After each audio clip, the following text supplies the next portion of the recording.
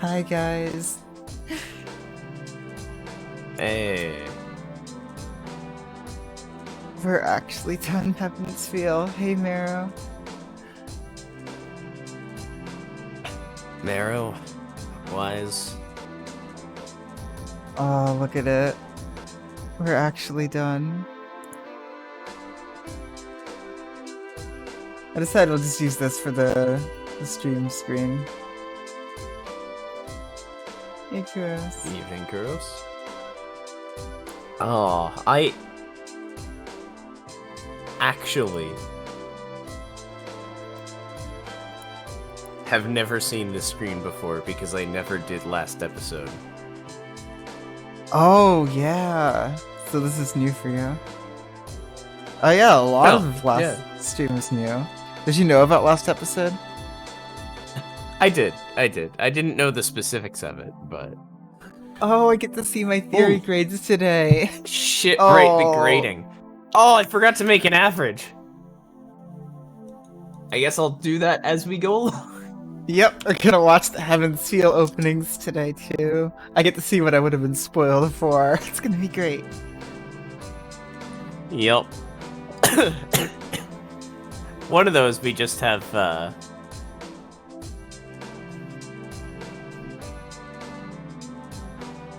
Yeah, I'm one sorry, of those. I'm operating on 10% today. Don't let that last 10% disappear. Yes, I've also been thinking of that joke.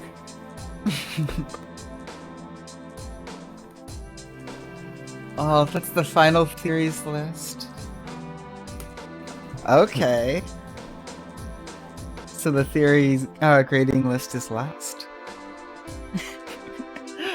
I have a feeling there's gonna be a lot of Fs with EXs peppered in here and there. Hey Jaden, thanks for the follow.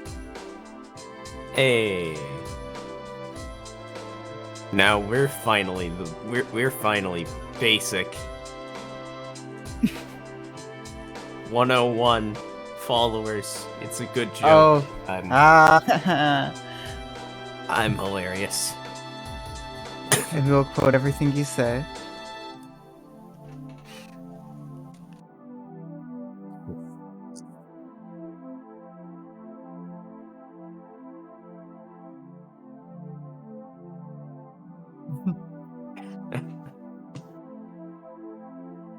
Oh my god, I can't believe we finally made it here.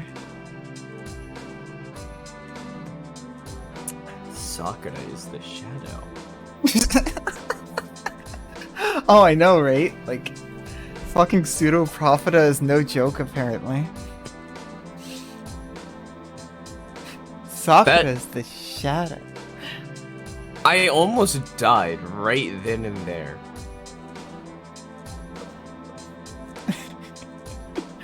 Because I think, I accidentally opened up Fate Stay Night, and I just wanted to throw out a random Fate theory as a joke, and I was just like, Sakura's the shadow. Could have just as easily been anyone as the shadow. I just saw Sakura's face on the icon and said and then I was like, hold up a second, that makes sense. Oh, it makes so much sense. No worries, Jaden. Yeah, thanks for showing up. Yeah, great to have you here on one of the live streams. And thanks for keeping up in the YouTubes. Appreciate all the comments.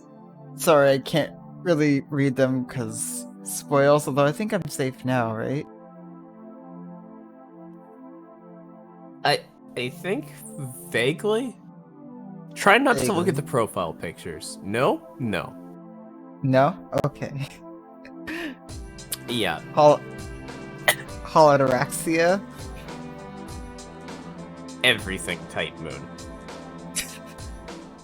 That is what these streams are, me just descending into Tight Moon hell.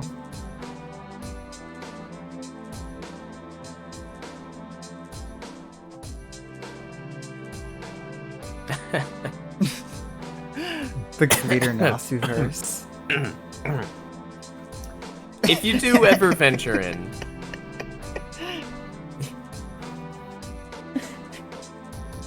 be wary of profile pictures. Of course. Like that one Shiro profile picture everyone has. Mother of fucking.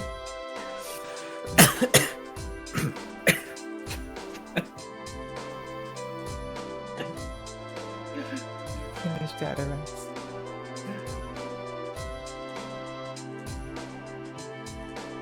I'm just so curious as to what Holodiraxia is. Like, I know Shinji's in it, which means it can't be a sequel. Because the Wakame Paradise. But Zero is the prequel, so...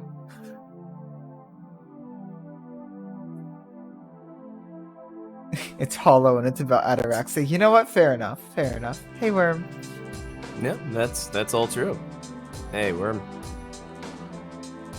It's like how the Mephisto Primal is the Mephisto Primal. It's all technically... Every character except for the one that Kide calls a vampire. Everyone's a vampire. The real Holodiraxia was the friends we made along the way. Yep. We've just been Holodiraxia this whole time.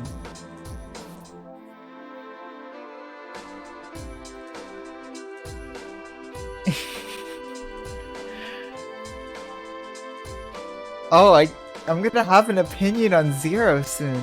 That's gonna be interesting.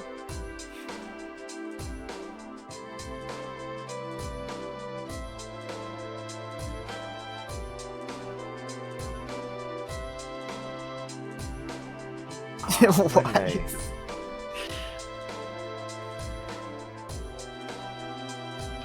I mostly heard Wise's opinion on it.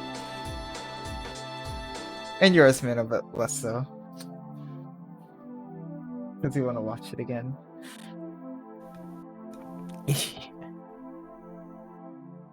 Oh, I definitely need to watch that again. Then I can have a real opinion on it. Oh, there's no way in hell it's gonna be as good as Stay Night.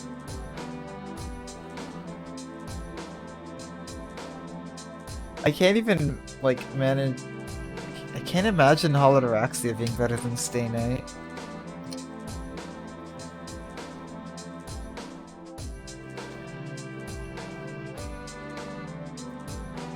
Oh, my grading sheet average is gonna be so fucked up. I can't wait to see it. I can't wait. Oh, I also get to react to the flowchart. Oh, yeah, you do. Oh, I finally get to see the flowchart. I forgot this fucking link in my browser goes to a part of my hard drive.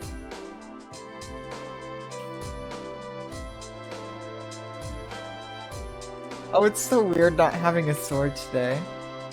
Well, I guess if we don't get through all the questions, we'll get sorted. That sounds fair. Alright. And then, we should probably, start getting into them. Yeah, we should. Let's start with watching the opening here. Yeah. Oh, copyright. Yeah, so I guess we just hide Stay Night and mute the audio. Yep. I'm so sorry we have to do this.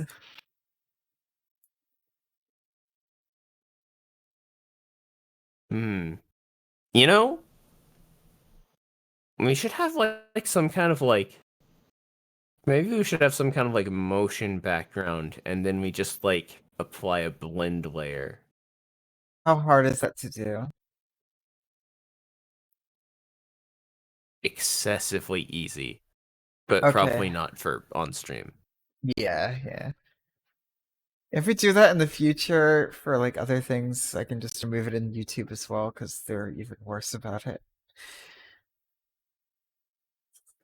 But yeah, are you ready to watch this and then try and imagine what it'd be like to have watched this with no knowledge of Heaven's Feel? Yeah, so it's the second one only, right? There's no opening for The UVW. well the first one is the opening for all three routes. The second one is the opening for the route. If you open UVW, the second one will be different. If you open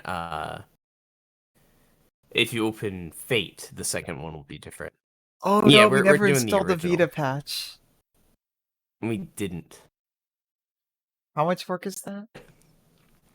Well, I mean, that just means that we'll just have to watch a YouTube video. Yeah, you could just send me the songs too.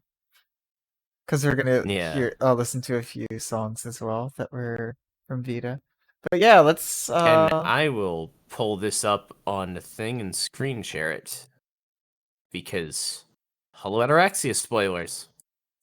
you could like send me the link and I can just VLC it. Well, VLC doesn't work with anything that's been caught by Content ID. Oh, really? So I don't know if it'll work. Yeah, so I'll just stream it to you over Discord. In DMCA. Alright. So here it is.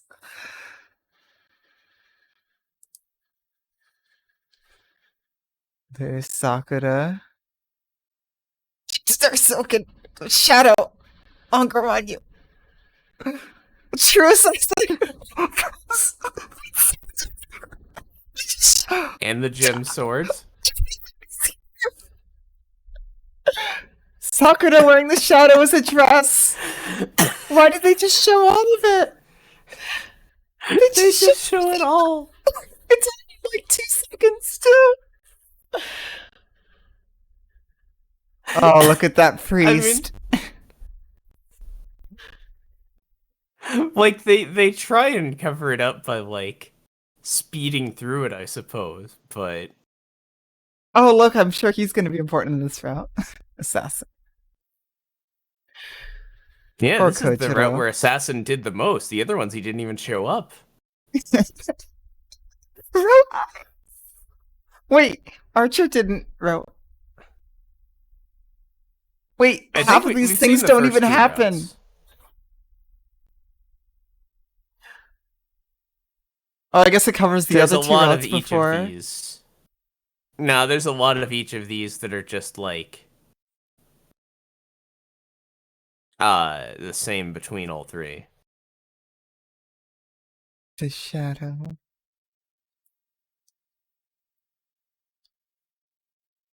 It was a good opening, but as an opening, it doesn't work. Because it just spoils everything.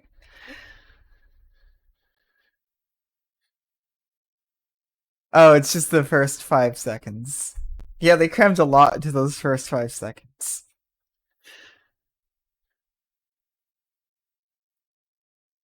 All right. And you've already seen the other one. So. Yes, definitely start with the Fate route at the VN. Oh, yes. And yes. warning, this stream yes. contains all the spoilers. Yes. Yes. Yes. Don't. If you have that as an option, do not do anything else. Yeah, that is definitely the best starting point. It is a struggle in the beginning, but it is so worth it. And unfortunately, it's not one of those things where it's just like, I'm not feeling this, so I'm gonna move on ahead to the next thing, right? It's not like JoJo's where you can just go like, oh, part 3 sucks? Well, I guess time to check out part 4. Hey, Yeah. Because like Fate Stay Night is constantly building off of things you've seen in previous routes. Yes, this will absolutely be archived on YouTube. Yep. But yeah, like, it's very important that you go through all the routes to fully understand everything. They just build off each other so well.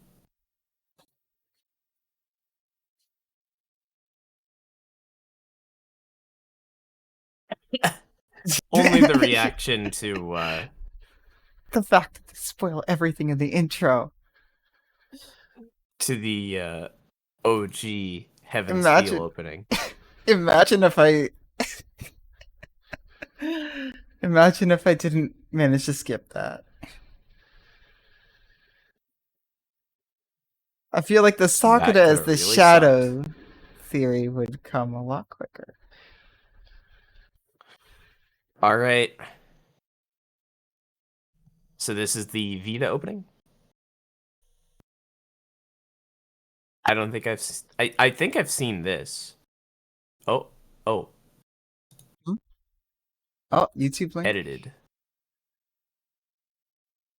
Okay, This is the OG then? I'm just gonna take a. Yeah, you don't click that one. I will stream that one to you. Yeah, I'll just bring up. I'll bring the visual novel back, but without sound. I'll just leave us on this menu here.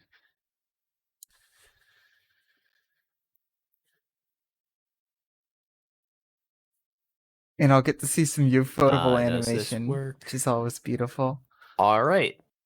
This has been caught by Content ID and will not work with VLC. So, yep, streaming this through my browser Is that like a new to thing? you. Nope. Doja runs will be happening in an eventual 24-hour stream. It's really hard to set that up based on where I live now, but updates will be given when that's possible. Trust me. Whenever we have the opportunity for it, fucking you will just have to immediately go for that. I'm fucking dying to do it. It's gonna be so much fun. All right, you Oh, seeing are you this? streaming to me? Oh, you're streaming. I am. Watch stream. You're in streamer mode, so you didn't hear it. I didn't. Alright, I'm popping it out. And now. Alright, make sure we're muted in OBS because that's gonna be a definite content ID there. Alright, we're good. Oh, 100%. All right, you good? Wait, is it gonna play through Discord? Oh, no, it will! Oh no! Ah! Oh. Okay, what if I click Oh, on the link no. and full screen immediately? And don't look. You'll have to do that, not look, and then stop it right before the complete ending. Or just Control W right before. Close the window. Yes. Alright, that's what we're gonna do. All I will right. Alright, I'm Godspeed. gonna Godspeed. So Mero's link? Yep, the latest one. Alright. Alright, we're in full And then screen. switch to sending that over Discord.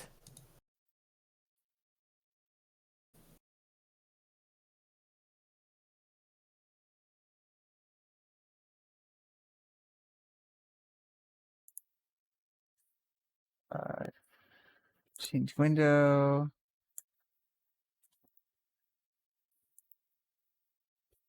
All right. Oh, wait, yeah, stop it. Put it to 0. Oh, what's this here? Pull it back to 0 and then count down from 3 so everyone can watch Oh along. yeah. Alright. 3, 2, On go. 1. Yep. Go.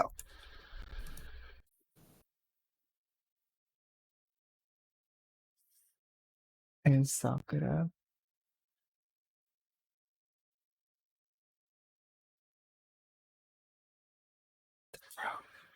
Emiya. I wonder who that is. Oh my god, it's Castor without her hood. Shiro with the shroud.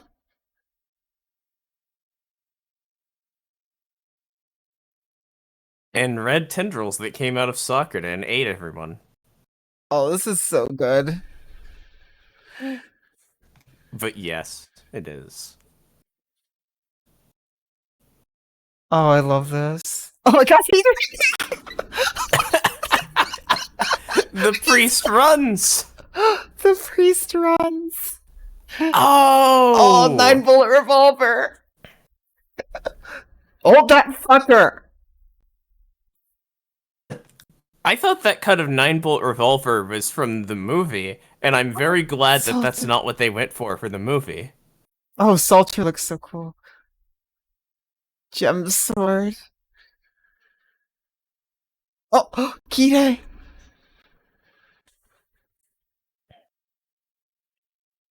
Oh, that's so good. Oh, I'm not looking. I'm not looking. Oh, I'm not looking. Alright. oh hey, it's your Twitter. It is. Alright. Is that it? It's... Yeah, I think that was it. I think that was the last of the openings that we can watch right now that we haven't. Alright. God, they're so good. Yeah, they just spoil everything. Both of Yeah, no, those that was things, yeah. music amazing as always. Let's get some fucking slice of life songs on. Hell yeah. Which, those That's songs all I at the think are top. underappreciated. They're great songs. Yeah. I believe the end of the dream is the one that would get us DMCA'd. Into the Dream, Link, Golden Glow. Yeah, we have seen the first two Vita OPs as well. Yeah. At some point I would also like to listen to some of the Vita tracks I haven't heard yet. You could quickly install that and then restart Fate. How much work is that? That can be part of this. You drag some files into the save folder. Oh, while Fate is closed. That's easy. That's easy enough. I know, right? Send me the files. It's exactly the same process as installing the porn. You should have them. Oh, I have the files? It's the same download as the English patch. Oh, okay. Oh, when did I where did I put that? It's probably faster to like send the link again. I can also just send you the files, yes. Yeah, that's... My computer's a mess, guys. It's fine.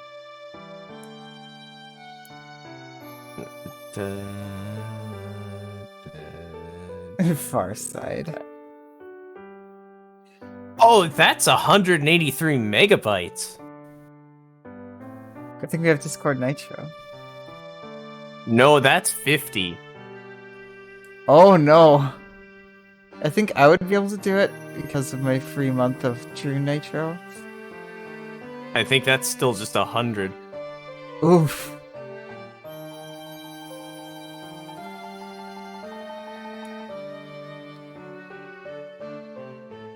Wasn't there like a Reddit post or whatever? Yeah. We're super prepared, guys. It's fine. We are the best.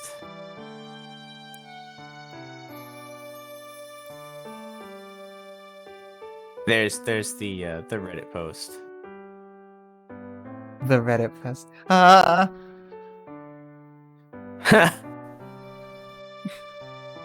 was like, oh, it's weird not having a sword. Let's make one.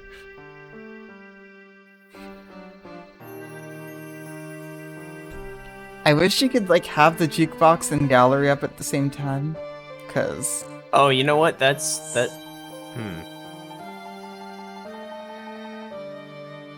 Like so many CGs do not go with extra. Wait, that just goes to the Ultimate Edition, and that's a little bit more work than I think we want to go through right now. You know what? I'll just fucking upload it to my Google Drive. Alright, cool. And while that's happening, I guess we can start answering some of these questions? Yeah, sure. Yeah, let's start with some questions. Alright, how terribly robotic is my voice right now? It's not. In fact, it sounds fine. Good, good.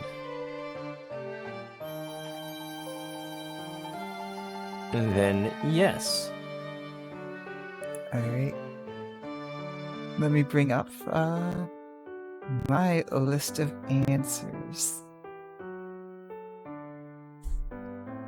Yes, my document is called The Answers. Mine is called the Fate Answer. I mean, there is no other way to go about this. And yes, by document, I do mean it's a .txt sitting on my desktop. I have a Google Doc.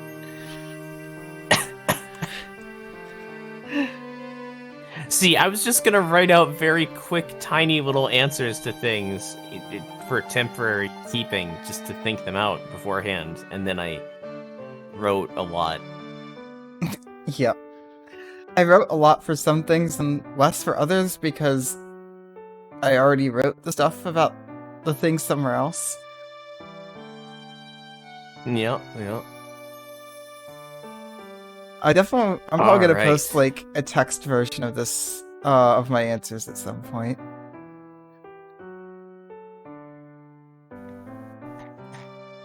Yeah, okay.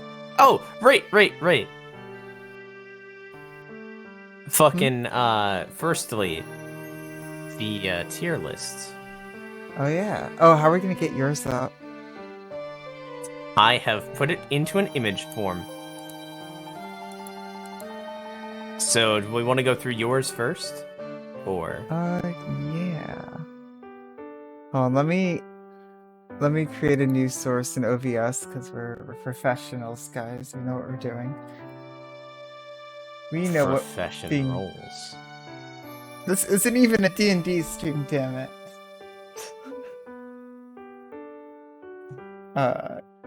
Tier list.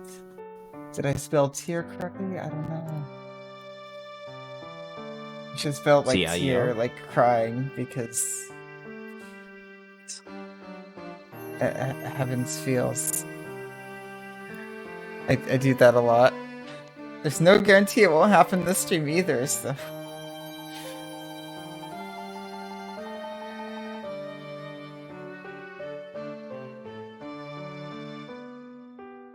Good idea would be actually capturing my tier list in an image form first.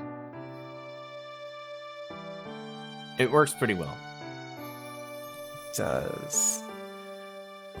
And before unless you posting just this, want to stream your browser. I would actually just like to say that there aren't really any characters I straight up didn't like in this visual novel. Like, there are villains that I hated, that fucker. But I think everyone is fairly well written. Yep, like I have several characters like highly rated specifically because I hate them. Yep, like, yeah, fuck that guy. That fucker. Like, honestly, most of the lore characters, I'm just like, I wanted to see more of you. Yeah, I will go ahead and spoil that my, on the list, the lowest actual rank that I have is D tier, and that stands for didn't get enough screen time.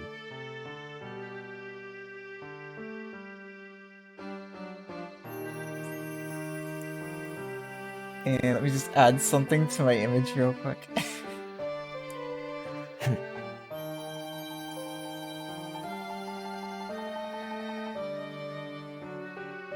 Because there was one specific character that appeared in this tier list maker that I don't know who they are. Spoilers. I know, right?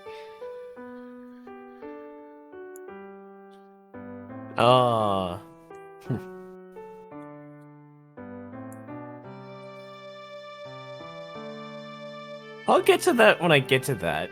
But not every character that didn't get enough screen time is at D tier for me. Yep. But yeah, I just love all of the characters as for what they are. Like they're just all so good. They work where they belong in the story.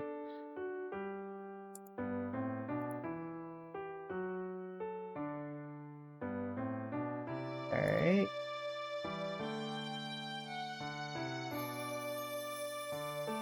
This should do it for my tier list. Oh, sure that. Alright, there we go. Alright, so here's mine. I only named one of the tiers. S stands for Shiro tier. Honestly, like, another thing about this tier list maker is it had Dark Sakura and Saber Alter as different characters, which I that's just wrong. Oh yeah, that guy. And yeah, as Who that the fuck are part you of a point. tier? I do also disagree with putting them as separate characters, just because. Like the whole point about Dark Like, Sakura is it's a part having- of her. Yeah, especially Sakura there. Like that's just straight up like. That's a whole side of her character. Kirei literally said it. Oh, I hate Shinji, and I hate him so much, and like, I think I brought this up, but it's really hard to make me angry. Shinji has done it without issue.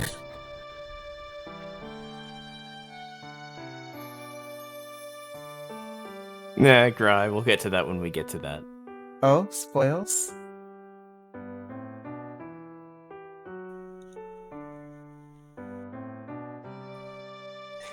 Yeah, like. Yeah, like, any... Like...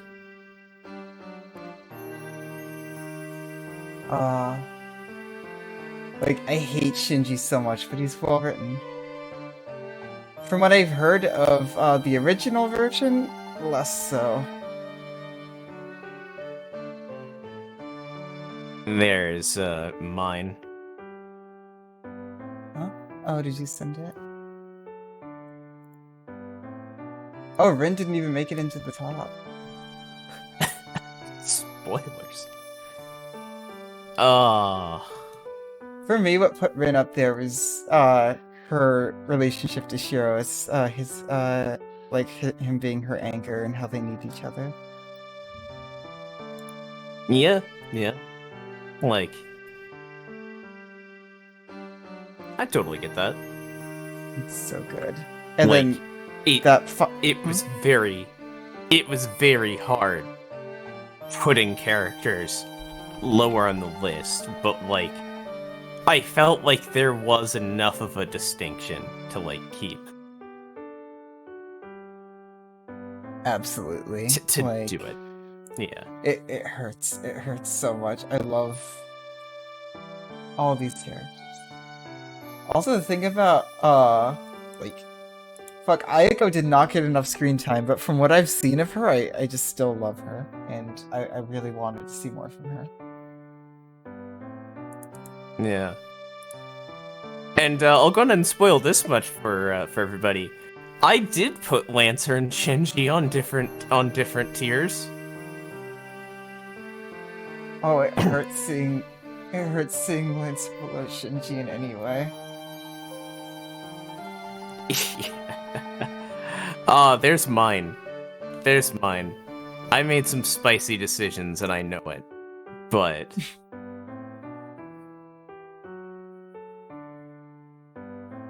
Those are pretty similar.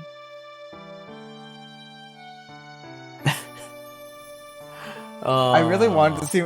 I saw Sella and Laser, and I'm like, they're gonna be in the story so much, guys. So yeah. Yeah, Ayako with screen time would just jump up. She'd just claw her way up to triple S immediately. Shinji is an A tier because he represents the first stage in Shiro's character development in He does. almost every route. Like, that's when Shiro got good during the Fate route. That's when the visual novel really picked up for me. Because, we'll get to this later, because it's part of another question, but... Like, the Fate route, early Fate route was a bit rough. I did still enjoy it, but... It wasn't what I think of when I think of Fate Stay Night. Yeah. Oh, you should small them and put them next to each other. Oh yeah. Good idea. Which means I need to just make like another image source. That's fine though. I'm a professional using OBS. Definitely. Here. Fuck it. I'm spelling it the crime. Which And again, you probably line them up with where we are in the Discords. Discord image. OBS. Why don't you add an undo button? There. I was saying yours should probably be on top so people can like see. Oh yeah. I'll just. All right. But yeah, so like here, we'll just put him here.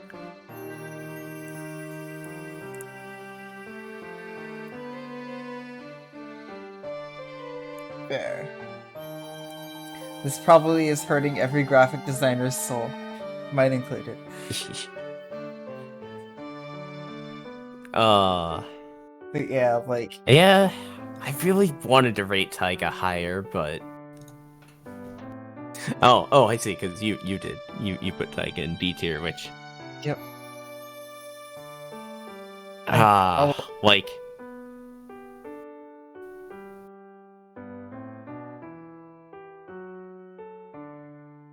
Like for me, Taiga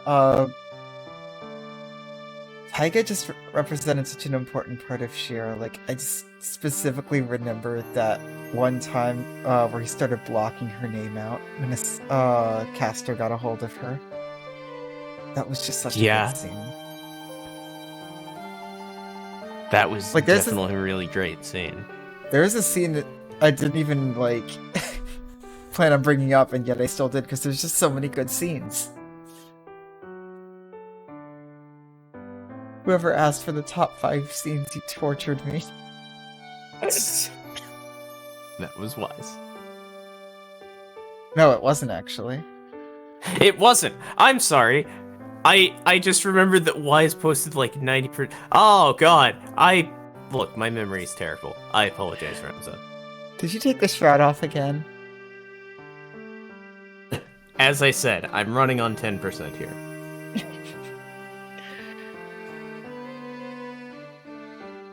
Oh, I also have a lot of great personal memories attached to Taiga from this stream. Yeah, like... I guess my mind mostly just focused on the, like, drama stuff. Like, yeah, she was a very important building block in the, like, the heart and soul of the series, but, like, the visual novel, but... Definitely. One that but was I mean, really... it's not like C tier is bad. Oh no, not at all. Again, like, all these characters are great. Except for, who the fuck is that guy at the bottom?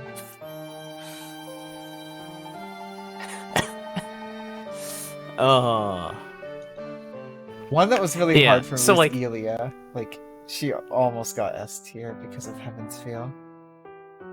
Alright. See you, Jaden. Oh. Have a good night, Jaden. Or day, depending on good luck. Time zones. Yeah, best of luck. Good luck with the driving. Best and of luck. apparently Australia, so day. Yep, day. Yeah. Yep.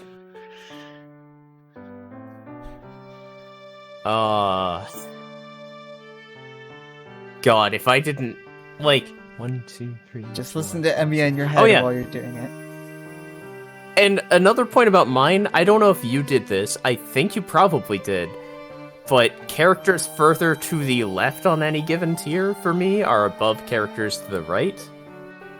I started with that and then didn't really keep that up.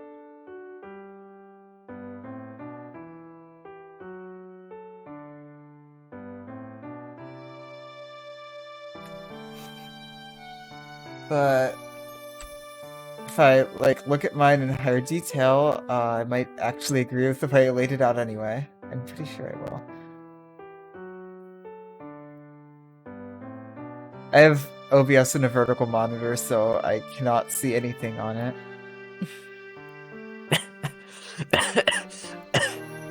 Fucking I only have yes. 2 monitors, It was, and it's worth it. It was painful putting Shinji above Snick, but I loved Ryder's relationship with Sakura. I also have a bit of a Heaven's Feel bias because it's the most fresh on my mind. recency bias, yeah. Although I also have a UBW bias because the answer. Oh. Yeah, I'm pretty sure I mostly agree with this.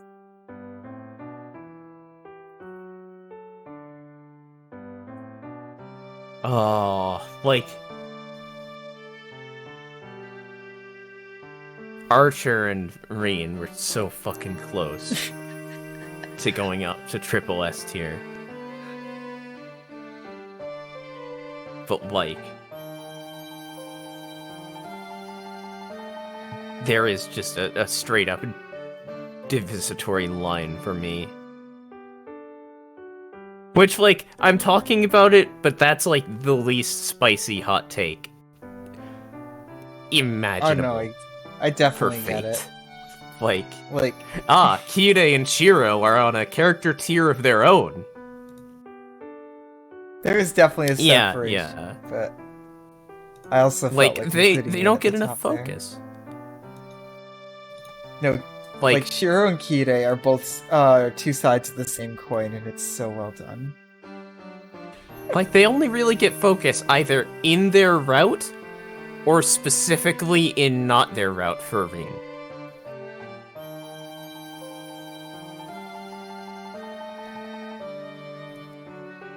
No, it's kind of funny how Unlimited. I'll get into this more later, but how Unlimited Blade works is supposed to be Rin's route, and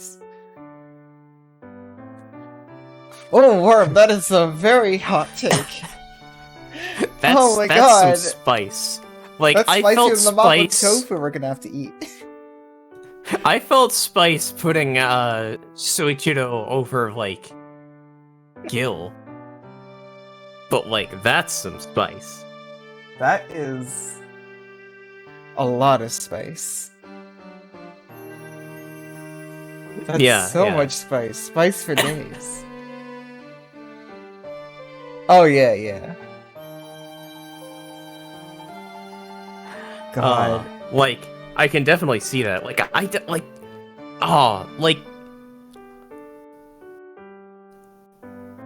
Soichiro as a parallel to Heaven's Feel Shiro. Oh god, I never really thought about that. Yeah. Wow. That might actually bump Soichiro a bit. Yup. His one and only goal was, helping Caster. Oh god, I need to do a reread. I want to do a reread. Yup. Alright, fuck it, we're doing it. No. I definitely am doing a reread, but not now. Because, once you have the context of everything, you can just go back and see everything you missed. Yeah. Going through on a second read is... is real interesting, and I'm gonna get into that later too. Yeah, I know you got a lot of questions about that.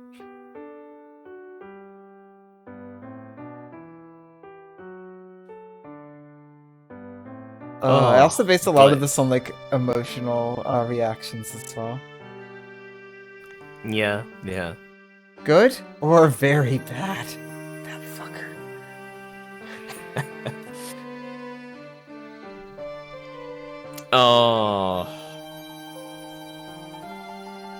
Oh, I could definitely see it. Oh, Kara no Kyokai. We're definitely doing a podcast on Kara no Kyokai at some point. yeah. Yeah, let's move on to the next question. Top 5 moments. And I say we each go in order. So you give number 5, I give number 5, you give number 4, etc. Okay. Wait, who are we starting with? You. Alright.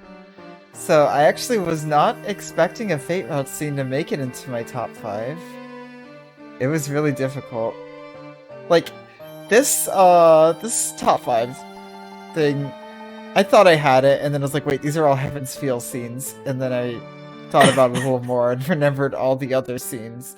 I mean, obviously excluding number 1, because that one was obvious. But yeah, number 5 for me is actually the basement scene from the Fate Route. I know that's not the actual name of it, but you all know what I'm talking about. It's such a good scene. I was just saying, in actuality, it's 2 scenes, so referring to it by anything else would make more confusion. Yep. It's such a good scene. Like, that was the scene that really got me into the Fate Route. Like, it's my favorite scene from the Fate Route, for sure. The way it just shows... The way it just shows Shiro accepting the past and committing to not changing it is... Am I gonna get emotional again? Do we count cry count ups?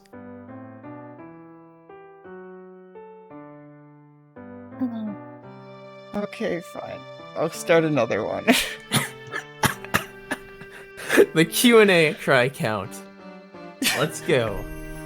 I'll do it. I'll do it in my document. I'll put it in the title because I can always access that. There, it's at 1 now. Oh. Yeah, the way Shiro sees just what happened to everyone else there and realizes that one of those could have been him, sees all of that, and is presented with the Holy Grail, something that could potentially reverse that and still chooses to move forward. It's so good. Definitely a good scene. I think that was the first scene where I just cried with actual tears going down my face. Like, they'd stick in my eyes before, but... Fuck.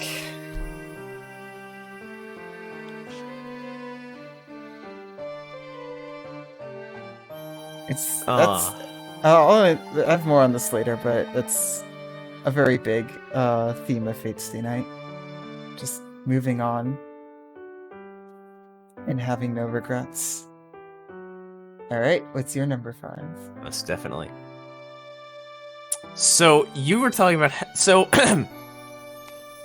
I didn't expect a scene from the Fate Route to make it into my top 5. And shockingly, it's not the basement scene. It almost was, but I just had to go with what got me to actually cry during the Fate Route, and it's just... Bridge scene? Like... It's the date aftermath. It is the bridge scene, but mostly it's the aftermath, or like Shiro having specifically the Fate aftermath. That like was really good. after Shiro gets home and he starts to calm down and like start actually digging through his mind and accepting shit, and then goes to see Saber, who's still on the bridge. Like, essentially them making up part of it. Like, it was all good, but that part specifically just fucking got me. Like, it was so fucking real. And like, the following fight is good, but I'm not even considering that in what makes this the number 5 slot. Like, it was just the characters. And that's the part that sold me on that ship. God damn it. Cry count 2? Shut up. Look, it's been a day today, okay? I understand. But yeah, like, it's good shit. I don't really have, yeah. I don't really have too much more to say about that one. So, if we want to move on to your number 4. Alright.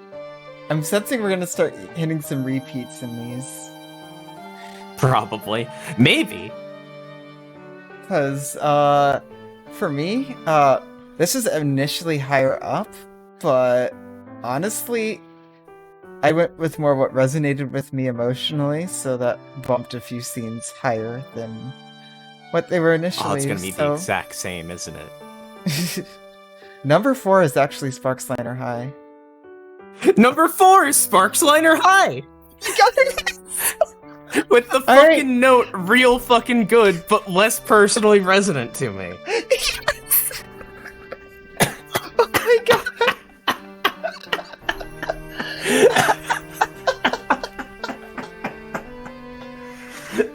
Oh my god! Well, you ready to just gush over Sparksliner High? I'm ready to just gush over Sparksliner High. Oh, hold on. There's something we need to do first. There we go. I charge them with as much magical energy as I can, and I throw them. Divine skill. Flawless.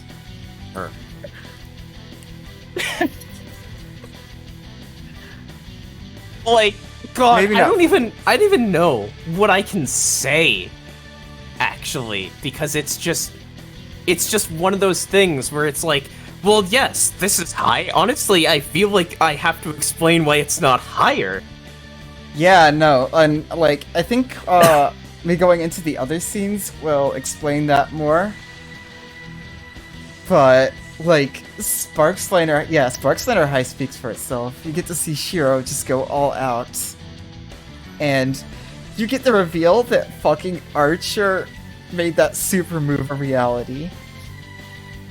Archer made the super move a reality.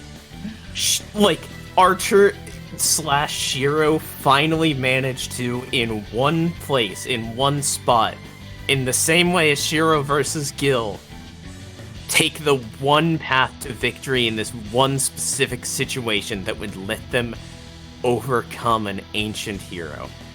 And it still wasn't enough, in the end, to finish it.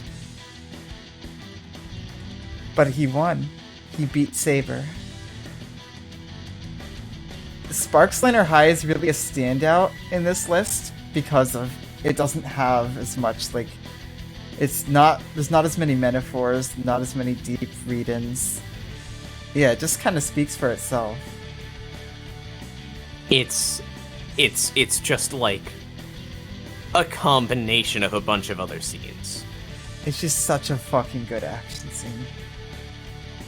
And the start of it, where Shiro's just excited because he's keeping up with Saber, like... He smiled.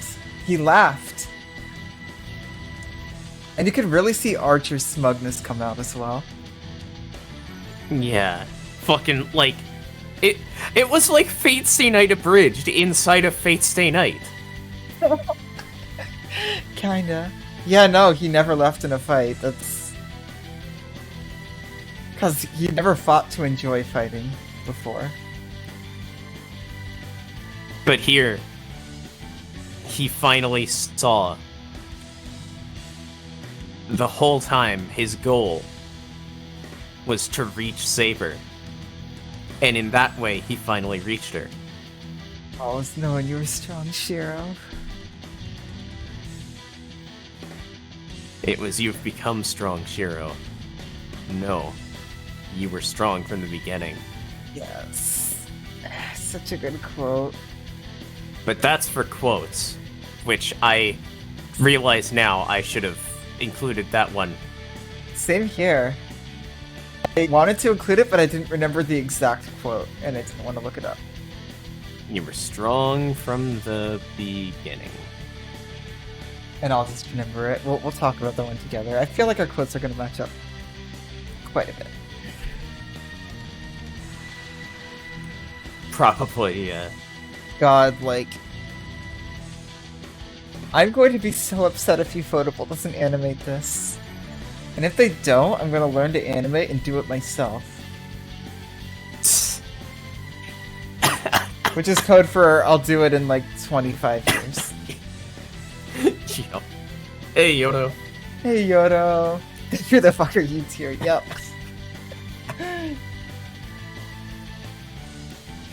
Yeah, I'm not even trying today. I can't spell. And tier is spelled the other way because we're at cry count too.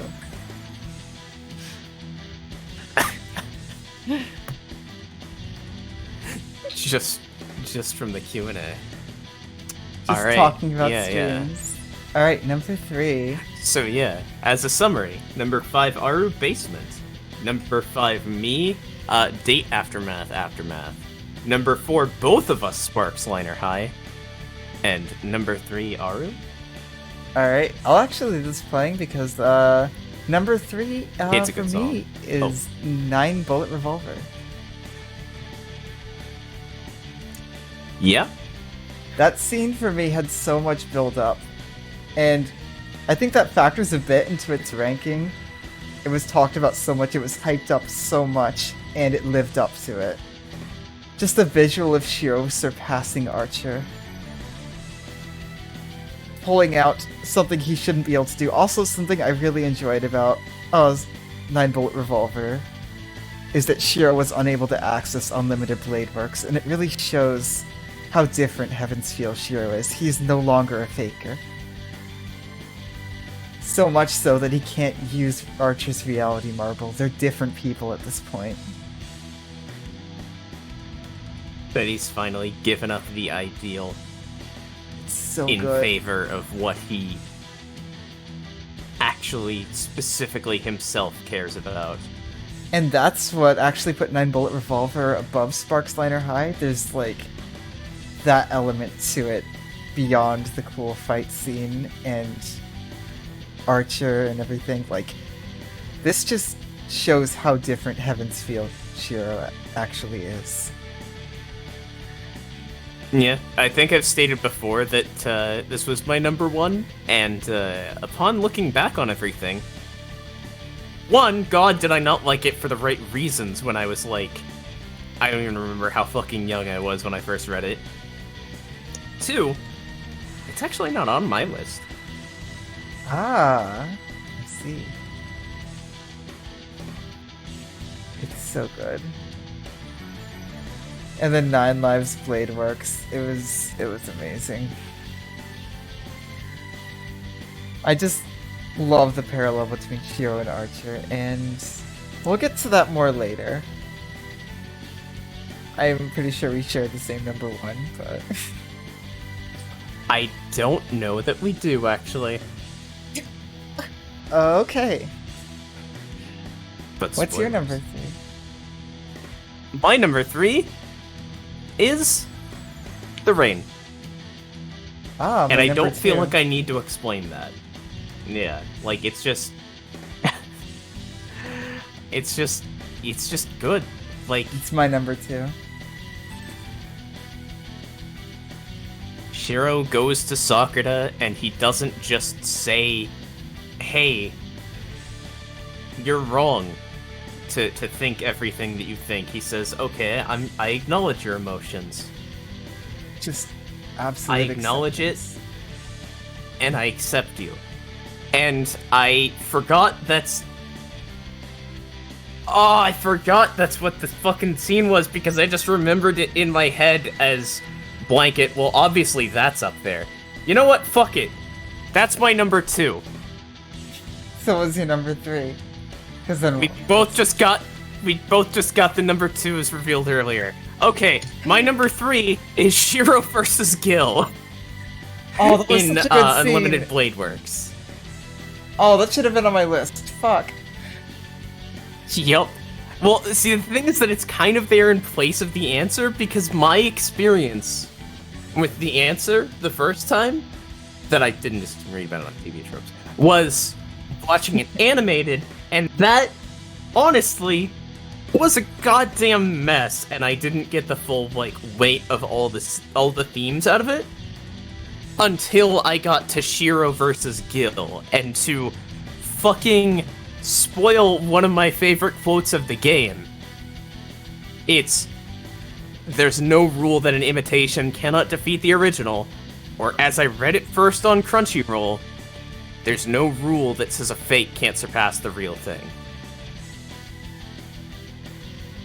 Well, we know we share that one.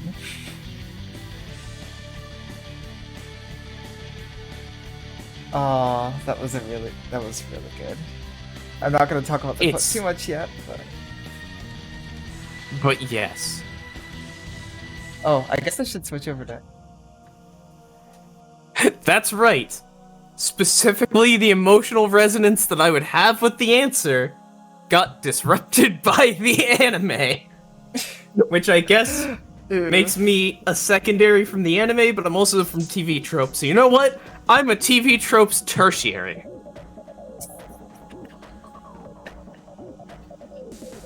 At least you're not a Prisma Elia secondary. Oh, yeah. Like, in the visual novel, that scene ultimately didn't... Like, I was expecting that scene to have more of an impact than it did. But in the visual novel, it was really just, yeah, the inevitability. It was the, alright, we've said our themes out loud. You know how this is gonna end.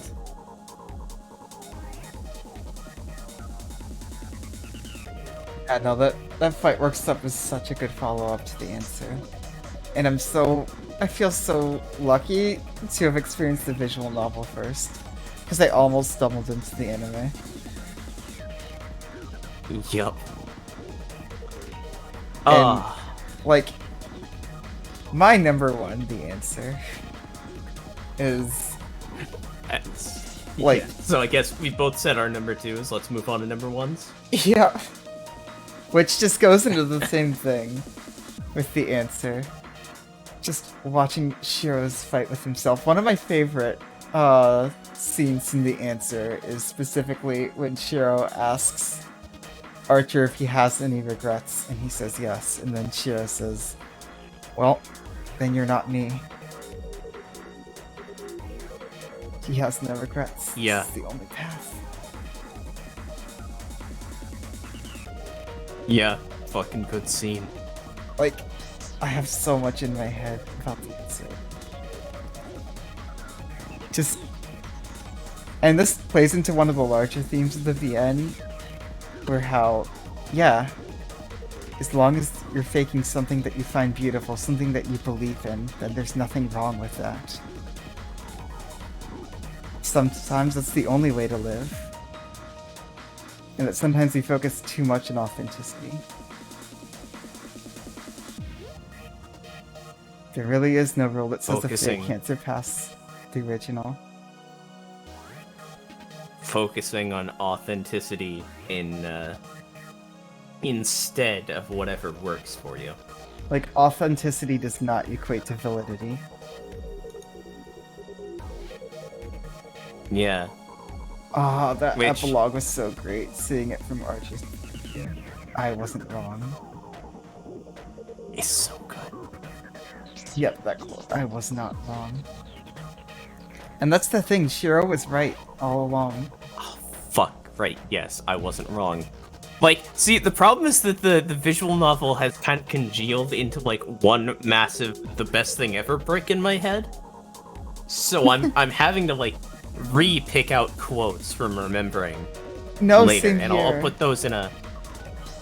I wasn't wrong. That's obviously going on there later. I'll just piggyback off of you having it there, because I would put it too. Yeah. Oh my god, it's so good.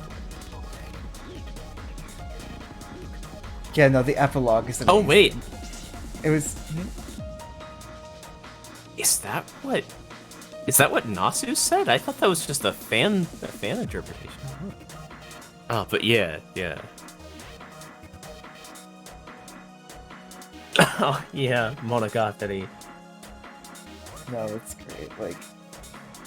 And yeah, the answer just resonated with me, because, like, finding my identity is something I've struggled with, and... we all feel imposter syndrome from time to time. It's just laid out so perfectly here. I said Monogatari is so good. I need to watch But more of that. yes. Fucking...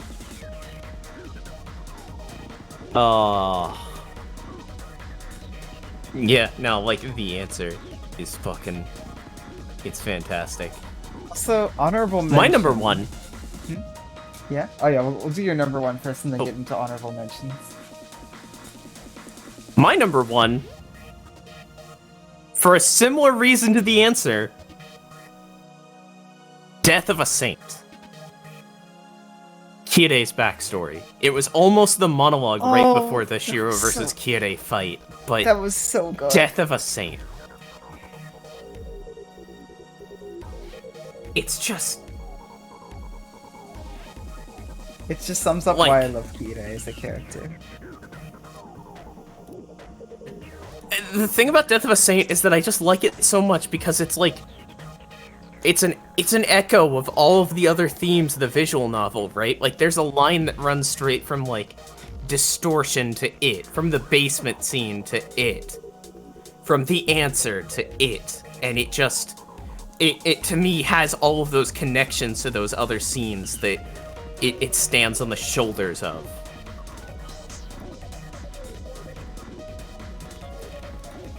And someone who It's a great... specifically focused so much more on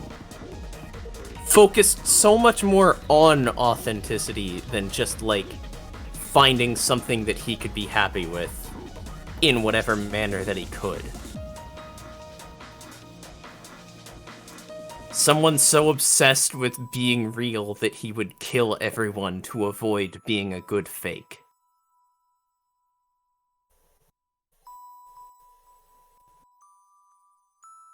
Without even, like, because the acknowledgement, too, is that, like, oh, hey, like, I mean, even if you're a good fake, you can eventually encounter something healthy that you can be real about, but, like...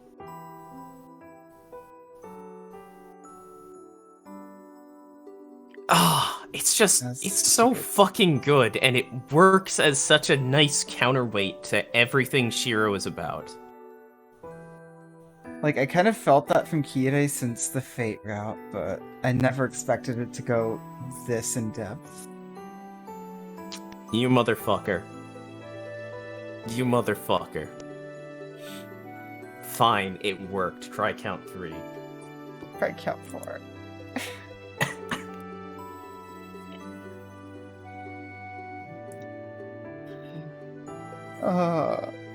You've used this song to hurt me so many times, damn it.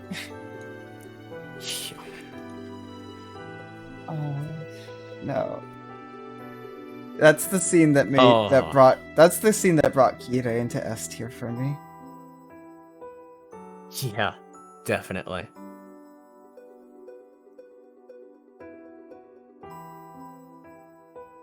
And I definitely want to get into, like, the Faker theme more later, but But yeah, that's one for of the the next reasons. question.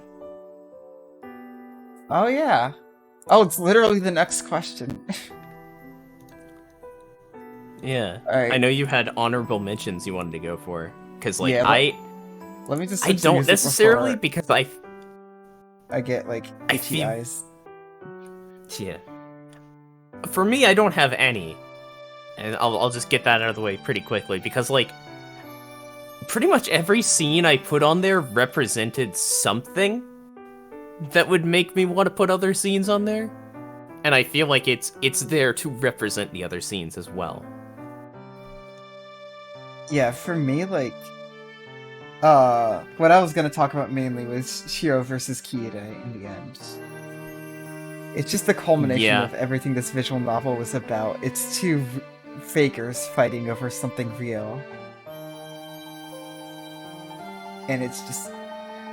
it's the only way this VN could have ended. That's why I knew Kiide had to be alive. There was no way it could have ended anywhere else. Especially after that last scene with Kiide. It's too good. It is like a side grade of the answer. Because Shiro and Kiide are two sides of the same coin. Yeah. Because the answer is just, like, Archer forgetting that he can accept himself and, like, throwing fucking everything that he can. All of these things, all of these reasons not to be okay with himself, not to do that, like, at Shiro. And he loses the moment that it doesn't win. But for Kiide versus Shiro... But for Kiide versus Shiro, they actually have a difference. The fight actually matters because they could never talk it out. They're just opposed.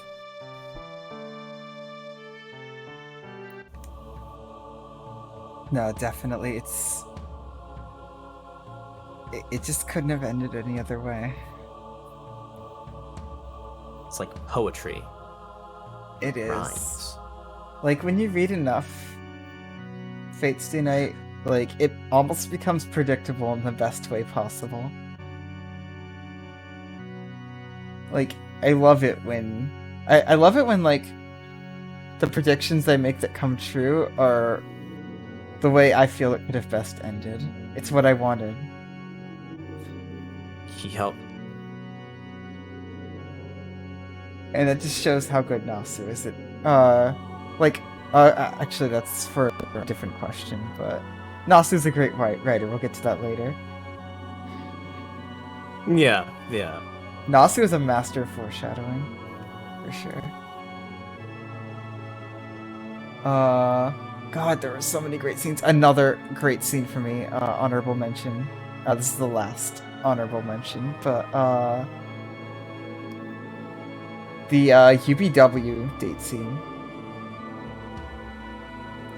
Yeah. Just Shiro out with everyone, surface level, having fun, and then you actually look inside his head and you get the quote, "I don't deserve this." Yeah. Yup. I don't even know if anything else needs to be said. This is so good. Like, that was just instant tears.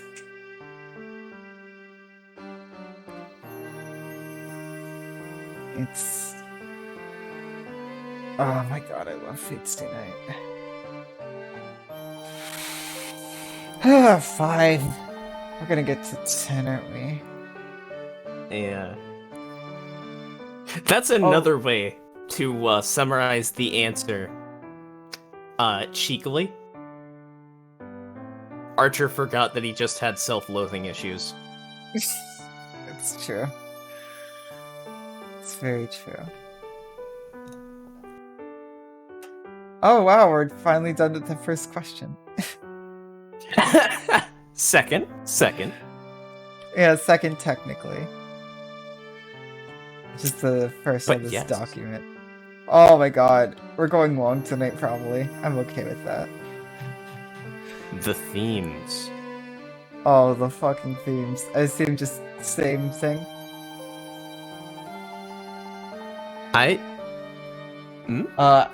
What did you start with? I started with Heaven's Feel, because I just experienced it. I started with Fate. Right, I just went in order of when they came in. Yeah, you know what? And of course, as I said, I already know Nasu's summary, so I've had to like specifically like dig that out of my takes and like go for just what I found most important in each route.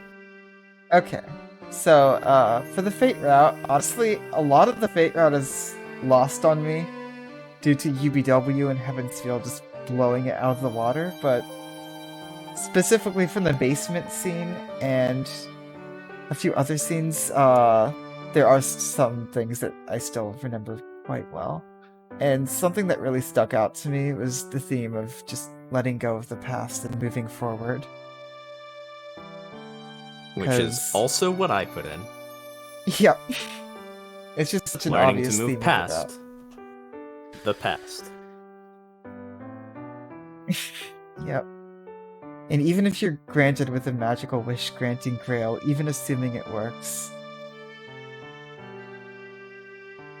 you just still need to move on. Yep, let the past die.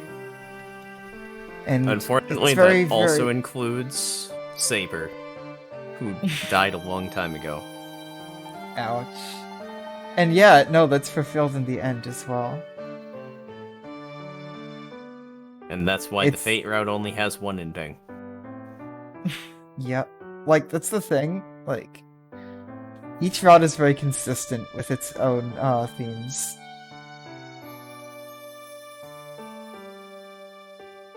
Yeah.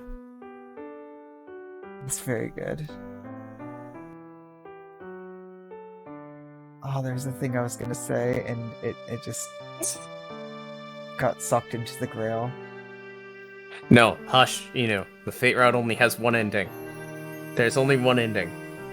What? Hush. What? The UBW good-in never happened. Oh. Never happened. Sunnier days. Oh. But yeah, what's your take on UBW's themes? Oh my god. Okay, here we go. So Begins essay. Oh, it's not an essay. It's just like a paragraph and a half. The essay will be for a YouTube video later. I summed it up into one sentence. I think I know what that sentence is. Let me just get appropriate music. Actually, for going over the themes of the route, I like this. That is the going over the themes of the route theme. Yep, I will get to that in the music. I basically did write an essay on the music. But yeah, Unlimited Blade Works, like, authenticity and faking is prevalent through the whole VN, but it's especially the thing in UBW. And I've talked about this earlier, but the takeaway is that authenticity doesn't matter, and it's not what makes you valid. It's as long as you're doing something that you can be proud of, and that you think is beautiful. There's no law that says a fate can't surpass the original. Like, those are honestly words to live by. Yep. It's so good. And it really is.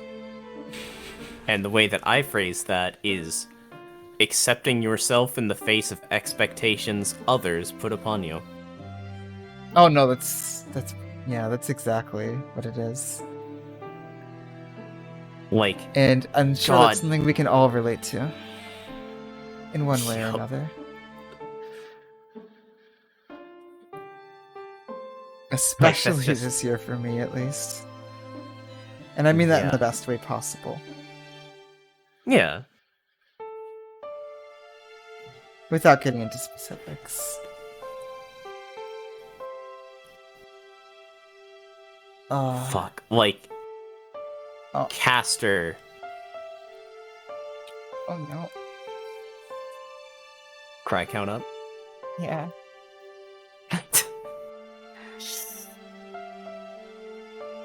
The music isn't helping. Then, you sabotaged yourself. I did. Oh, Caster. Yeah. Like, yeah. Fucking.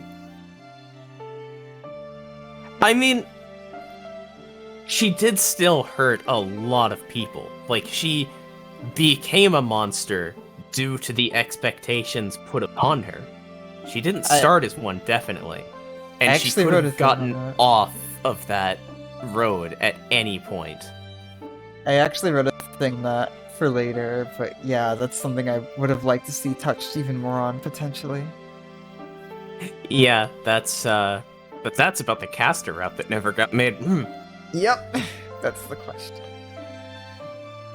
Archer spent years drilling down on who he was and forgot that he could accept himself despite all of it. And then fucking Gilgamesh at the end is literally just the incarnation of... It's like the societal, like, construct of there being no room for weakness. No room for anything that isn't his idea of what is the best. Yeah. Like, all that given flesh.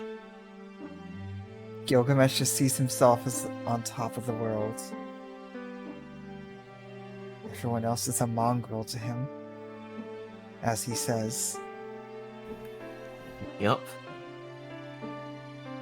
If you don't fit his mold, you're trash. A worthless half-breed that should be eliminated from this world in a blaze of mud. Gilgamesh just represents a lot of the world. Like, he really just works in the, like, the front side, like Fate and UBW. As the, like, opposing ideals.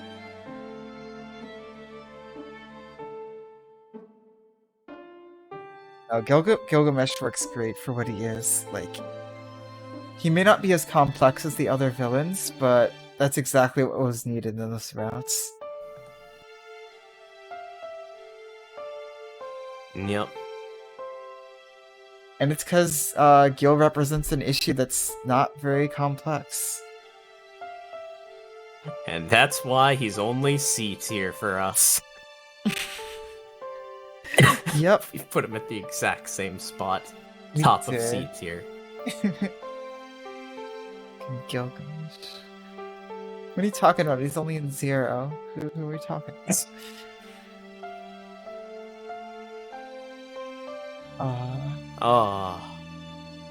But yeah. I think that's a pretty good summary of how we feel about UBW. I could talk about it for like a couple more hours, but we need to go on to Heaven's Feel. Yeah, we've got the rest of these questions to talk about UBW. Yep. So for Heaven's Feel, for me, my main takeaway was just how people need each other. And honestly, for me, like the best examples of this are Rin, Shiro, and Elia. Like Shiro being Rin's anchor to her humanity and Mind of Steel. Elia being Shiro's anchor to his humanity and his sanity later on, as Archer's arms started to take over. It just shows that people need each other. For me, people use each other as I put down, anchors. it's about realizing how important your emotions are. That as well.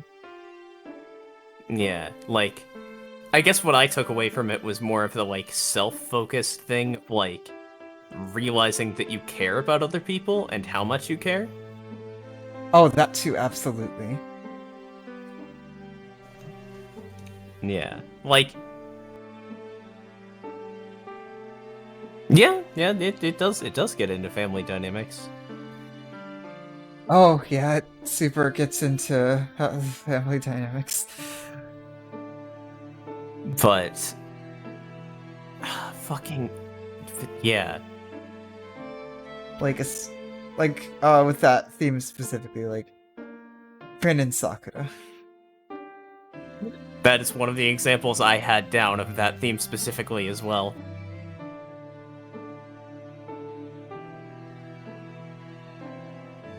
Like, people just generally trend towards caring about each other. At least that's how I like to think about it. All except for one person. Yep. Yeah, for me, that was... For me, like, my theme on, like, realizing how important your own emotions are, like, that's Shiro realizing that, like, he himself can matter more to himself than his ideals. That's him realizing that, like, he loves Sakura more than he wants to save everyone he doesn't know. Rin realizing that she can't kill her sister because in the end, like, outside of a very specific scenario in which Sakura is either asleep or pretending to be asleep, like, and even Shiro's acknowledging this has happened, she can't do it when she's actually paying attention to her own emotions.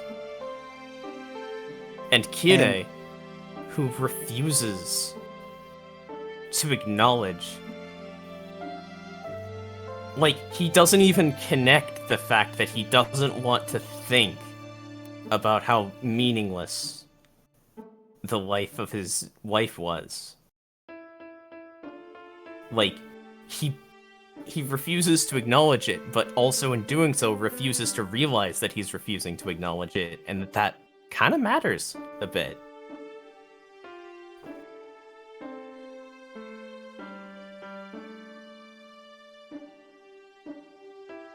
No, definitely. That's definitely another prevalent theme in Heaven's Feel.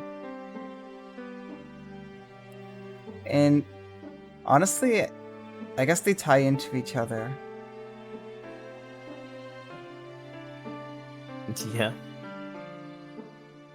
Like, humans are just better off taking care of each other and being together. I know it's cheesy to say, but it's true. Yeah. And yeah, the overall themes. Overall themes. That's... Yeah, what do you have for the overall themes throughout? Well...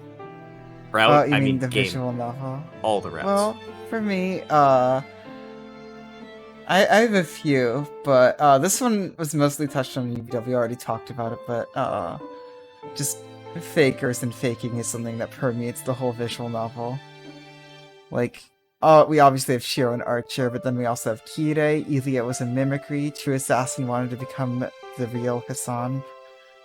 It just goes on and on. It's just something that's present throughout the whole visual novel, and it all ties in really well.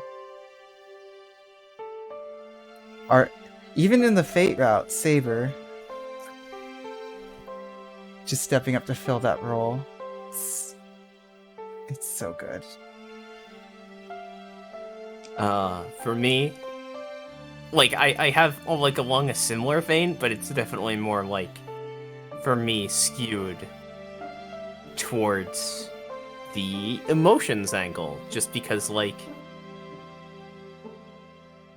that's what Magi society is all about.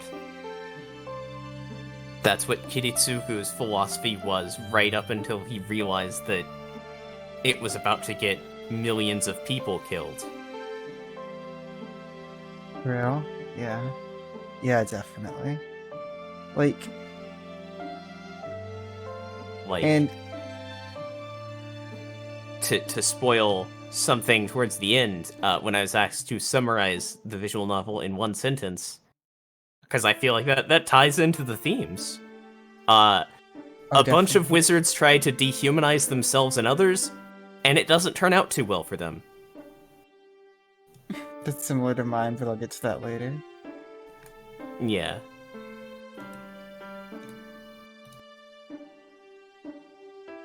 Like, Fate's Stay Night's messages are actually very positive. Extremely Extraordinarily positive. so. Like, this is cheesy to say again, but there's a lot you can take away from this visual novel. Yeah, like, And just God, better it's- yourself with. It does show you the ugly side, but... And yeah, that is very important, for sure. Yeah, no, this mushroom is blessed.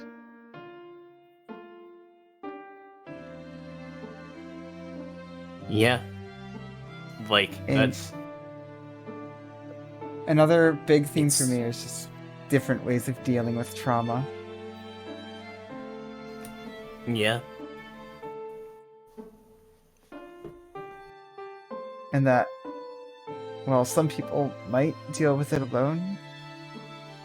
That doesn't mean you have to. And there's no shame in asking other people for help or even just being around other people.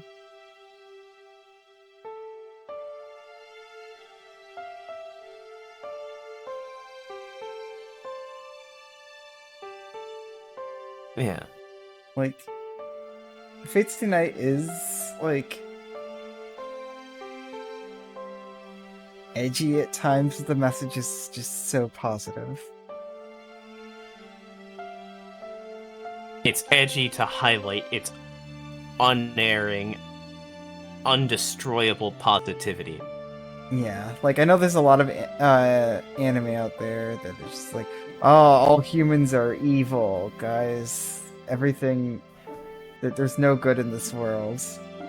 And that's very much not Fate's Stay Night. Edge for edge's sake. I hate Compared Edge to... for Edge's sake so much. Compared to even... Like... To hop onto a, yeah, like... The fucking willpower to stand up in the face of that is definitely a part of the whole thing. And, like... To once again reference a piece later in this, because I might have completely missed the part of the question asking for a summary of the whole route. Because I was very tired when I wrote these. Like, the fact that even Heaven's Feel has such a good ending. I feel like that ties back into that. And, like, I can't hate it because of that. Like, I love personally that love the because two of that, ends. that it's so happy in spite of it all. Mm-hmm. And it feels Facing naturally down happy. everything with sheer determination. People This is- sacrificing themselves for others' happiness, like... But we'll get to that when we get to that. Yeah, I was just about to like bring up how it differs from Sunny Days, but yeah. Let's get into Also- headcanons Cry count. and switch off of... Let's Fuck. switch off of this illusion piano to something fun. What have we not heard in a while? Oh, we haven't heard Lightning Swordsman in ages. Yep. Because he's fucking dead. Let's play that. Oh, it looks like he died. Yeah. Oh, because it spoils. Because it's 0. Yeah. Mhm. So So yeah, let's go one at a time again. You then me, then you then me. Alright, so obviously I'm just gonna bring this one up. A headcanon I liked because it just kind of fit with his character that we brought up quite a few times is Gil being corrupted by the Grail. Because it just Oh, hey, fits that's in his my first personality. one. Yeah, it just fits his My first personality one. to deny it. Is that Angra Mainyu can't flow into Gil, but resisting the curses still broke his goddamn mind. Yep. Because that's... And like that just works for me better. It's in Gil's personality to deny it to the end because he's the best. He can't be corrupted. He can't be hurt. And maybe even Sakura having finally eaten Gil and being like, yeah, it couldn't flow into him. It's like, well, yes, he couldn't be corrupted and controlled, but... Can be eaten. And Motherfucker's, like, way too crazy here compared to, like, some other shit that I feel like there has to be. Like, I have to come up with an explanation, and I've heard Nasu's, and I don't like it, and that's what headcanons are for. Yep. No, it's a great headcanon. And, like, that's just such an integral part of Gil's character, too. Like, his absolute confidence getting him killed. It's what's got him killed every time. Yep. You got another one, and is it going to be the same other one as me?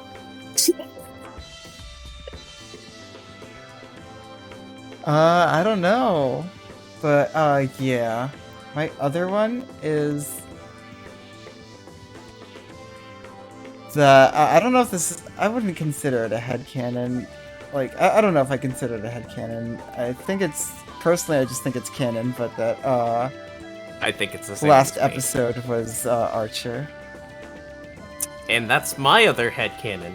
Yeah. Because I know that Nasu said quote. I know Nasu said a quote about it not being directly actual Fate Shiro, but like, It's Fate Shiro. I mean, I know the explanations for Gil outside of things, but I mean like an in-universe thing, because like that's what a headcanon's for. Like, Alright, we're talking. Oh wait, I can't play the song. Because we'll get Doomsday. You can't. But yeah, no, that's a good headcanon. also my headcanon, it's not even just a headcanon as much as like a way of looking at it, is that like, well, the headcanon is that the Fate Route Shiro became Archer. Yeah. I want to do fan art of Archer Like- now. Navalon.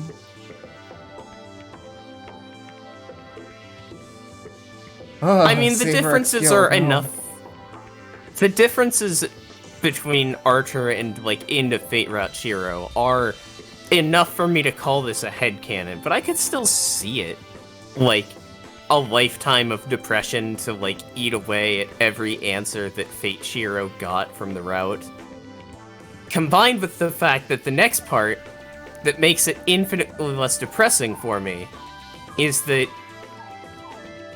with last episode there, that he did kind of escape the cycle, but also not, because the cycle exists outside of time.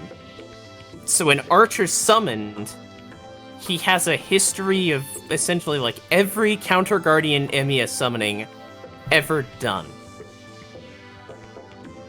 So when you look at that, it happens outside. Yeah, kind of, like, but the things that are, like, Hold on. I'll be right back. that I'll might still be able to exist hear outside everything of the novel. No, it's fine. I will just continue to rant about my opinions here. And, like, he said that he couldn't save Saber.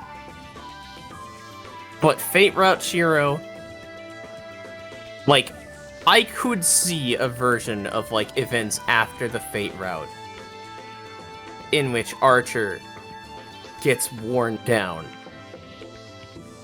and thinks that, you know, like, because Saber, or, like, especially Archer, like, after, or Counter Guardian Emiya, like, after he died, once he became a Counter Guardian, spent all that infinity of time losing his ideals.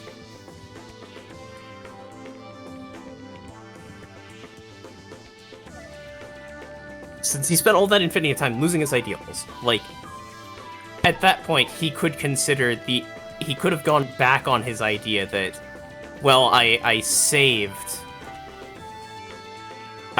Saber that time, and think, oh, I couldn't keep her in that world, our ideals were wrong, thus, I failed to save Saber.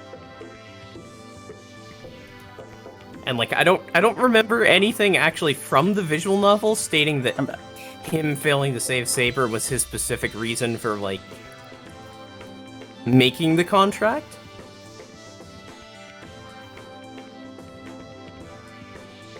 So, this exists for me. And anyway, as I was saying, though, like, Counter Guardian Emiya existed for an eternity, thus literally always walking, like, infinite time, existing outside of time. Thus, Archer can be considered coming off of the end of that. And then he gets his answer, dies, gets sent through the veil by the Grail,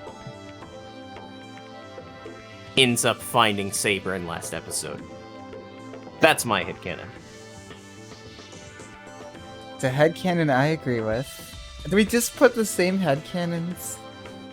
We put the same headcanons, yes. Of course we did. I wonder if we have the same ships. Maybe? That's... what do we want to put like, for that? From a lot of angles, we come into things with the same mindsets, but I've never really been into fan fiction, so I'm not really much of a shipper.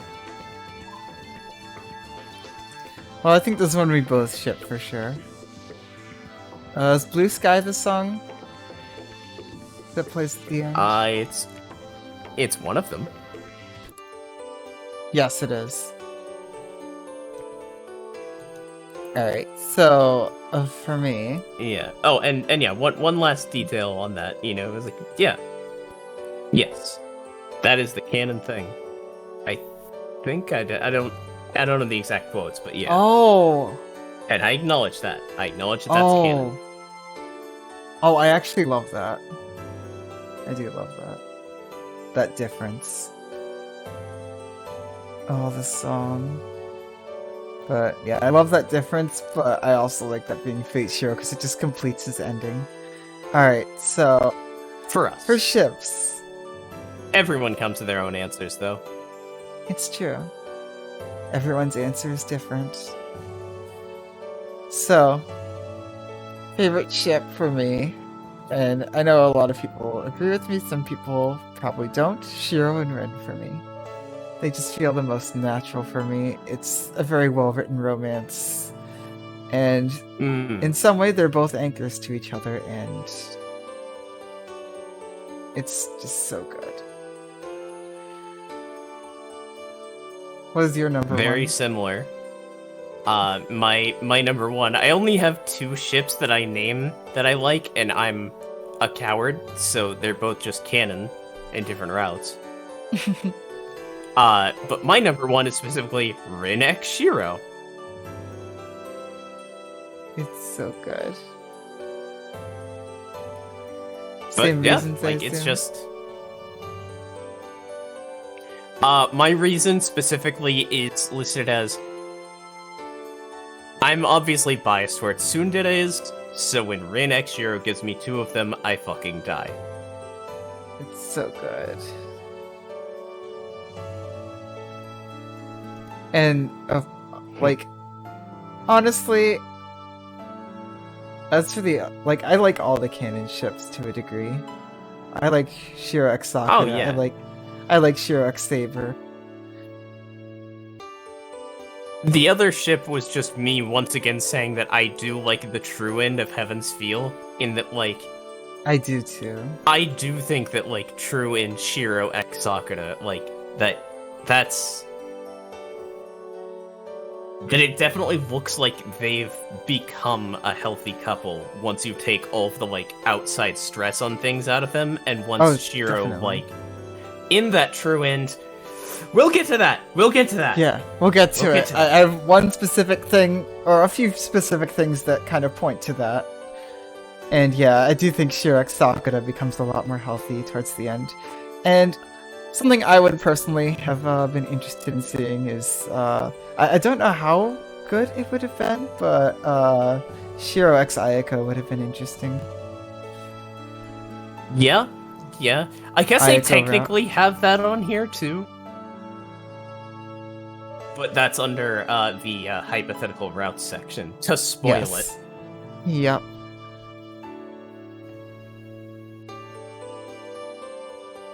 Okay, so our next one, I think we absolutely have the same character for this. I don't know that we do. Yeah, But- because actually you didn't go Yeah. in reading the Fate route, so you knew. Nope, You knew that's how right. good Shiro was. Yeah, for me it was I've been reading absolutely TV tropes. They don't understand leitmotifs. Oh? They don't. Oh? I'm kind of interested in that worm, actually. If it's safe. Oh yeah. Oh, safe for work. Oh, I I would guess. love to see it. If you could just link But that in the dish, Discord but or something. But, yeah, so... Shiro, early Fate route. Like, I enjoyed the recklessness of Shiro at the beginning, even. Like, I distinctly remember that, wait, that was the right choice moment with Shiro. Like, there was always something there for me with Shiro, but... Like, between his offhand, like, sexist remarks and over-focus on Saber being a girl and how she shouldn't fight because of that. It was...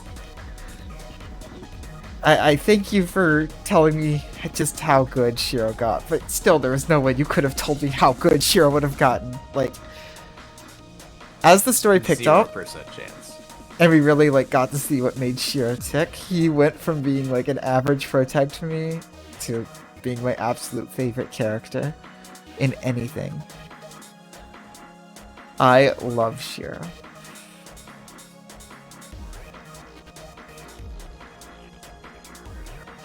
So yeah, my number one then?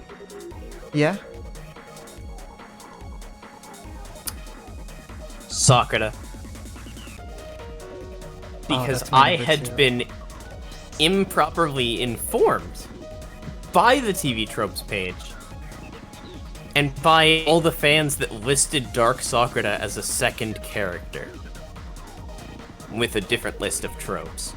But it's extremely important to her character and what makes her so good that they are not different. That's just her in a somewhat altered state of mind. Gide says it himself. Definitely. It's like, just her, but she's addicted to murder. It definitely surprised me, but like when it started to make its way into the story, but it was less of a surprise to me. Because I didn't know Dark Sakura existed or anything. Yeah, and like I had also heard a lot of the like, oh, it's about the darkness inside of all of us and this and that, but like for me what really stood out for her character there was specifically in how the darkness inside of her was specifically shaped and molded by her trauma, that it was like, for her it was essentially like the fear of becoming the abuser. Like, No, she represents the cycle of abuse perfectly. Like, yeah. that's what her character represents, and it's... Yeah. Specifically the fear And of that's what the shadow is. The And shadow is the fear of that. It is a shadow. It's a shadow Dark that a lot of Sakura. people carry with them. Yup.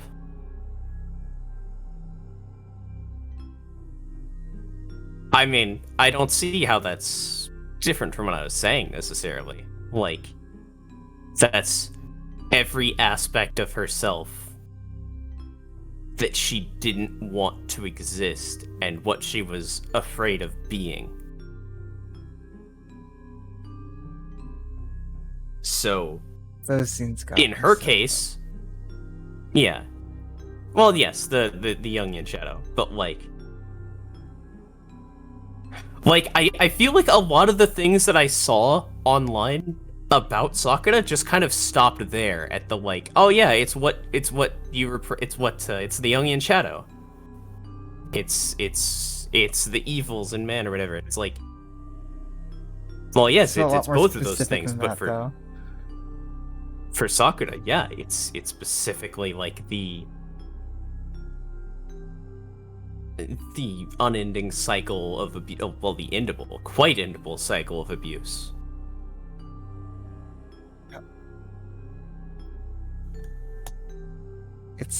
But yeah, that was my that's my number one. I guess I don't know why I didn't bring this up earlier, but it's another theme of Heaven's Feel. Yeah. It's actually a big theme of Heaven's Feel. And again, that it is endable. It is quite endable. Being the positive takeaway from it.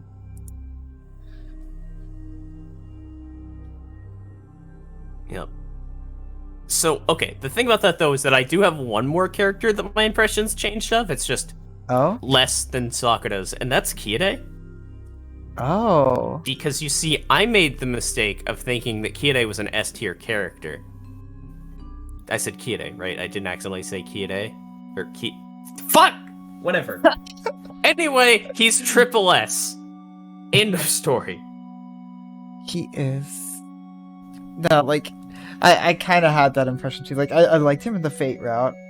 I was very disappointed by his absence in UBW. Heaven's Feel made me love Kide. Definitely. Kide is amazing. See, I came in from TV tropes, so I already knew some of it.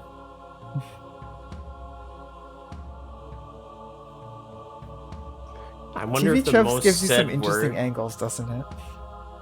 It does. I have to wonder if the most said word on these streams has been TV tropes or imposter. Among Us jokes. Anyway, that's not already outdated for sure. But yeah, honestly,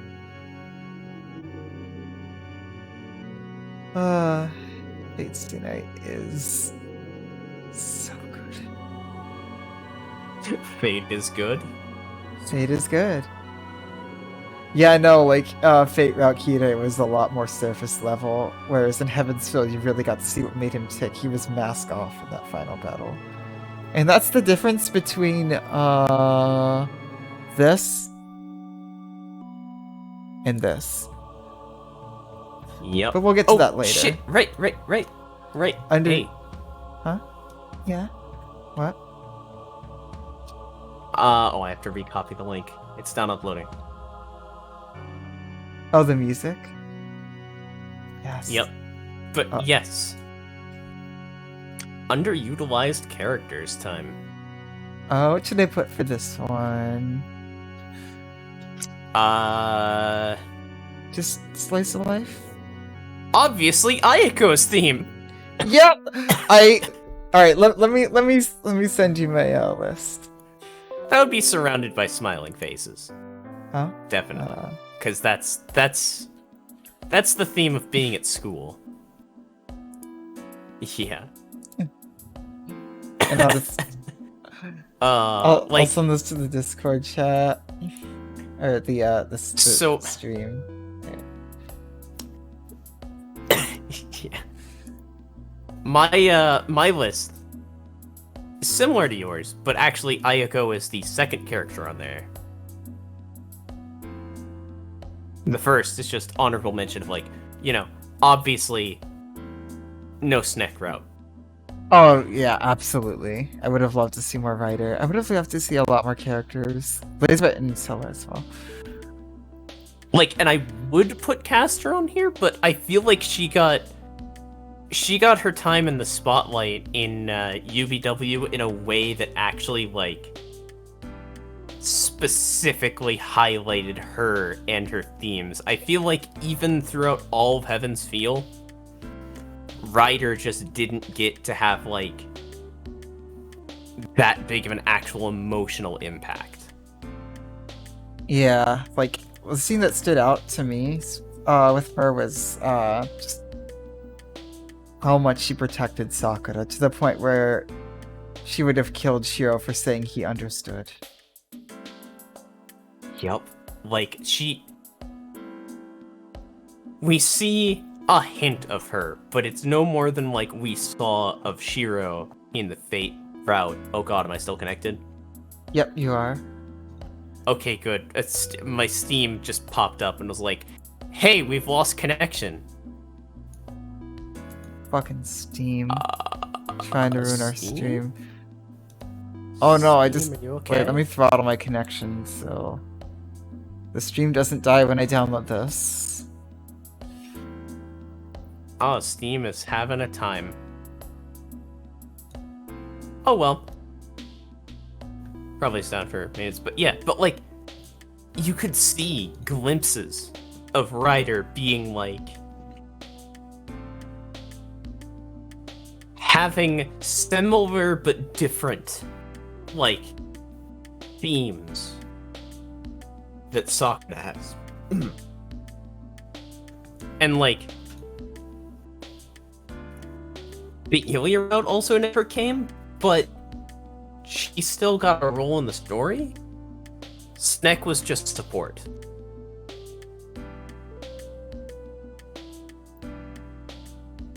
Honorable mention of underutilized characters, the maids. Hold on, my download speed is having a time. There we go. Oof. Because I'm trying to download the patch. Yeah. It's super throttled. It probably won't finish in time. Oh, no, it's done. Never mind. Pseudo Profita, we love you. Yeah. No, it just yeah. finished immediately as soon as I said that. I'm just so cursed, guys. Alright, where's my save file? Where does that go? It goes right into the documents railed into a saves. Like, documents. that folder. Fate real to a save data. And you gotta just dump it in restart there. Fate. Oh my god. Just dump it right in. Alright. Oh my god, this might be the last time we open up Fate's Dinner on stream. I doubt it.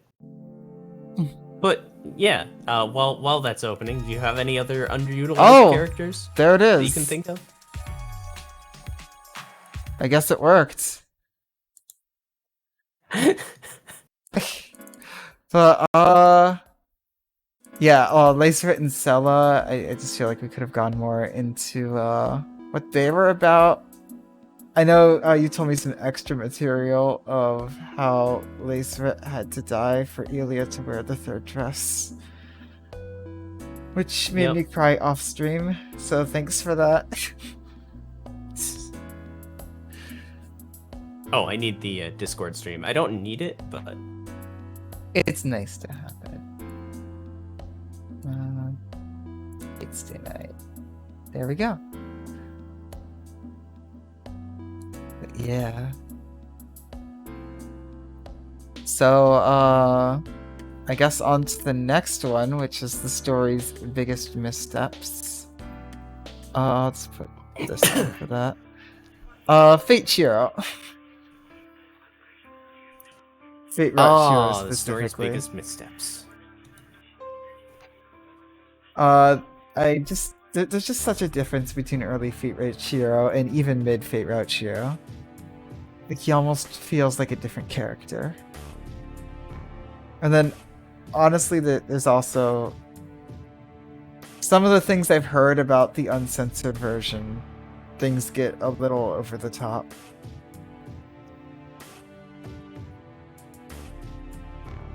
I personally don't feel the need to read through that. I think Rialto is very good. Yeah. Those were like my biggest missteps, but I'm just so blown away by the visual novel. It's hard to really think of much other than like underutilized characters and whatnot as well. Yeah. Like this question just ties into so many others. Yeah, I have a whole thing about this that mixes with the next question.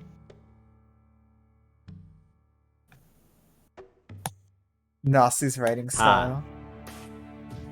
Yeah. So yeah, you want to give your thoughts on that, and then I'll answer both. Mine mixes these together so heavily. So what I love, probably one of the biggest things I love about Nasu's writing style is Nasu's use of metaphors. They're just like so descriptive and fantastical, but they're so easy to read and parse. Like, Nasu can just talk about so many different things that sound like they're completely unrelated, and I get it immediately. And that's what I love about this type of writing, the setting, urban fantasy and such. Like, you can show such real concepts with such fantastical elements. And it's amazing. You can start blending the metaphor and what it's a metaphor for. Yeah, you can make the metaphor real to some degree. It's so good. And then, also, I think Nasu's character writing is god tier. Like, especially drawing parallels between characters. Like, you can make a leitmotif chart for Undertale. You can make a character parallel chart for Fate Stay Night. Yup. And I actually might do that at some point. And that's your answers? Because I have a thing. Also for the less than well, like, my biggest complaint with Nasu's writing style is a few of the exposition dumps in the middle of very tense scenes can be tension breaking and a bit long-winded. I feel like it's more impactful for me because I was reading it aloud. Yeah. So I feel like that might skew it a bit, but it's a very small complaint from, at least as of now, my favorite author. That's a complaint I've seen a lot. And, like, I can, I think I wrote more about it in the pacing and length part, but, like, because that also ties in. Yeah. So for me... Oh, sorry, if you're done. Yeah, I'm done. Okay. For me, the misstep? The first one I can think of, obviously, is... I kind of hesitate to bring it into, like, a misstep, because I feel like it kind of needed to happen for... It could have happened, like, 1,000 times better in 1,000 other ways, but, like... It also kind of had to happen in some way for the scene to play out in the way it did. Rin getting damseled for the answer. Fuck. You know what? Absolutely. I'll take a shot for saying Rin. Oh no, absolutely. That's another big one. Like, you saw me struggling. I mean, to I guess that. Oh no, I don't even mean all of that, because like that was a bit gratuitous as well. But I just mean like her getting tied up and having her agency taken away entirely. Oh, that was part of it. I just didn't like the situation either. Like, why can I drink that so easily now? Anyway. Oh god. So, like, the things that, like... yeah. Rin really got fucked over in her own route. There are some ways we could have gone about it that would have made it, like, a lot more interesting, but you know what? That's actually Nasu's fault. Putting, like, interesting character details into, fucking... Putting so many important and interesting character details and, like, things that should be read in order into bad ends. Like, Which is also a Oh. problem, probably in, like, the structure of stuff at the time, but, like, could you imagine if we didn't do Mind of Steel when we did? If we didn't do Sparks Liner Oh, High, no, then Normal totally. End, then True End? Like, I had you Like- guys guiding me the whole time, and that helped so much. Like, you can't, in the original release of the game, you can't do UBW until you've completed a Fate route, and you can't do Heaven's Feel until you've completed UBW. Those have flags set up. That's a good idea! Nasu should have done that more! Like...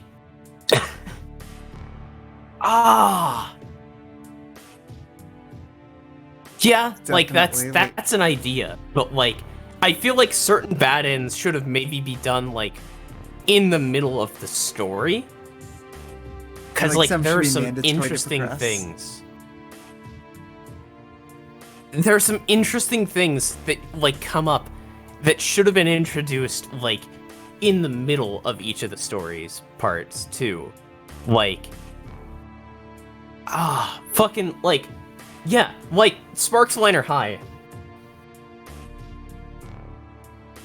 Sparks Liner High, I feel like, works best before doing the rest of the endings. Oh, that just sounds weird. Doesn't That it? just sounds weird. I was just like, oh yeah, we installed this. Whirlpool of Fate is definitely better than the original, to be honest. No, keep it on the remix. I wanna have these takes while we're doing this. You know? Oh god, what if they do to Enya? Curious.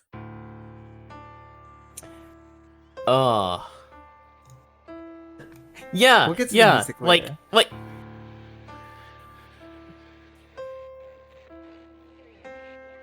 like it's details Oh, like yeah, that, yeah, I remember where it's that. like Yeah, in optional scenes where it's And there. we were like- so close to not doing that. I feel like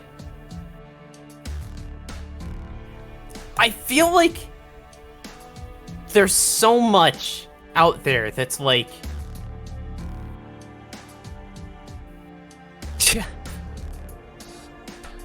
oh god. Kitty. Like, okay.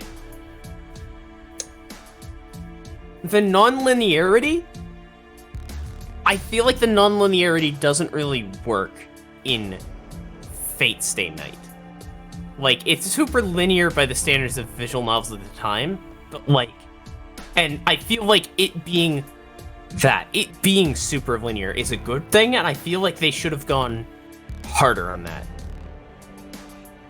Because I feel like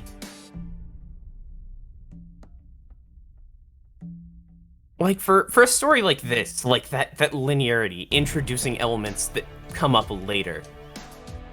Yeah, choices add a lot, but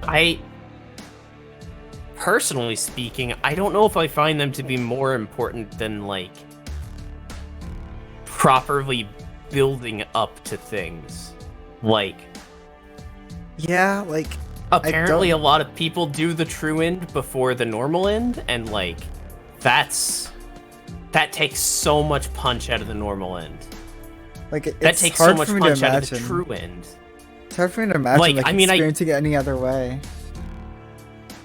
Like, I mean, I obviously speak for myself. Someone else might find more value in going true end than normal end, and, like, I can't see it, but, like, you know, you do you, fam. But, like, like,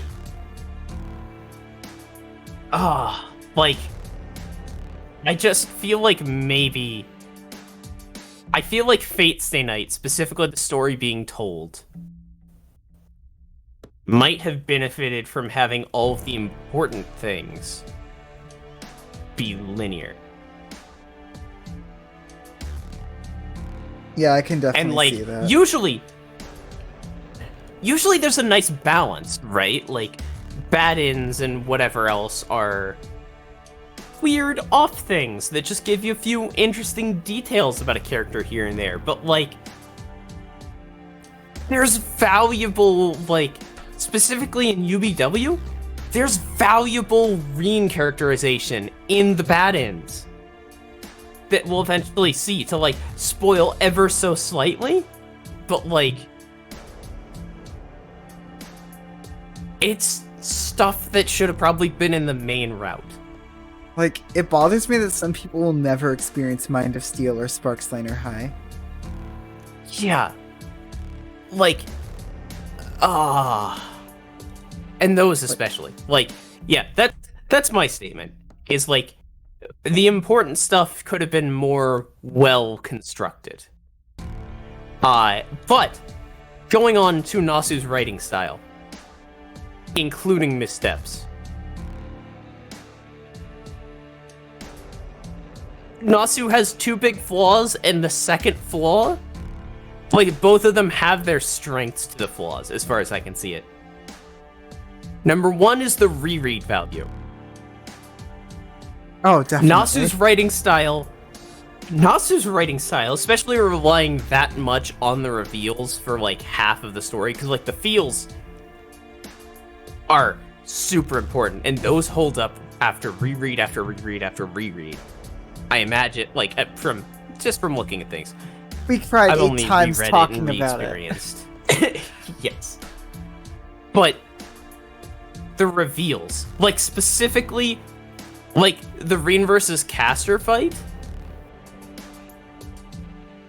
it's laid out, the pacing and timing is laid out so that you think that the big thing is about to happen, and then Reen uses all of her gems, and then it doesn't work.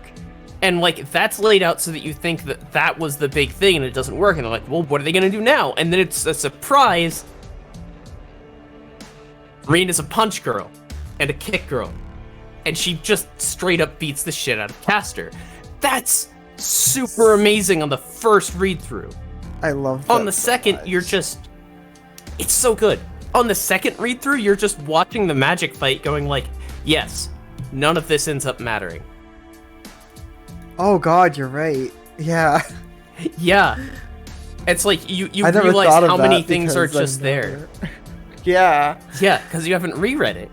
And, like, that's one thing that I noticed was the difference in Wise's reaction to my reaction to your reaction. It was like a sliding scale between, like, being in awe of it and just being, like, super done and bored and, like, come on, Like, get to the good part. Go on I'm ahead. sure a lot of, like, your excitement also came from, like, building up to me reacting to things. Yeah, that was, like... I'm sure that helped Yeah. things a bit. That was definitely a big thing. And, like, me experiencing it for the second time, like, only, there was still a lot there. But, like, yeah, that's just a thing with Nasu, is that so much of it is to, like, play with your expectations the first time you're going through it. That going through it again and again value out of a lot of those scenes. That's the first misstep / writing quirk of Nasu's. That, like, the downside is that the reread is worse. The upside is that it has more impact the first time you read it. The upside is I can don't have to read it second- aloud the second time, so... Oh yeah, that's a thing with any author. It's just, like, specifically a thing I've noted about Nasu that's, like, very powerful in Nasu's work. Yeah, it's the And, like, second thing. obviously that stands out in the, Hmm? I mean, there are ways that you can write around it. Like, you can minimize details that end up not mattering. You can, like, really, like, pare down things to what matters, and, like, it's not avoidable completely, but for Nasu, it's one of the big things. Yeah, like, I mean, that's the thing. It's like, your first reread, there are a lot of details that are fucking fantastic, because there's so many character details and so many things hinted at early that you go like, oh my god, she just said Schweinorg in the prologue, but, like... Oh god, she did. Ah, She did. My next thing that I'm gonna bring up, that I did in fact word to be a super spicy, a spicy take, I got my oof key. but I'm gonna back it up. is that the second thing that Nasu is both really good at and really terrible at writing is characters. And that's a super spicy way of saying it. I acknowledge that. I love all the characters. But Nasu can kind of only write like 3 characters and then give each of those 3 characters different stances on different things. And I say that with the most of love because as someone who has made countless characters for RPGs, I can only write like 2 characters. Oh, absolutely same. And I think, yeah, it's very similar to what I said with Parallels. Because, yeah, Nasu does have like 3 characters. And Nasu uses that to his advantage with those Parallels. And so making the Parallels happen is how Nasu makes that advantage. It's... Yeah, like, because I feel like Nasu has to be pouring, like, so much of themselves into these characters for there to be so few and so high quality in, like, stuff. It's just like, oh, absolutely. Shiro and Kide are the same character, kind of, that just have different backstories slightly and different endpoints and different goals. Like,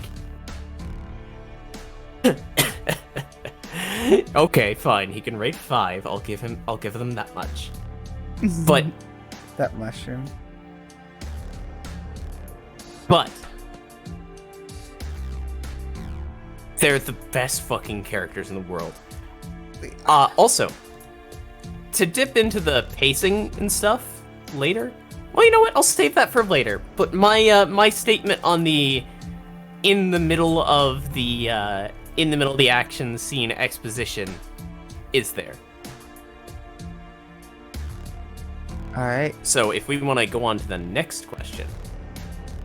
Alright, actually, I will, for that, let me just clear these off and take us... Oh, hey, I have some advice for you, real quick. Yeah? Go out of here. Yeah? I mean, I guess I have less emotional attachment to the extra theme, but just go to config. Where's... It's on the main menu. Oh, there. Go to, click on BGM up there. Click original on the top. There we go. You're welcome. Now click OK, and it will always play the original in, Okay, there we go. That's there's that classic feels. Although extra but yes, does not fit with most of these pictures. But I remember it fondly. Like, but yes, what do I think of Takeuchi's art style? I think it speaks for itself. Although, like, I've noticed a distinct improvement between Heaven's Feel and like from Heaven's Feel to Wise. Oh, you weren't making that joke. You were talking about how we don't have the other route CGs. Yes, that's exactly what I thought of the first time, and not any other CGs that may or may not exist on my copy of the game. But yeah, look at this, and then if we go, where's High Jump Sakura? Here. It's right there. Yeah. Like just like you can definitely see how Takeuchi has improved. The colors are so much better. The lines look a lot nicer and less defined in the best way possible. Yeah, it's softer. It's softer. That's the word. Look at that. Like just comparing that her at the kitchen, like her in the kitchen CG. Oh yeah, they're next to each other. Yeah. Yeah, like, no, like Takeuchi's art style is very rough in the beginning, very boxy, I guess is the word. It is a lot more like unrefined. That's what it is. It's unrefined. It's not bad. Oh, yeah. Takeuchi doesn't color his own art. Oh, interesting. Huh. But like even the line art here is just much better in my opinion. Yeah. It shows the years of skill that got added on. Neither's bad. Talking it's just about you can see the improvement. I mean, just look at this. Yes. Look at this. Look. Yeah, no, this is something I wouldn't see in the Fate route. That's a name I'm unfamiliar with. I really just need to learn the names of everyone at Type, like all the classic people at Type Moon, because I mean, it's Fate. I'm Type Moon. I mean, it's yes. Yeah. Anyway, yes. But- My writing on CGs and art style is, well, yes, my taste in designs are informed by my love of Fate Stay Night. No, it's true. This did, in fact, specifically set my taste on a lot of things. I absolutely love Takeuchi's art style. Character design is something I'll get into later, but... Oh, these character designs are all so good, except maybe the writer's a little bit... It's next. Yeah. That's what I wrote. Oh yeah, hey, this CG. Yeah. Or as I've described it, I... I've never wanted to be both characters in a scene so much before. Fucking weird. I've seen those eyes somewhere before. But yeah, as character design is the next question. Yeah, so... yeah, I generally loved all the character designs here. Like, my favorites are, scroll down to what I wrote there. Saber was, the one I was most excited about going into Fate Stay Night. Like, anyone who's tried to play as a female character in any video game... My Saber's year-long design hunt is for pants and Monster Hunter. Saber is just... her design is just so refreshing and real. I don't know how practical it is, but it looks great. I mean, like, there's no boob plate, for one thing. That's just an obvious bonus. Yeah, that's mostly what I'm talking about. The fact that there's no boob plate. Is that she's wearing, like, battle dress that... It looks real enough. Like, no part of it is designed to be fan servicey. It's designed to be, like, maybe looking like it looks good, but, like... Like, I want that battle dress. Yeah. This is the third dress. But no, Saber's design is so fucking cool. First dress. Fucking... Sword Art Online ripped it off and I'm sad.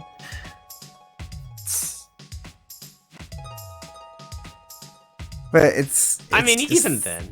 It's such an iconic design. Yeah, no, I'm... Like, as long as it looks good, like, I'm not really one to care about practicality. I mean, like, full plate was designed so that you could, like, run in it, right? Like... Also, she's strong. Yeah, also, she's strong. So, yeah, least favorite design? I'll just go over or I guess designs you haven't stated... Yeah, you haven't stated anything else. You said that was what you were excited about going in, and the first one that really jumped out at you. Honestly, like, as far as designs that I overall like the most, I think Saber's definitely up there. I like Archer as well. Fucking Kukon in his blue bodysuit. I liked Kide as well. Like, he just looks the part. Obviously, Rin. Rin is just... Can I get a good Rin CG? Do we have any Rin CGs? Oh, fuck. I forgot to mention Rin's coat. Oh, her coat. I love her coat so much. Her fucking school outfit. Yeah, like her casual clothes. Great. Iconic. Her fucking school outfit with that coat, though. Where is that? There it is. There it is. There it fucking is. I want that coat. Give me that coat. I want that coat right now. It's such a Good fucking coat! Alright, let's gush about the coat for 2 hours. Let's go. No, we can. Like, no joke. No, like, it's just, I mean, I don't know what to say about it other than just, like, it's so good. It's like, it's kind of just like an accessory to her school uniform that she just adds on, and it fucking looks amazing. Like, the coat, the long skirt, it's just the bow. It's so good. I love, honestly, Rin might, like, as far as the, like, non-servant characters go, I think Rin is my favorite character design. She's not quite mine. Although, this is Heaven's Feel specific, I also absolutely love Shiro with Archer's arm. Yeah, like, okay. And that's, there you go, that's my number one, is, like, the fact that Shiro looks so incredibly basic at the start of everything. And he undergoes like alterations. Basic anime protagonist. It's just he has orange hair, which it does make him stand out a little bit. But like honestly, Caught me off guard. in most scenes, it doesn't look that different from like light brown hair. Yeah, like you can see it in this scene, but like in the intro scene, Yeah. I assumed he had brown hair. No, I do love What? that about Shiro's design. But how it changes.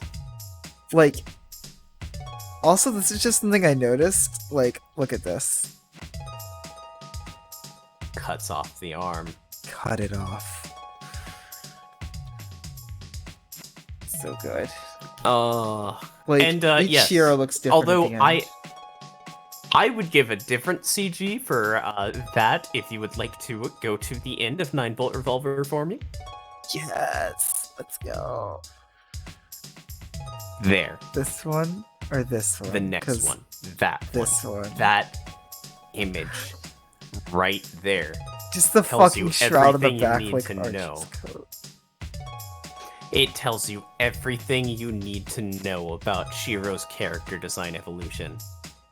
Like, for me, as far as just like appealing character designs, Rin is number one, but as far as like symbolic character designs, Shiro is absolutely number one.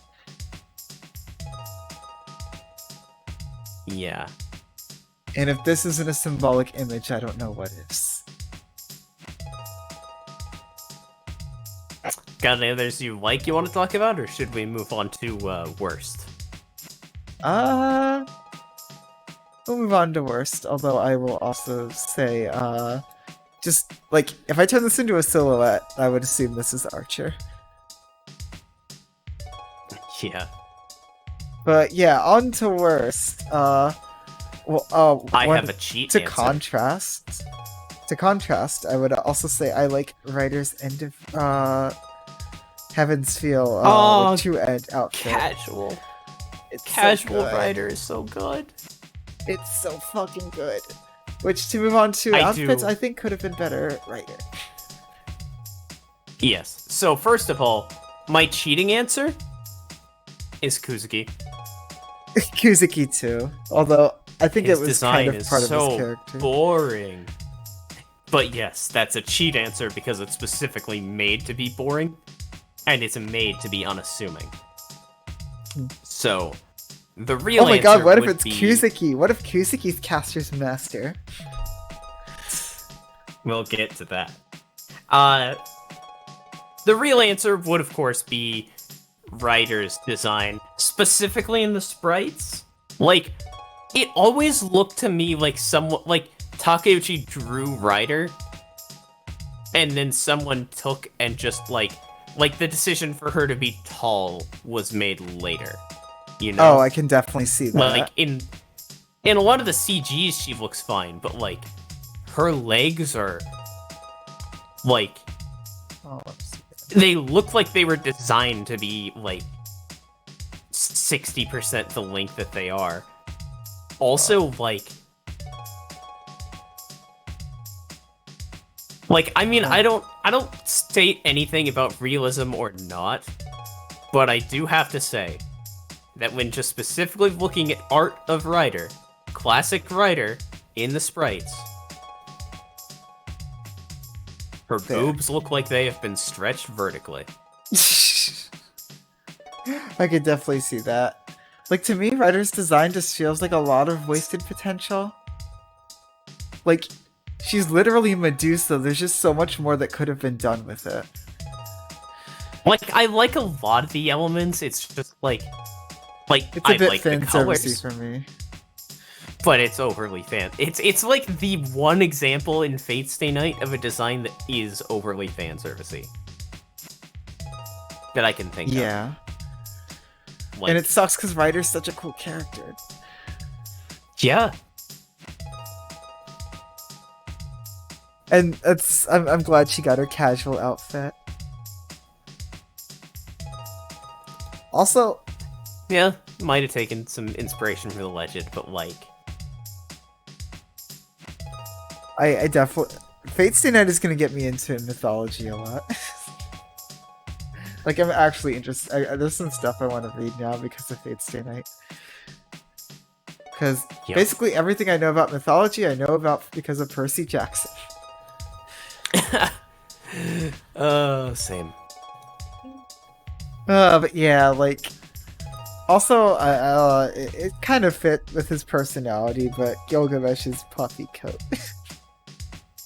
Oh yes, fuck, that's right. That's how my Saber! character design section. That's how my character design section ends. Is oh wait, no, obviously puffy coat Gilgamesh takes worst. Saber! Saber! Look at my puffy coat, Saber. Look at my hair. Get It's like the back just for you, it. Saber. No, that's Thursday though. Try Wednesday. hard, That's Gil. Wednesday Oh. though. That's tomorrow though. But yeah, Oh. on to music. Oh, I have a So- lot written about the music here. Then no, you know what? I'll go second. I'll still go second. Let's keep this up. Let's keep this Alright. let's keep this going.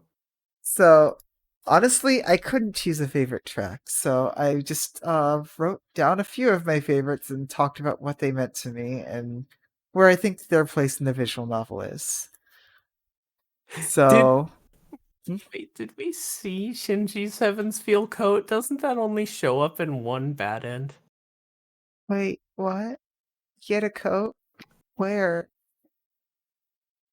Yeah, let's get to that whenever we get to that. We need to see some yeah, we need to wait, let's wait on that. Let's see that when we Okay. see it eventually. Okay. So, I'm going I'm going to start with Emiya cuz that's the big track here. And this track is just it captures every moment it plays in. It just feels so raw and final. There's just so much emotion in it and yet so much energy. It's like the track speaks for itself in everything it plays in. So oddly restrained. Yeah, I've always loved like restrained battle themes, but Emiya just takes it to a new level. Like the beginning of it just starts so calm yet so focused. Like this is Shit, the Yorgo, song of that's someone who brilliant. knows what they need to do. Oh shit, yeah, that would probably be a good song to work out to. I will keep that in mind. You gonna try but it? yeah, I will definitely try that. Enya is my number 2. It's a good number 2. I could not rank these songs because they're honestly just in such different categories for me. I could only rank the top 2. So, here's another thing we're gonna do. I think we should listen to the remix version of each track. Unfortunately, I didn't think about the fact that it's hashtag content, so you've heard most of them a couple of times before, but I imagine you've forgotten a lot of them. Oh, definitely. What does Emu sound like? I remember they add like Weird ass vocals or bullshit something. of this.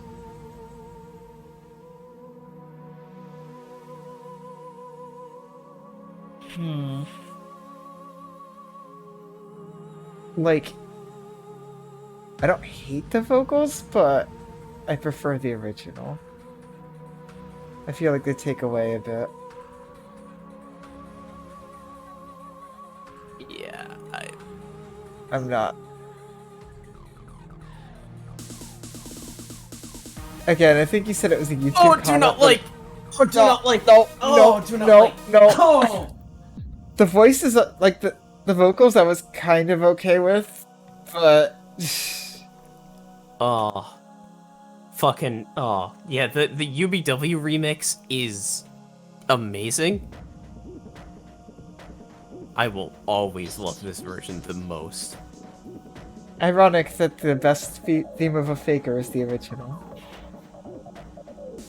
That was the comment. That is the YouTube comment, yes.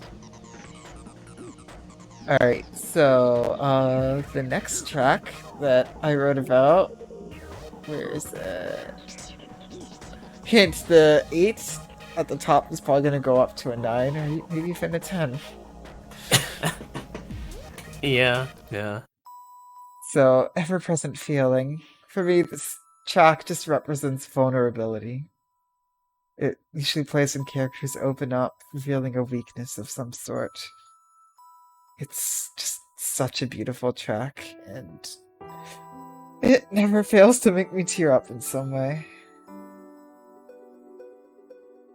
Like, I wouldn't even describe it as the sad song because it's vulnerability more than specifically. just that. It is, yeah, it is vulnerability because the ever-present feeling is love. Mm-hmm. That's why I actually classified it as... It's a bit sad, but it's also beautiful, and I think that's the feeling that I take away from it. Yeah, like... It's just pouring this out is what's the theme you've been of love. keeping within yourself. Romantic love, platonic love, sometimes even love for yourself. Exactly. And that's why this is one of the most important songs in Fate's Day Night, if not the most important song in Fate's Day Night. It just represents so many important moments and themes of this visual novel.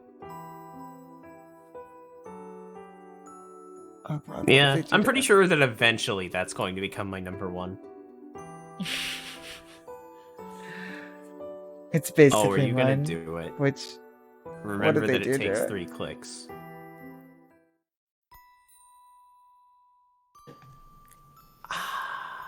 I don't hate it. I don't like it. But I don't like it. Yeah, I don't hate it, but I like the original better.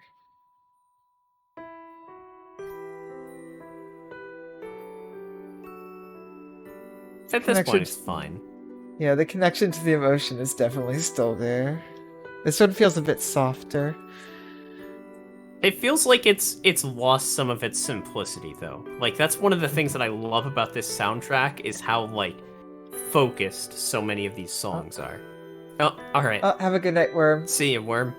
Oh, no, definitely. Like, Ever-Present Feeling is one of the simplest tracks on here, and that's one of its biggest strengths. Like, we just listen to it again. But... like how it's just that, like, music boxy piano. Is it a piano? I don't know. I don't know instruments. I just know that it sounds like heart. So it sounds like an ever-present feeling. Cry count 9. Ah, I see your mouse went over cry count 10 there. Oh, not anymore, but... Yep, I am. So, these two songs actually, for me at least, represent two halves of a process. whereas ever-present feeling represents being vulnerable and opening up about things. Disillusion is a track about resolving things. It's in the same vein, but it captures a very different feeling from ever-present feeling.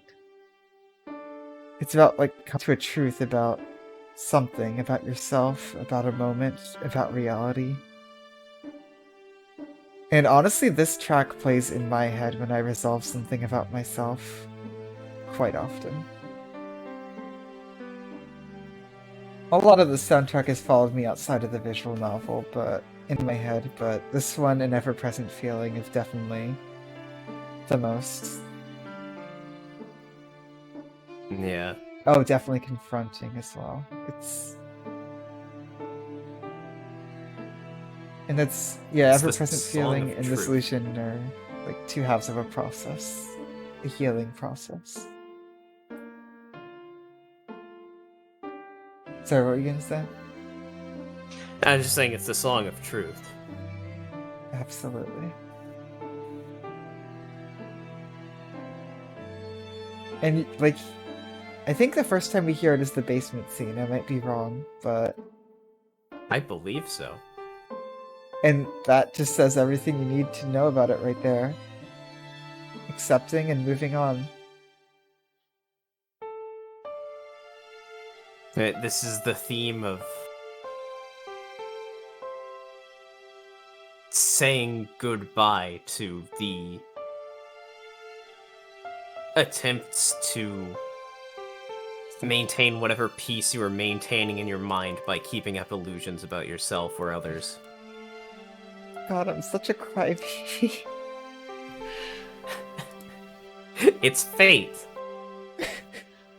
Nah, I've never been insecure about that.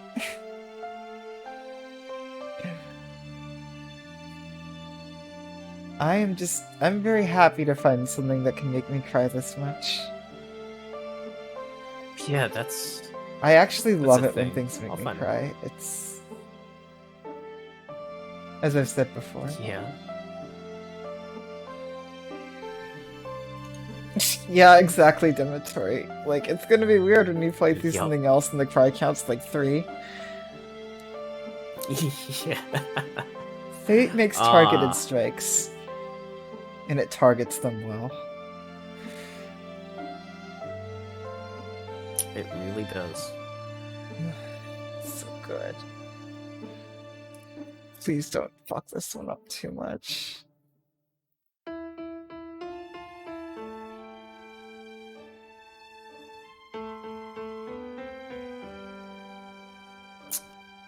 I don't like it Feels as similar much. but different. Yeah, It feels like they're off. building up to something. And the thing about the remix tracks that they all do is that they all crowd way too much into songs. Yeah. Yeah, I definitely love the simplicity of the soundtrack. So, got a few more I want to talk about. There's not really any song I didn't like, to be perfectly honest. I have a few answers for that. I spent more time on the ones I didn't like because it was, like, kind of harder. But also easier, because, like, good, it's like, oh, hey, the whole fucking soundtrack! Almost, like... Yeah, no, I'm just touching up on the ones that hit me the hardest emotionally. Yeah, this is the first half of last episode, where we just recap everything. Yeah. Another great two I want to talk about. Church on the Hill and All the Evil of the World. It just goes together so fucking well. It's All the Evil of the World is from Rialta Nua, apparently. I didn't know that much, even though I probably should have been able to tell, but like... My thought originally was that it was authorial intent to have Church on the Hill sound super fake, but I don't know anymore. And TBH, I don't care that much about authorial intent. So for me, Like, in Rialta Nua, just the contrast between them, like it Mask creates On, something new. Mask Off.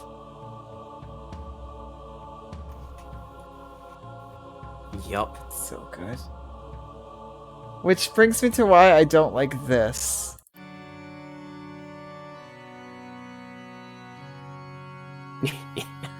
Oh, Wise!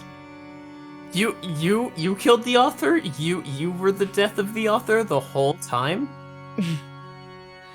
Yeah, no, this doesn't sound fake in the slightest. And, like, if you listen to that, it loses that contrast with all the evil of the world.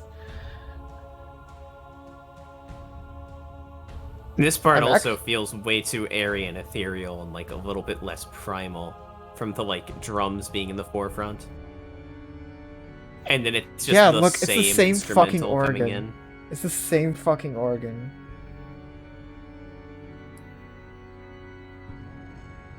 Sometimes, like, the best stuff in art is made accidentally. Yeah. Like, versus... Like, I wonder where they got this file organ. That Kire Like- just, like, downloaded off the internet and plays over the church speakers. And, like- Because he's a fake priest. Why would he get a real, like, organ? Why would he put effort into that? And, like, it fits with his character, too, before meeting Shiro and finding something real to fight for, because he just didn't care. He's been fighting for something real since the Fourth War. It's just this specifically. Like, it's that specifically that he'll fight for, though. It's him in the church, though. He's not real in the church, like, sermon room. Like, this track just feels so unsettling. It's great. More It's so than the real fucking organ. good. Like, Like, it'll always be I one of my love that favorites. fucking contrast. Yeah. Also, I didn't even know what you meant. It's like I knew what you meant with the fake sounding organ, but I didn't have the contrast happen until I heard all the evil of the world. Yup. That completes it. Oh, hey. And then obviously, I just gotta mention Mighty Wind, great one-off track, perfectly represents the scene it's in. It's so good. And like, I think this is the first heavy guitar I've heard in the Fate soundtrack. Holy fuck! It sounds like threading a needle through the eye of the storm. Oh my That's god, what yeah, it no, sounds that's like. perfect, yeah. It's Oh so God. fucking good for the scene that it's in.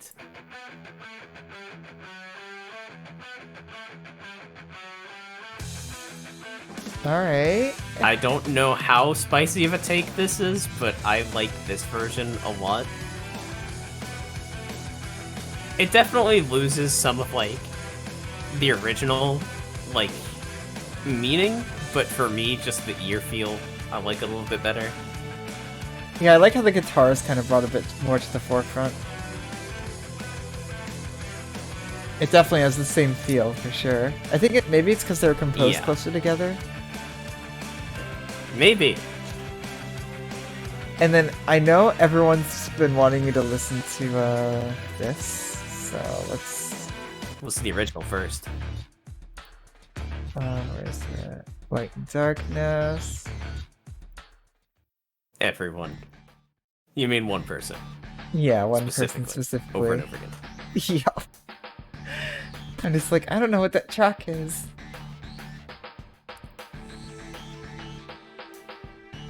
Yodo Kobe.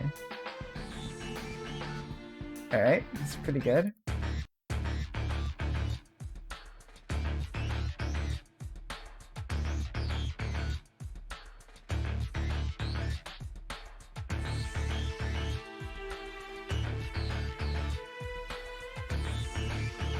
Yeah, this is good. Yeah, I know I've heard someone, I think it was Inu? No, wait. Was it Like, who? It was someone in chat that said that, like, it ruins it, and, like, I don't necessarily feel that. yeah, I don't think Like- so. Like, it's better, To me, but it's not that much better.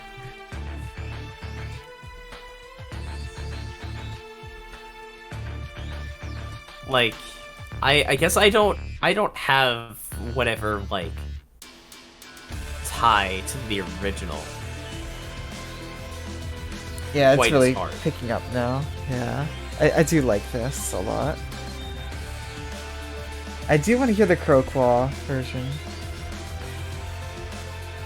I love their version of Enya with the fucking guitar solo. Oh, we can get to that, but we probably don't want to like broadcast it over a stream because that's like, Oh, definitely not. Yeah, because that's like a smaller theater. Yeah. Also, Oh hey, Sorrow. it's great the track. it's the bittersweet sad theme. Oh, this track. Because to me, I don't know that Fate Stay Night is a single actually just sad song. Yeah, no, like, and that really fits in with like its ending themes and whatnot. Like, its themes are positive and happy in the end. Yeah. Specifically, especially Heaven's Feel. For me, like it's called Sorrow, but like for me this just represents smiling through tears. I've done that a lot in these streams. It's so good. Hey, that's what I'm doing now, Elephant. This isn't funny. Yeah, there's comfort. it's so- It feels Oh, definitely. right. Complete. I've listened to this song quite a few times while writing for my D&D campaign. A lot of these songs, honestly, but this one felt right. Which I guess speaks a lot about a certain scene, but we'll get to that in like 2 years.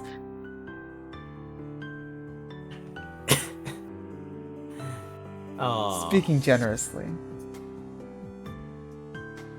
Just absolutely amazing song.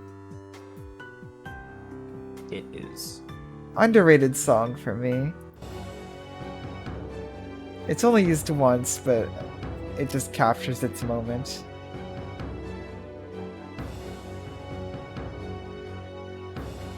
Yeah. For me, I just remember expecting just a god-awful CG dragon scene and getting an amazing replacement scene instead.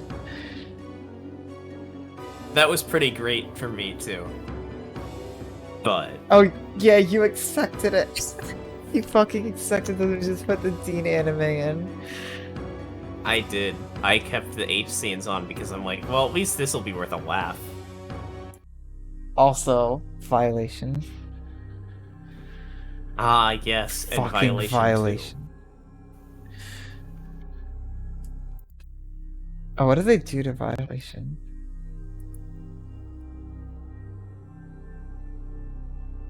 Oh, did they not change it? No, they did. It's just down. Ah, they didn't There it change is. too. There's only one track.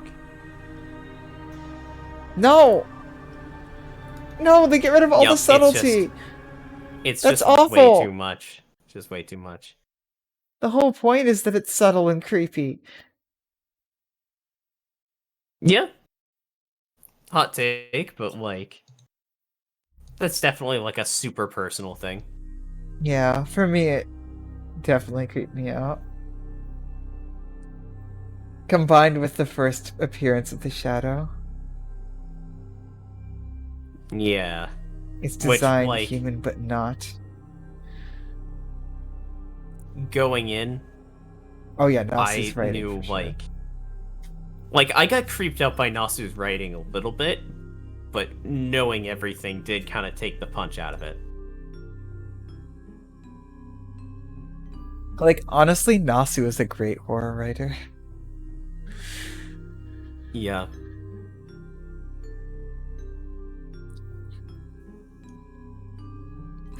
For sure. Great song.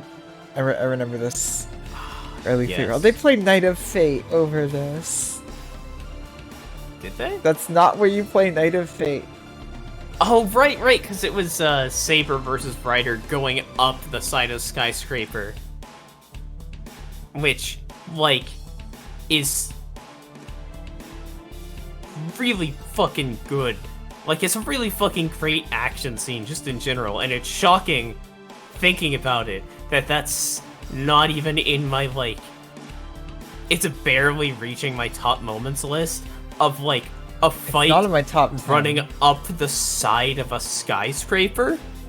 Yeah, no, like- it's such a cool scene, and I forgot about it for a second until I clicked on this song. Yeah. See, when I think of Burst Up, didn't Burst Up play when Shiro finally snapped and fought Shinji I'm pretty sure it in did. the Fate route? Yeah, I think that was the first Yeah. time it played. The reason I thought of that scene is because of seeing this and then Night of Fate from the Dean anime when you showed me that fight. And that's when I knew, like, just how amazing the Fate soundtrack was. And how it's going to be Yup. weird seeing it replaced in the anime. Yup. And how I'm probably not... Like, I'm sure the anime music is great, but...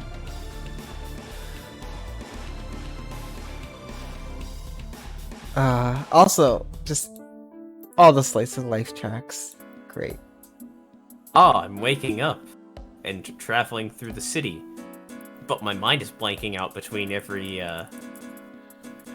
No, that was in the sunlight, There. because that's specifically the waking up theme.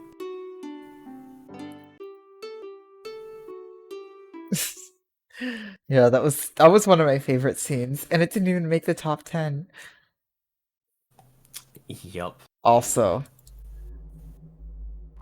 And here we have my number 1. this is what we started with. This is what comes to mind for that scene for me instead of Primordial Dragon. Oh yeah, no, that was the first time it played. Oh my god. Like in the visual novel, of course. Oh It's so yeah, good. Soil. I definitely fucking get that. The fucking, like, coming in from watching the fight in the anime to, like, reading that to looking back and kind of being able to see it in the animation. And, like, just that, oh, he's fighting with techniques that he's learned. He knows what he's doing. That's, I mean, even just round 1 is good. So good. Also, I'm so sorry for yeah. what I'm about to do. No. Remember, it takes 3 clicks.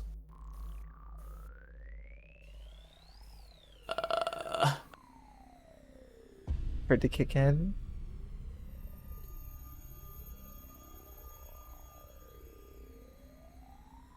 What? Wait, where's the the tambourines? What are they doing? They're somewhere in the background there. Don't worry about them. That's Oh. clearly not the most important part of the song to them. This feels more MIDI. How does it feel Like, more MIDI? I think I've talked about this before, but, like,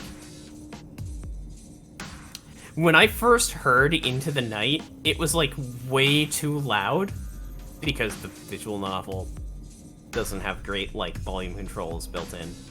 I mean, you know, 2004/7/ whenever the version I was playing got translated. Oh, that is a hot take. That is a Yoda. very Like, hot take. Ah. Oh wow, lots of hot takes here. Like, I forgot that tambourines existed, and I just thought it was rattling chains. And, like, that definitely felt so fucking alien. Yeah, we should get through here. But, Yeah. yeah. Honestly- Just real quick, touch on, like, any bad songs? None Can't wait to hear. for me. I generally liked all of them. Okay, What do you got? don't play these. Least, so obviously Emiya takes second place to Into the Night, is what I was saying, just because Into the Night just feels so alien and mystical, but through, like, a computerized kind of way, almost. Definitely. What Least else? phase. The meme answer is Golden Glow, because it replaces this illusion as the opening theme. Yeah. In Fate, at least. Like, any of them that replace this illusion take that slot of, like, the meme answer of just, I fucking love this illusion, so anything else. The cheat answer is Heart's Chime, and you can play that one, but that's just, like, the theme that was playing during the like, date, the, like, very, like, corporate sounding, like, oh yeah, this is the mall theme, and it's like, yeah, okay. But, Yeah. like, that one's kind of designed to be forgettable. To keep running through my least faves, the realist answer probably is Primordial Dragon. Like, it fits the scene. It doesn't do much for me. It does sound kind of generic, which is why I've always considered just grabbing it for a D&D game. Yeah. And my spiciest answer. Oh.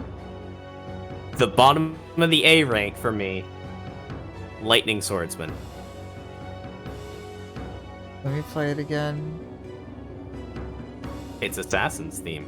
Oh yeah, I know it's Assassin's theme. And I still really love it. It's just, of the original soundtrack, this does the least for me. No, like, that's the thing, like, I love all the songs, but... Yeah, I've really thought of which one I'd like the least. Wise, you made a mistake by giving us the chance to gush about soundtracks. We could do a whole stream of just gushing about soundtracks. We could. And, to cap it off, I'll use the track to cap things off. New Dawn. Alright. Next question, though. Perspective. Yes. Did the visual novel... By the way, these are all from Wise. The questions. Yeah.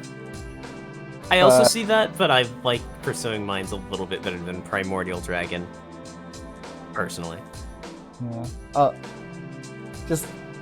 I think I already talked about New Dawn, but yeah, it just feels so final and complete. It matches how I feel after finishing it out. It's beautiful. Yep. Alright, so perspective. Do the story benefit from being from Shiro's perspective? Yes, I do. And I think it's one of the VN's biggest strengths, and it's honestly what made me fall in love with the visual novel format.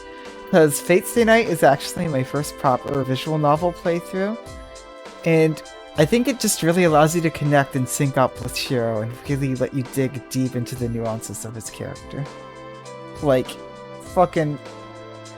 In the anime, I'm assuming you just lose so much, right? Yep. From not being able to basically hear what I his have thoughts. written here. Yeah. It's that this visual novel is inarguably, it's about Shiro. So being in his head, it's kind of required. Like Shiro's probably like one of the characters I feel like I understand the most in all of fiction. Honestly, I understand the most, and it's partially just because of how he was written. The way the story was written. He's so fucking good. It's... We'll save... Also, side note, I feel like, as a visual novel, the short, punchier sentences work better with, like, first-person present tense perspective. So, that's just a natural fit. Definitely. No, I think the anime suffered a lot from what you guys told me, like, with it not going into his head more. Because I know, like, a take a lot of people have if they start the anime is they don't like Shiro. Because they don't know what's going on in his head.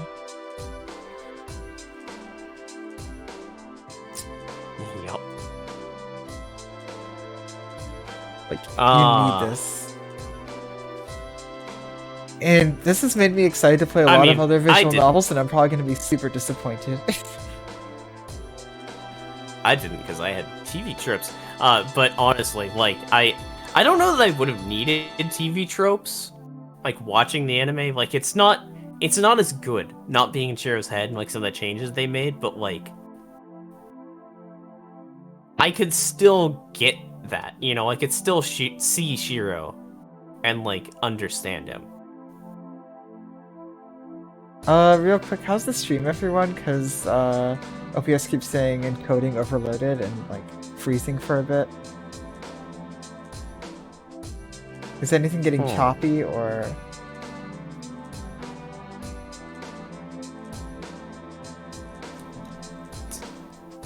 Stream seems fine. Alright, cool. Okay. I guess it's just... Alright, cool. Just want to make sure that wasn't actively affecting the stream. It's only pulling from Discord. Like, you're getting a bit choppy from me every now and again, but, like, it's prioritizing the stream over that. Alright, I'm just gonna set OBS. Oh, wow, what is eating up all of my CPU? For GX is...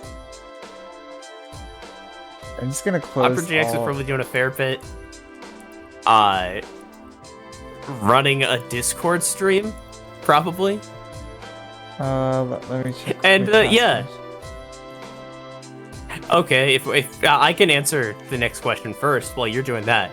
Yeah, I'm gonna. Let's see here. How is it worded exactly? Why do you think you resonated so much with these characters and stories? Speaking of how Shiro's effed in the head. My answer is, I can only assume that whatever is going on in Nasu's brain is also what's going on in my brain. Even just reading Nasu quotes from some interviews, the word that often comes to mind is just mood. Like. Yep, same here. Same here. Like, definitely one of the themes that I took so much away from this is just, like, so many people find Shiro to be an unrelatable character. I have literally been told, like, the specific quote is, hey, don't take this the wrong way, but you're kind of unrelatable. Like, I don't know, just whatever the fuck, like, brain wiring going on, you know? Yeah, same here, to be honest. Like, especially just... It's hard to put into words without getting too personal, but, like... This visual novel has done a lot for me, realizing that I don't need to be authentic. That doesn't matter. Because I've struggled a lot personally with trying to find something that felt right for me, and I guess the answer is nothing will be right, specifically, but as long as it feels right, that's all that matters. I know that just came out like a bunch of nonsense, but I'm not good at putting my thoughts into words sometimes. I think I get it. Like, the way that I put it is that, like, a big theme in this visual novel is, like, the way that I look at UBW's themes is...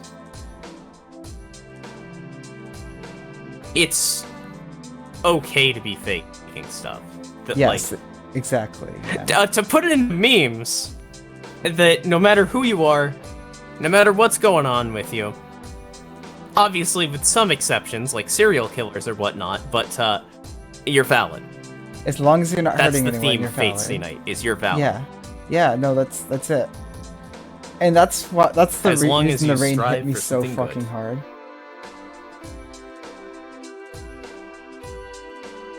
Was just Shiro not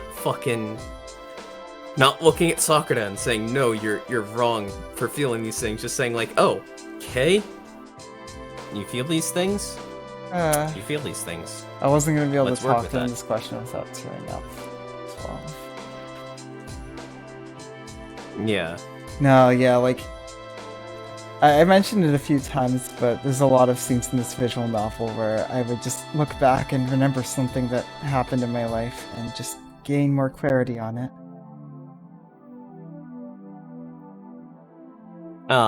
But yes. Next All question. Impression of the voice acting cast. Favorite Okay, and least favorite. Can we just block out like another couple hours to talk about it? The VA cast is fucking insane. I absolutely love all of them.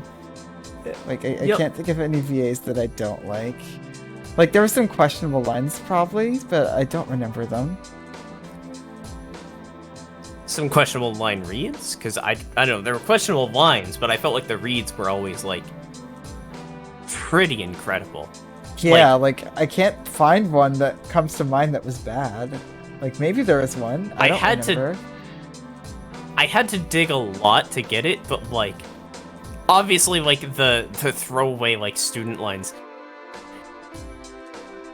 Not as much effort was put in. And like that's fine. They're not important characters there, right? Like that's not what the story's definitely. about. For me, I feel like Zoken got the least range to like actually act, right? Because it was all just like evil old man shtick. Well, you definitely filled that void there with your Metal Gear. Yeah. I mean, that was speaking from like voicing Zoken. Like I didn't have to pull on too many different emotions. It's pretty much just like anger, superiority complex, dying. Those are the three emotions of really Mato Zoken. Also, Berserker, just like from the fact that how does anyone he got do to scream a lot, and he got some lines that one time, and that's it. But like, he sounded like, because that's not really anything with the. Again, those aren't even at the voice actors. That's just what they didn't get to do based on the script. Yeah, I know. Some voice actors that really stood out to me were definitely Ilia's voice actress. Like, fucking that shift between serious Ilia and just regular Ilia where there's just such a hard line there, and it's so well done. Speaking of the shifts, my standout. So I've written here in my standout, like, Sakura in the good, like, Joji was obviously amazing, but he's just a very good voice actor brought, like, up by the fact that his, like, you know, he's fantastic at voice acting and his voice was amazing. Like, he's A+ rank acting put up a rank from having a fantastic voice. Sakura's voice actor, she is EX rank. Oh, absolutely. Just the difference between dark Sakura, regular Sakura. Like the mask that she wears. Like, yeah, her original voice sounded... And the raw emotion. It did sound very fake and very, like, generic anime, for lack of a better word. But if you can't be real, then there's nothing... Even if you can be real, there's nothing wrong with being fake. Yep. Booyah! Exactly. Themes! Hell yeah. We keep slowly, like, getting into the territory of the last question from Wise. Yeah. So in that case, let's go to quotes and definitely get into the... Oh, no, wait, not quotes. Right, sorry, I'm reading my, writing things. Wait, why does it go from voice acting it is to quotes? Next. What? It is quotes does next. It? Yeah, it's quotes. Oh, quotes! Yes! My last 10% must have disappeared. No. So... What do you have for quotes? Oh, I didn't remember a lot of specific quotes, but here are the ones that stuck in my mind a lot. I'm the bone of my sword, but I already knew that. I have no regrets. This is the only path. There's no rule that says a fate can't surpass the original. This path, it isn't the wrong one. My whole life was unlimited blade works. And a few others we mentioned earlier that you've put down since. Yep. I wanted to look up some specific quotes, but I couldn't because spoils. Yeah.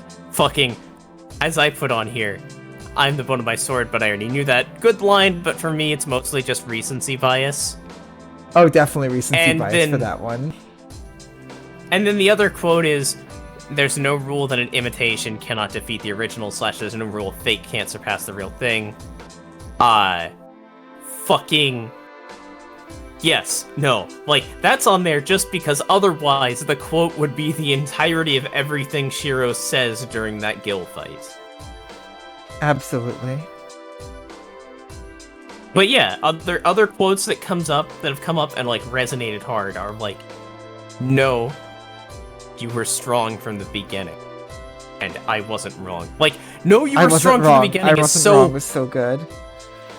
Like, because they're both on the same thing, right? Like, no, you were strong from the beginning is Saber realizing like, oh, shit, like, because like that's the thing, right? Is one of the themes of the novel for me is like the expectations that other people place on you, and like, I remember the scene Distortion right after Elia died, and Rin is like dressing down. I'll take another shot later.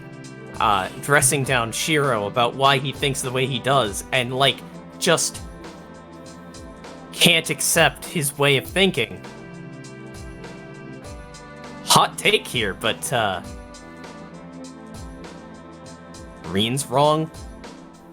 I hope that's not a fucking hot take, because like that's kind of the point of the answer. Is that Shiro isn't wrong when you get down to the core of things. Like, for sure, that's the only way he can live.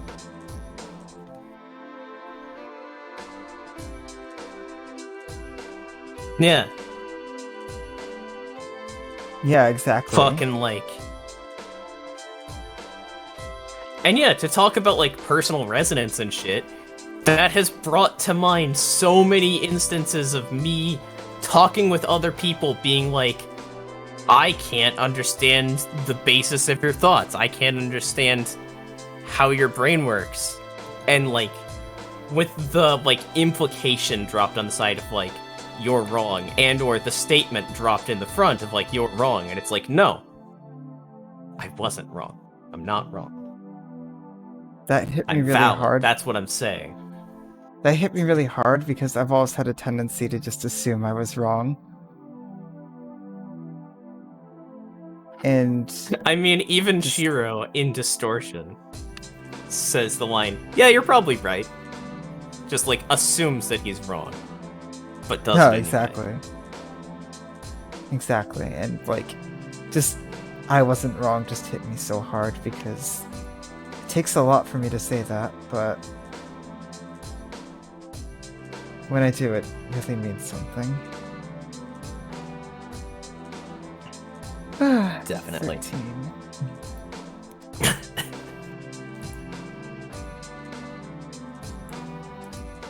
Next question.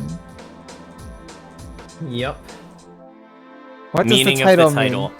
Well, I actually You go have first. a lot What written does for Fate this. Stay Night mean? I have a rant written here.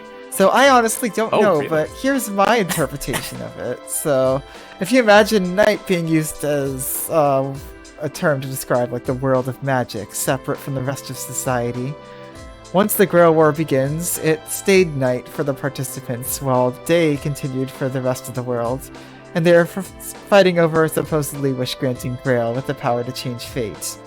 Either that or it just sounded cool, I don't know.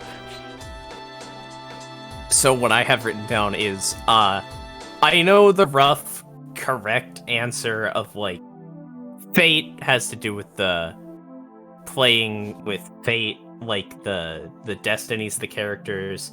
stay relating to how the servants and the people around the servants wanted to stay in the world, and night being like most things happen at night, but also like as a metaphor for the world of magic. What I have written down is death of the author. It means I think these English words sound cool, vaguely mystical, in a way that invokes a more machine-like tone. Yep, that was my... That's what I think it is. That's the answer. I wrote the first part as a joke. I wasn't wrong. Yep. But yeah, next question. The pacing and length. So I know we didn't help the pacing at all, but... Okay, come on. No, I guess there's not really any way to defend talking about things for 30 minutes while Rin holds out a bowl of noodles. Except look at that CG. Look at that... Wait, no, it's not a CG, it's a sprite. It's a good sprite! It's used once! Once! And we've been playing for what? 400 hours? Hang on. 400 divided by 0.5. That's 1/800th of these streams. Holy fuck. That's... I wasn't wrong. Oh, that hit me like a train. Oh yeah, I guess that with Reen as well.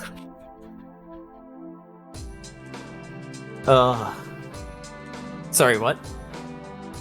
Oh, but as far as the route pacing goes, like in the Fate route in the beginning it drags a bit, but once it picked up, it just kept going. Yeah, and it does not let up. Like, a few of the expedition dumps were a bit draining, but again, I think that had more to do with me reading it aloud. Yeah. Is that you then? Or? Yeah, that's more or less my comment on the pace. Okay. I still like the slower moments a lot, though. It helped me connect with the characters more. I have the answer. I found the answer. I realized it, and I realized why they feel so natural for me. The info dumps in the middle of fight scenes. Well, if you found the answer, then, Hey. How many times have you been in the middle of a big fight scene when one of the players rolls an Arcana check? Oh, that Nasu came from tabletop gaming! Oh my god, it makes sense now.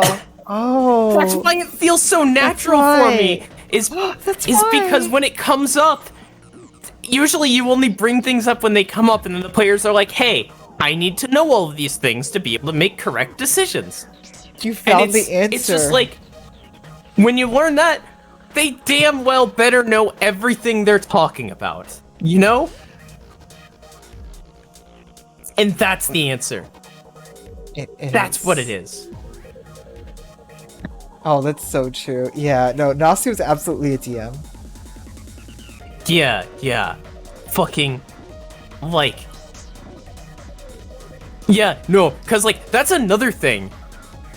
It's well, like, if you're burned out on tabletop, so it's also... It's also a stylistic choice. That doesn't work as well on the reread. Because it's meant to, like, try and hold up... At least what I get out of it is that it's meant to try and, like, hold up the suspense to, like, to kind of blue ball you on the fucking, Oh yeah, the stats, too. Yeah, the stats. It's to blue ball you to help increase the build-up to try and make the payoff bigger.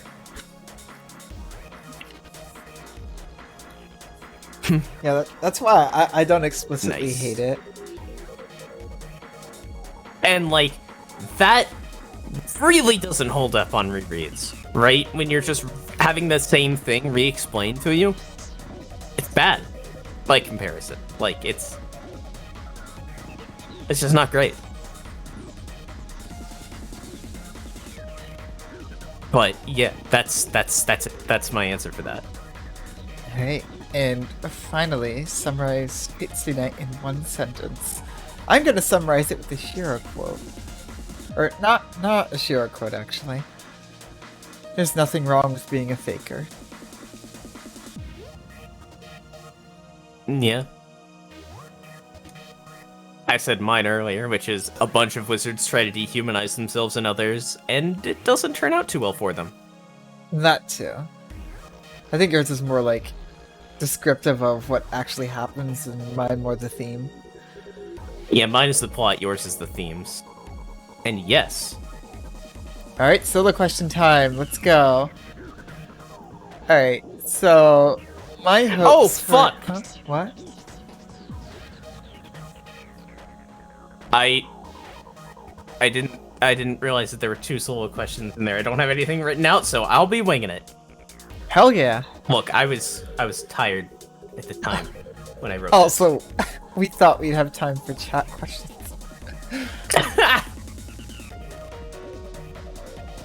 I mean, we can still provide like quick answers if we're asked. Oh yeah. Sorry, go on. Yeah, I'll probably still be good to keep going for a bit. But yeah. So for me, my hopes for Fate Holodiraxia and Fate Zero. So for Holodiraxia, so for one, I have no idea what it's gonna be. Like, I can't pin it. Like, I know Shinji's in it, which just kills my theory of it being a sequel. I mean, I guess if it's a sequel to UBW, I don't know. I guess it would have to be. I don't know where to place it. I will say that would mean that Wise would like it. That is true. You know what? I'm going with it that it's a sequel to UBW. Fuck it. I can neither affirm nor deny that. Alright, so, what I want to see from it, I definitely want to see, like, more from the perspective of servants and kind of their world. That would be really interesting. I'm hoping to see a lot of, Nasu's character writing in parallels. I want to see Nasu's writing style carry through. And I'm also interested to see how Nasu evolved as a writer. Although, I still just can't imagine anything surpassing Fate's Day Night. Just based on what its themes mean to me and what it means to me, for me personally, I just can't imagine anything passing it. But who knows? I think it might just be a better work, but I think Fate's Day Night's resonance cannot be replicated. As far as Zero goes, I'm mostly looking forward to the dynamic between Kiritsugu and Kirei play out. Like, we know the dynamic from Fate's Day Night, but just seeing it play out in more detail, and I'm really interested to see any information we can get on Kirei's child, perhaps. I'm still maintaining that it's a daughter. I don't know why I put that. I guess I just mixed it up with Kiritsugu's daughter, but I'm still putting it. You know what? That's probably what happened. Nope, we're going long. I would have thought. Welcome back. Right. How's your test? Hey. My turn now? Oh, these are the solo questions. Yeah. I still have a few left. Just lessons. Dude. But yeah, like, I want to see more about that, and a more played out version of the, of Kirei's backstory would be interesting. Oh, right. Sorry, I was reading ahead. So, theories that didn't come true, but I wish they did. I think Emiya Alter, formed from Shiro's arm, could have been very interesting. Although that role was so perfectly filled by Kirei, I think it would have been a bit redundant. Like, that's the one that comes to mind the most. That's all that really comes to mind for now. I mean, a lot of my theories were some type of right, or just wouldn't have fit the way the story played out, so. It's been really fun making them though. Plot twist that caught me off guard. Gilgamesh! I thought he was a lead Xenon!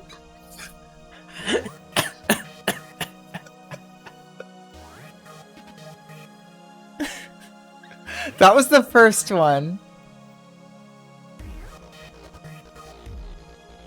It's still a lot of answers gushing over the music.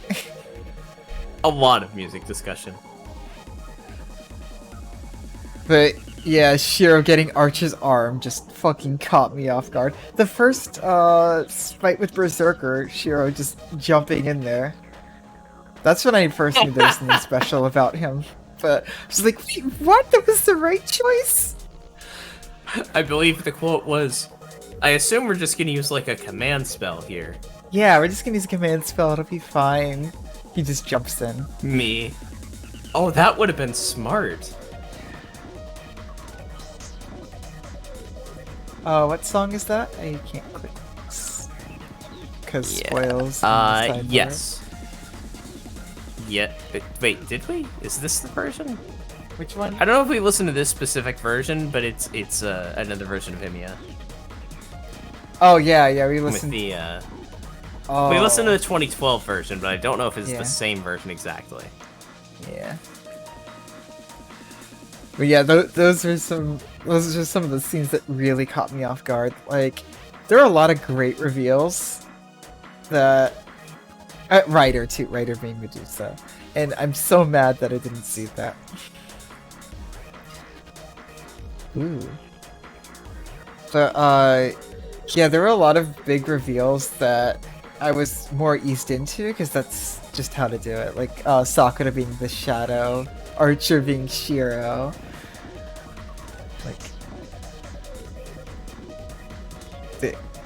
And Asu's just so good at foreshadowing. Alright, so who's the protagonist of Hollow Ataraxia? Eased into my app. No, I don't want to finish that sentence. Don't. The protagonist of eased Hollow into it. Bullshit. As though you didn't just open up Fate one time and go, ah, Sakura's the Shadow. Oh wait, that sounds plausible. Yep. Sakura's the Shadow. Wait, hold on. I gotta do a thing for my answer to the last question. The protagonist of Hollow Ataraxia. Well, the protagonist of Hollow Ataraxia is, Ayako. Ayako's brother. Kirei's successor. Kirei's daughter. The Puppet Master. All at once. And it's definitely not Shinji. So the protagonist of Hollow Ataraxia is everyone. But no, my serious prediction is... Kirei's daughter. Please let me be right.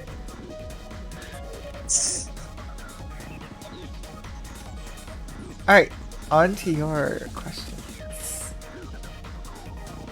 How did the context of scenes and the story change my impression of the overall product?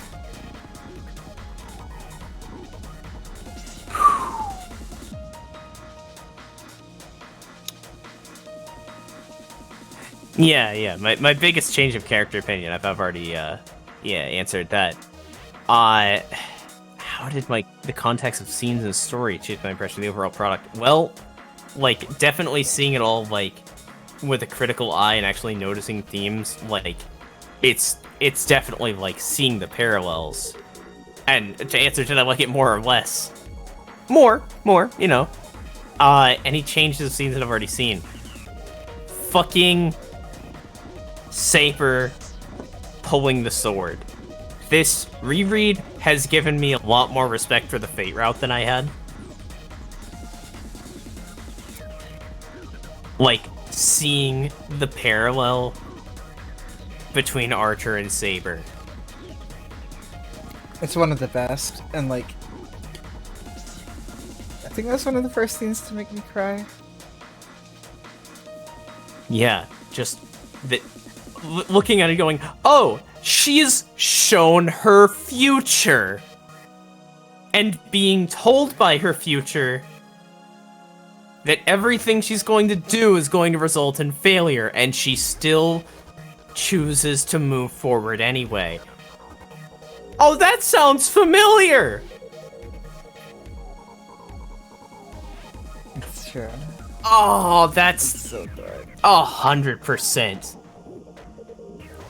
the biggest thing. It made me like Saber as a character more too. Just having that context yeah. after UBW. I already liked Like, it definitely made me appreciate Saber a lot more too. Like, I was like on and off again in my tier list about whether she was like A or S rank, and I'm like, no, definitely S rank. Like, are you kidding me? Fucking look at that shit. Like, I'm sorry, Eno, if you're hearing this right now, but she almost didn't get that spot. But this reread fucking nailed that spot.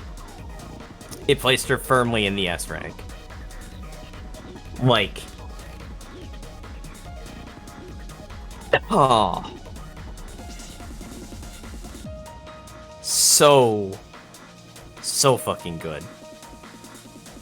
Like, yeah, that's really the biggest like impact of the reread, is like seeing how the Fate route holds up the rest of the visual novel. Like, it's a very important foundation to lay. And it's still a pretty fucking good story on its own. Definitely. Like, once it got good, it stayed good. And it was like one of my favorite things, like pieces of media I'd consumed up until that point. After I played it. Granted, I have not seen much, but that's my thing. I don't know if it's... That's my secret, Cap. I don't know anything. But the Fate route gets better once you've experienced the other two routes as well. Yup. And last episode. Oh. Yeah. And, yeah, final question from Wise on there, which is not the final question from Wise on there. That's true. Why is Shiro definitely the best character? I feel like I've spent the last 4 hours answering that. But really, it's only been the last 3.5. I could still talk for a few hours about Shiro. Well, I'll sum it up. He's so fucking good. He is. I'll just sum it up with one sentence. He wasn't wrong. He wasn't wrong.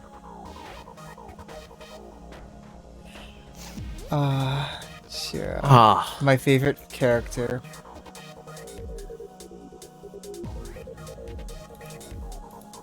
Yeah.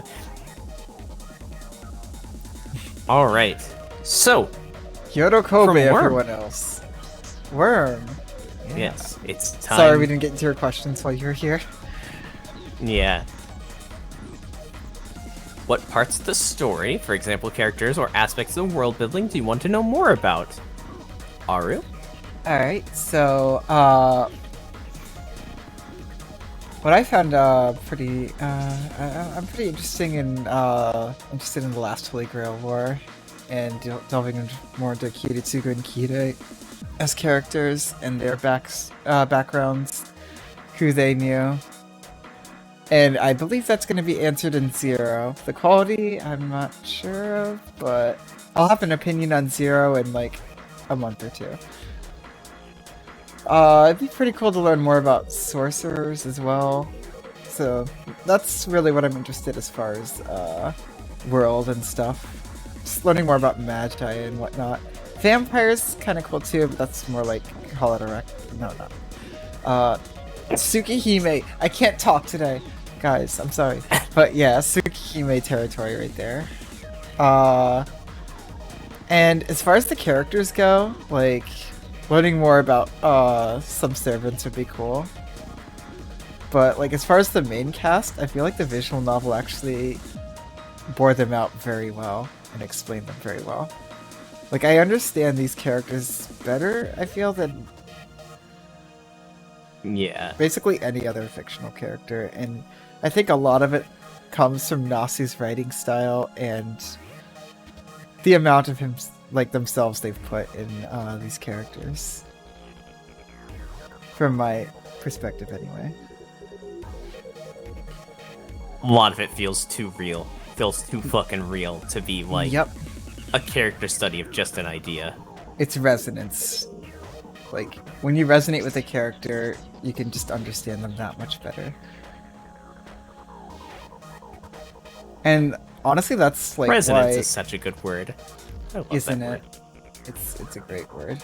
I just remember, like, in like English classes and such, it was like we'd have to do character analysis, and I would just have no interest in analyzing characters I didn't understand or resonate with. Whereas here, like, my brain just does it automatically. It's only natural. Can't be helped. It really can't. So that's you then? Yeah, that's me. I'm just so interested to know what else Nasu has in store for me. That mushroom. Yeah. Well, no, I can answer it. Because it ends with, but I'm not going to tell you how many things I've learned since. Because I can tell you what I was interested in originally. What were you?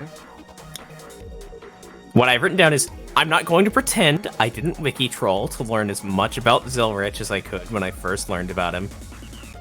A more general sense, just off the visual novel, would be that I wanted to know about Clock Tower more, I want to know about Magi Society more, and I want to learn more about the true magics, numbering 1, 2, 4, and 5. Oh, definitely. And I sorcerers am are not so going to cool. tell you how much I know about anything. Okay. Yeah, no, sorcerers are so cool.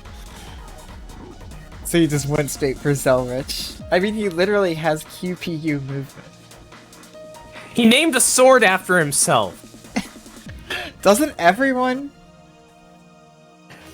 Not if you're not from Devil May Cry, like... Anyway. No, Zelrich is great, though. He's very cool from what I know, and I would like to know more about him. On to the next question from Worm. How would you rank the antagonists from less moral to most moral? You can include other characters if you wish. So this one is a very interesting one for me because I basically did this based on who bothers my personal morality the most. He rubs the wrong way the most with me. So, based on just who bothered me the most, for me, it went Shinji as the worst. Because while his upbringing was awful, his treatment of Sakura was just absolutely disgusting and beyond irrational. And for me, at least, familial abuse just makes me particularly angry, and that definitely skews things. Like, familial abuse is just...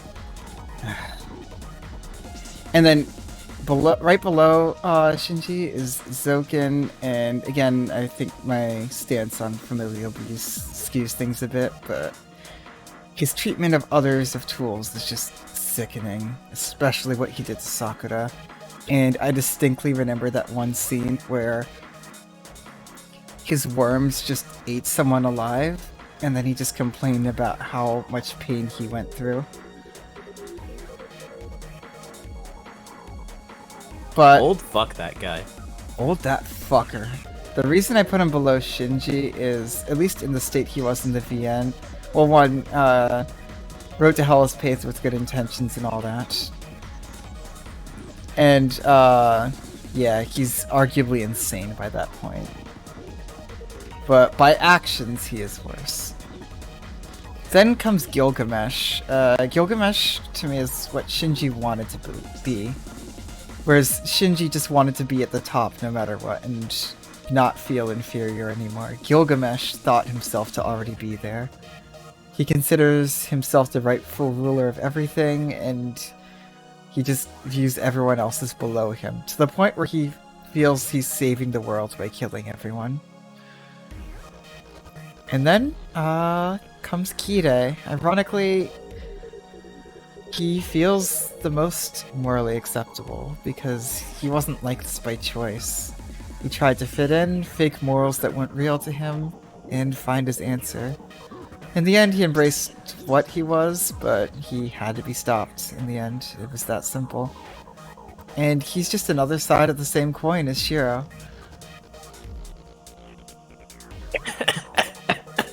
And might I state, none of them are good. Oh, but I mean, the orphan basement's there, but he's just so lovable. No, that's the thing. It's just like...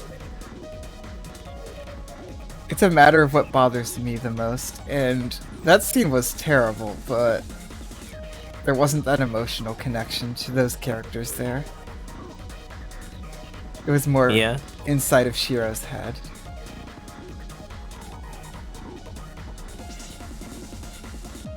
Fucking Zoken and Shinji especially, though. Like, we all have our different things that really bother us. So yeah, what's your take on this? Well, first of all, I'm interested by the exclusion of Caster, True Assassin. Oh yeah. Sakura, even. Oh no, I just made this in a hurry. I forgot to put in like the non-main villains. Non-main. No, definitely though. Prize and Caster. I know, I feel bad too. So, for me, I start this off with oof, that's a loaded question. Yeah. Like, definitely. tell me why Kide is either the... Tell me to state why Kide is either the most or least moral character, and I could probably talk for hours without even getting into the other viewpoint. Exactly, that's why I didn't go into too much on it, and just did it by, like, what bothers me the most. But for me, I went into just, like...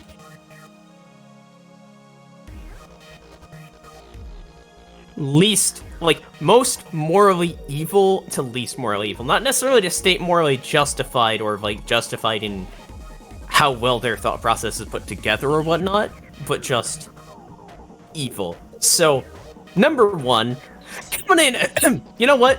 Let me just, 1, 2, 3, 4, 5, 6, 7, 8, 9, 10, 11, 12, 13. Coming in at number 13... Berserker. Because his goal... He's an insane berserker, and he kills people. But... his goal is just... to protect a little girl that he cares a whole lot about who is also 19.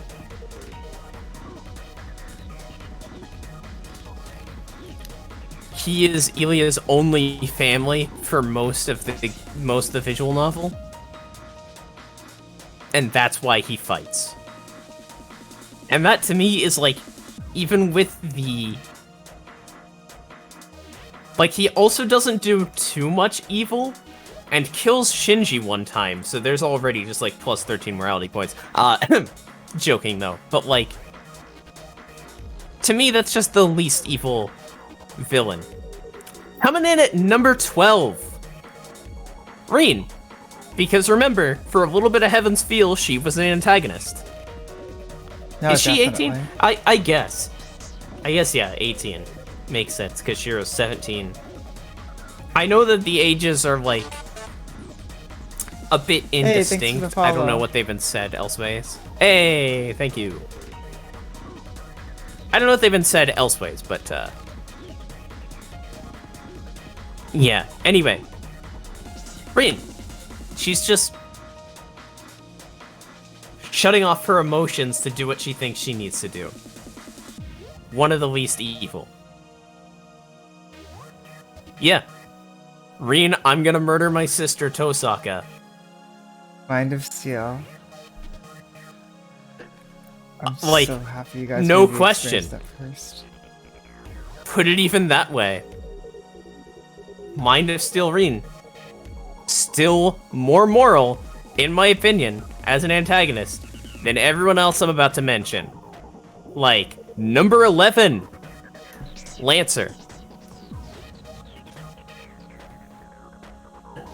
He's got his own morals.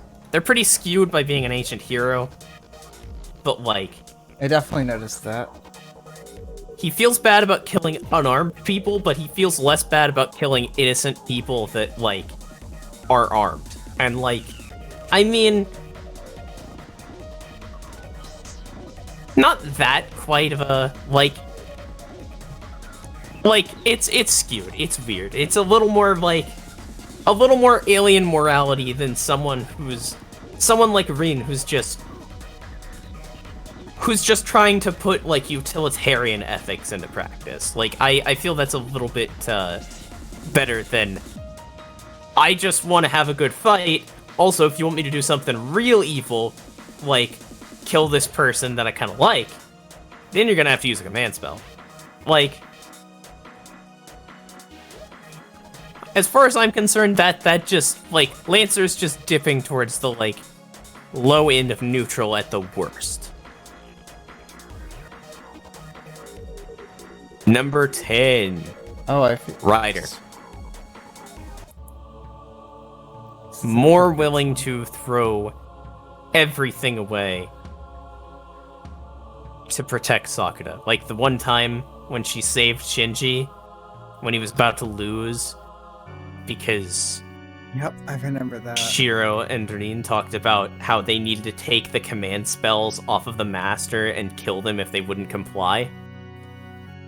Yep. No, and like, so she's like, that didn't make sense I back will then, protect... and now I get it. I will protect this mass murderer. Because if he goes down, next they'll be coming for Sakura, who I will protect at all costs.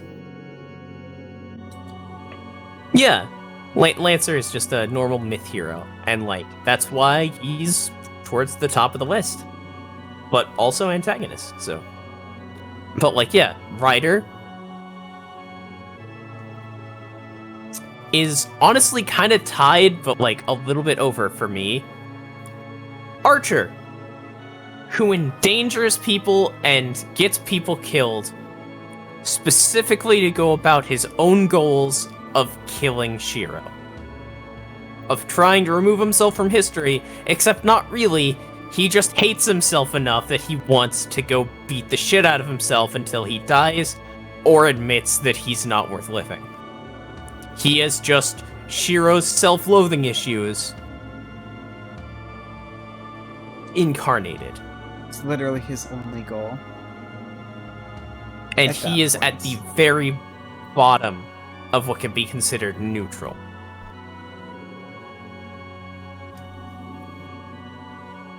Maybe even, like, evil in specifically that, yes, that man's actions gets people killed. I mean, like, as far as willingness to do evil acts, yeah. Yeah. Number 8. Ilya. Like, especially in the Fate route. Like, yeah. She is the top of what I consider to be actually evil. Like, she's actually legitimately like, oh, hey,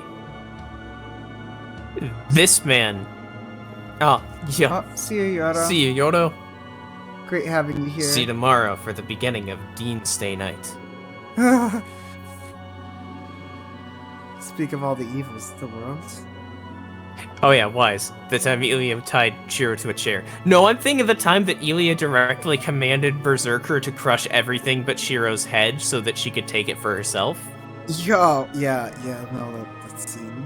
Like, it's so hard for me to think of Ilya as a villain now, after experiencing Heaven's Feel. But if you think back to especially the Fate routes. Oh, especially the Fate route. Alright, Berserker, I don't care that you're not fully healed yet. Go chase them down, and I don't care if... Oh, hey, that's a change from the uncensored version.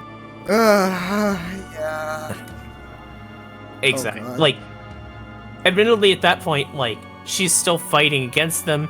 She's not been shown any, like, familial love outside of maybe Berserker. And she's already started breaking down from absorbing Ryder's soul. I guess that's part So, of what like, makes her so different in Heaven's Feel, because Sakura is absorbing the souls. except for Archer. She got Archer's soul, and that just made her drop her grudge against Shiro. Yep. And that's where she Shiro. goes from evil to neutral, but only in that specific route. Everywhere else, evil. Yep, and that's the Elia that sticks in my head the most. Sorry, I had to cough. Ugh. One step below Elia. Saber Alter.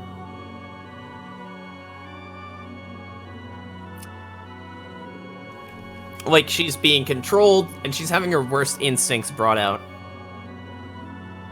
But I will remind you that she destroyed her own villages for supplies while she was King Arthur. Or, while she was king, I suppose, mostly just. But, yeah, like, she...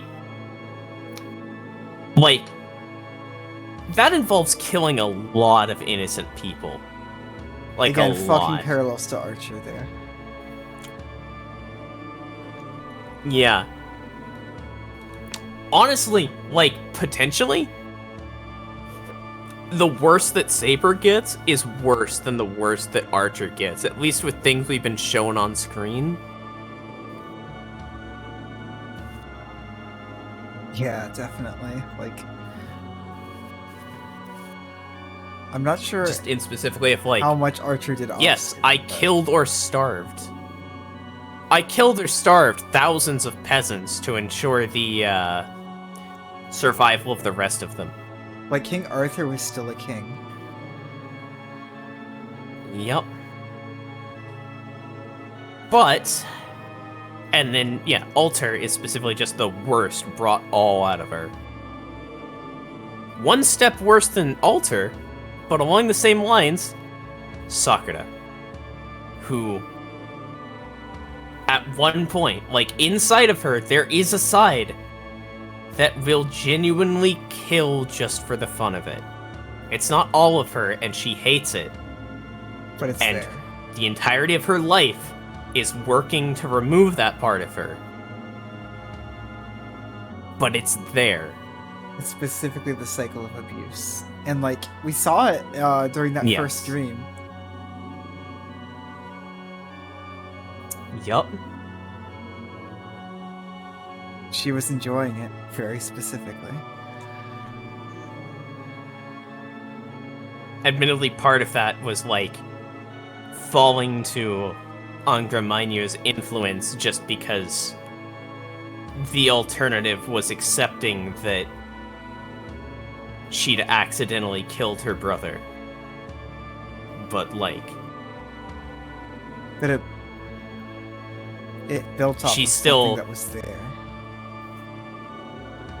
it built off of something that was there. Like, that is 100% a side of her, and it was 100%, like, nurture emplaced by Zokin and Shinji's abuse. That's why it's the cycle of abuse. Speaking of the cycle of abuse, one step eviler than Sakura is Castor, who fell and stayed down and got worse. I Like, have some stuff to say about Castor later and a different question, but yeah. like the fact that Sakura, like, they're very close because that's a similar thing. But Angra Mainyu does offset whatever, like, bullshit morality scaling. And, like, this is all just obviously, like, subjective, like, for fun analysis. Like, but Yeah. for me, yeah, like, Castor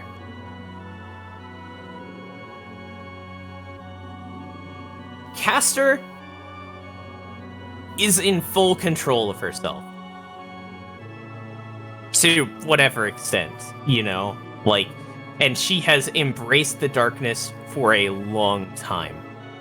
She enjoys other people's pain, and she inflicts it to enjoy it.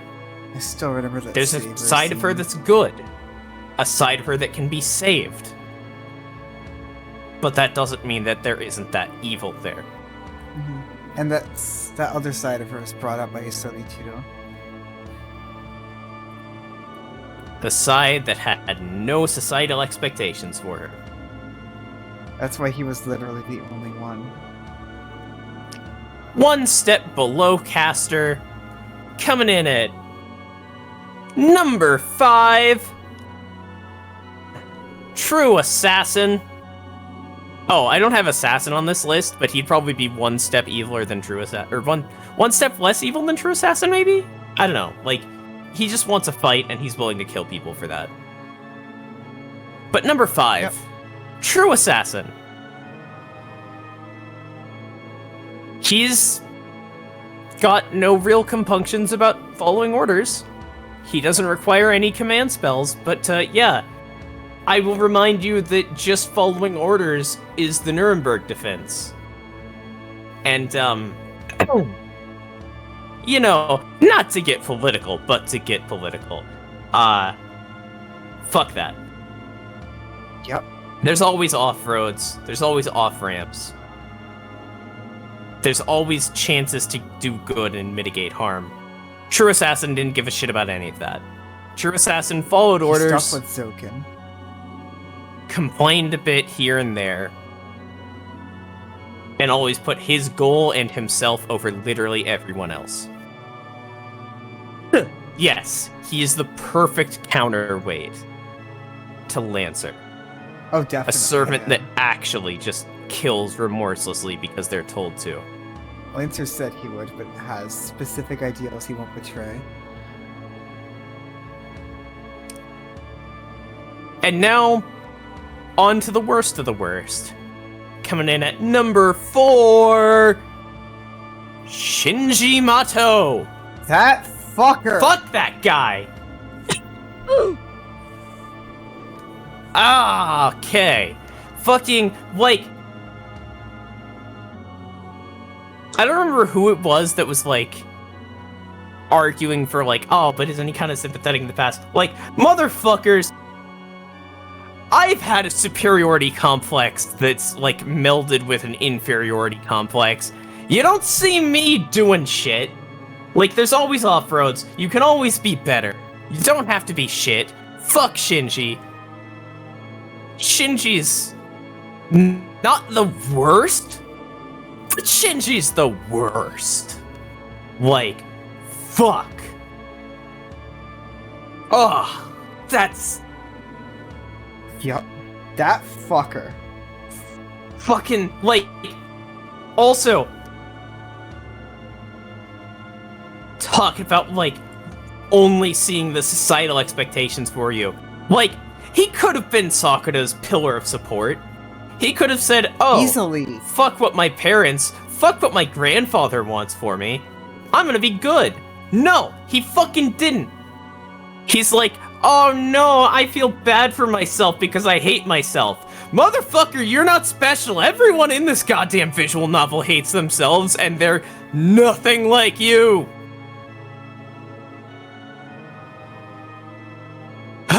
No, like, yeah. Perfectly said. That fucker. That's Fuck why Shinji gets me that so upset. Guy. And that, again, that says a lot, because I don't get upset. Anyway, he's a... Oh, hey, I forgot about Zokin in here. But, definitely at this point would be, the real number 4 would be Zokin. Shinji would be number 5. Because Zokin is one step beyond Shinji on, like, harm achieved. He worked his whole life to keep achieving harm, like the worst harm. And he had good goals. Real good, tangible goals. He wanted a utopia for everyone. He wanted true super immortality and for humanity to become far and above what everyone was before them. He wanted to make humanity into gods. That's a beautiful ideal. But old fuck that guy, he was willing to start going down the road of compromising, and he wasn't willing to stop. He just compromised until the point was just until the only thing that remained was he wanted just his will to live, and he would sacrifice the whole world for that. Yup.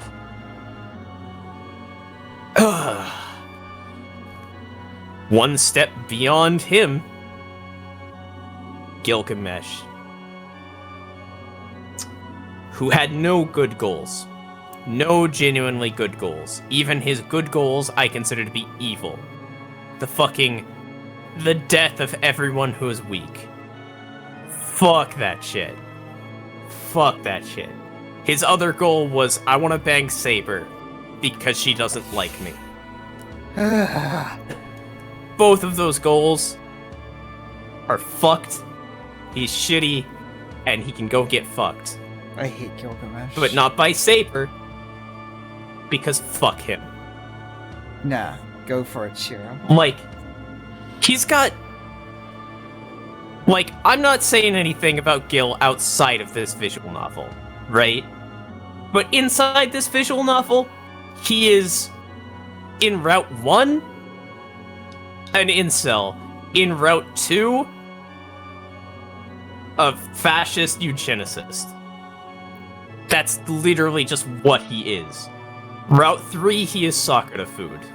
And that is where he is best. That's what he belongs as. No, like... I was just like, oh my god, it's Gilgamesh! And, like... Within minutes of him being there, I'm like, fuck Gilgamesh. Yeah, you're like, oh, Gilgamesh is here! Oh my god, this is oh wow, what a dick. And he was kind of like Shinji in that every time he appeared, he just kept getting worse. For a while, at least. He didn't quite cap out where Shinji did. Because Shinji was more drawn out and getting worse. Kentucky Fried Gilgamesh. Well put, Jaden. Well put. God, Gilgamesh just... That fucking Elia scene, too. Smiles in delight. Smiles in delight. Number 2. Kirei Kotomine, whose specific goals are to cause as much evil as possible.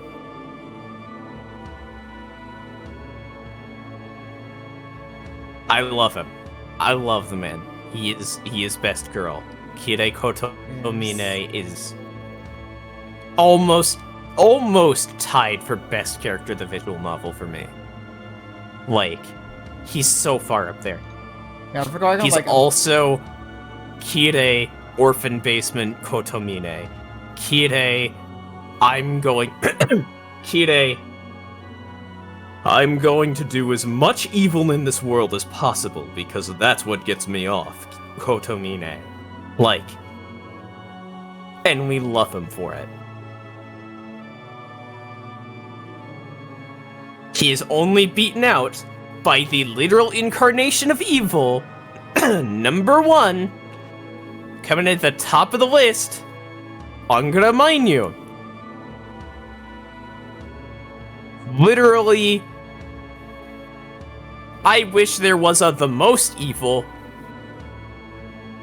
Your they're wish... literally evil incarnate. Right? Like, they're literally just... Oh, I wish there was a the most evil, because then that would make us all better by comparison. Like, they're not the... Yorokobe Shonen, your wish will finally come true. Like, they're not even the person anymore, they're just the curses themselves, the devil that they tried to create. Yeah, because there's the servant, Avenger. But then they were also super weak, and when they died, the wish that was carved into their skin became Angra Mainyu. And that thing is literally just pure evil, and would have absolutely topped my list. I think I did my list very differently and what bothered me the most specifically. Yeah, your list was just like sliding scale of fuck that guy. Mm-hmm. Mine Yeah, was your list is very well thought out. If I had more time, I definitely would have wished I went in more depth with it. But yeah, it was really good. Like that was, if it's written out, like you could probably post it on Reddit somewhere. I don't have the reasons listed out, but I do But yeah, have no, the list. That was really good. Thank And you. honestly, I made it to be entertaining. like, as far as just morality goes, I completely agree.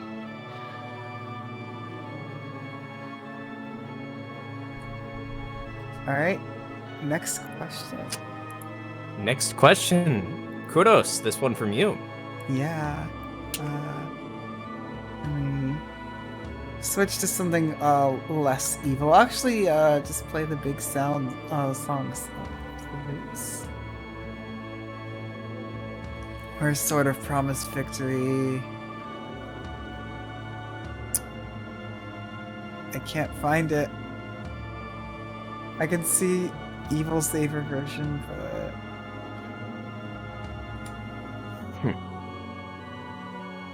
there it is. Yeah, it's at the bottom. Oh, It's at the top, actually. the evil saber's at the bottom. Oh yeah, no, I was going I for thought you regular were Saver. that one. Sorry. Yeah. No, I could only find Evil Saver because it was at the bottom. But yeah. So, what were my expectations going to each route, and how did they differ, or how did they differ from that? For the Fate route, I really didn't know what to expect out of the VN.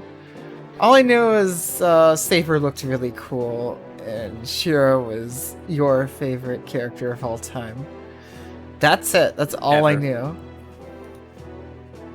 I kind of, like, part of me expected a typical harem protagonist, but seeing as Shiro's your favorite character of all time, I held out for something more. And then I remember when Shiro first jumped in front of Berserker's attack. Like, And you're that like, just oh, completely caught me Lucas's off guard." D&D characters make sense now. Yeah. And I just started to get more excited about it, and the fights kept getting better and better, and I just started to catch a glimpse of how well Shiro was written. But like, what really blew me away in the Fate route was the basement scene. It gave me a taste of what this visual novel was actually like, what it could actually be like. I wasn't expecting like that level of character introspection or emotion, and it just felt so fucking real. Oh my god. And like, I was told it got so much better, and part of me didn't believe that, but I was an idiot because Unlimited Blade works. Yeah. Fuck. Like, after experiencing Fate... Huh? What? I'll put it in chat. You can keep going. Oh, yeah, this is absolutely real to know. Yeah. But yeah, after experiencing the Fate route, I just wasn't sure how much things would deviate. I had no idea. I expected the story to like center more around Rin and Shiro, but Shiro and Archer's dynamic is what this route was all about. Shiro's dynamic with himself. The name UBW is like perfect for the route, considering it is Shiro's relationship with his identity. And this route is just Shiro's road to realizing that it's okay to being a faker, and that a fate can surpass the original. It was something I could see being touched on, but never like that. It was unpredictable how real UBW would feel. How much I would actually resonate with Shiro there. And personally, like, I think Unlimited Blade Works still is my favorite route. Understandable. as its own story. Heaven's Feel.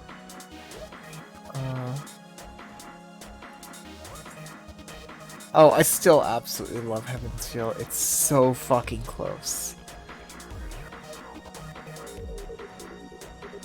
Let's do all the world. Or actually, Light and Darkness.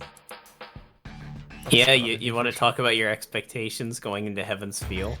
Yeah, I think I'll do that. So, Heaven's Feel. I saw the deviation between Fate and UVW, and I was like, yeah, I mean, a few minor differences here, right? Just maybe a few different character interactions. Things will play out a bit differently. God, was I wrong?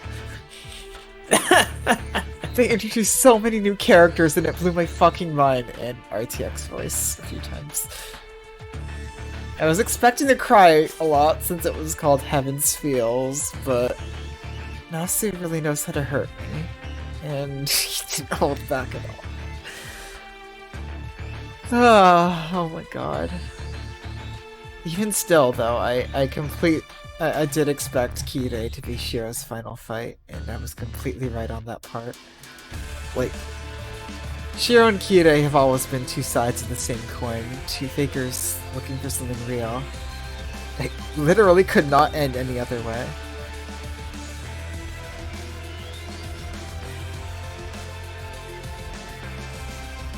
I also was not expecting them to take Sakura in that dark of a direction. But it was better than anything I thought they would do.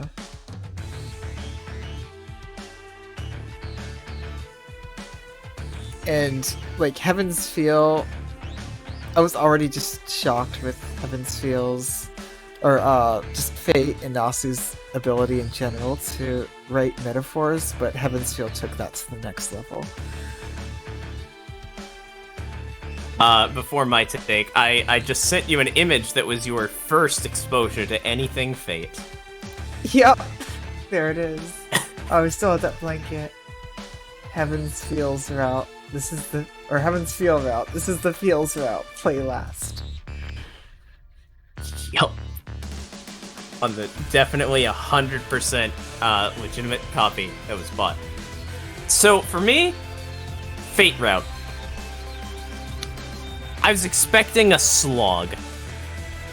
I was expecting I was expecting like some good moments, but I was expecting just check out for most of it. And I was pleasantly surprised, as I've said. Like, yeah, I was like, because I hadn't read it since I learned how to analyze media. Weird. And yeah, it was fucking good. UBW, I was expecting just... I was expecting UBW. Oh,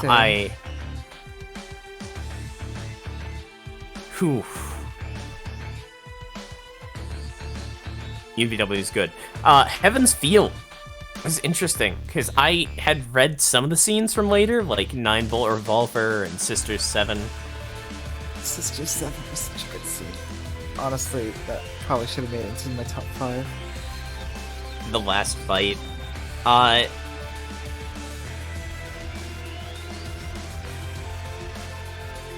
was not expecting to actually get hit by the Feels train quite as hard as I did.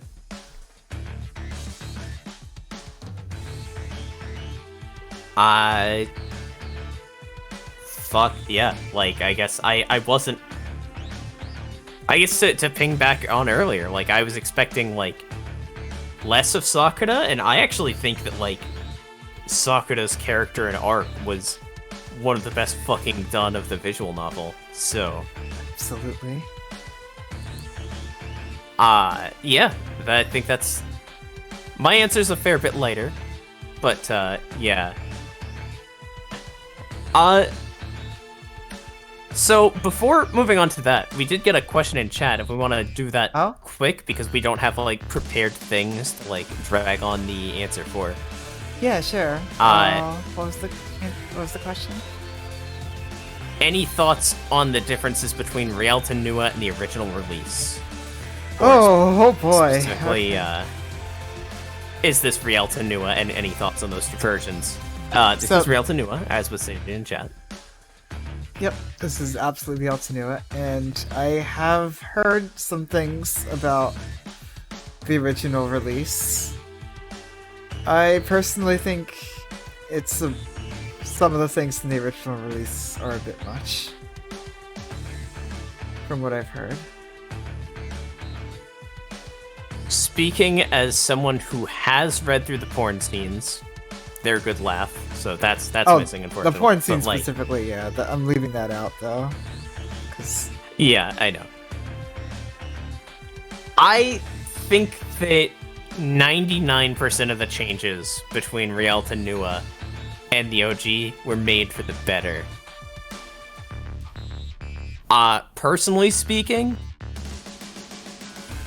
I do feel like last episode kind of compromises some of the themes of the Fate route, but I also like that it's there, and I think that it's personally better for it to be there because it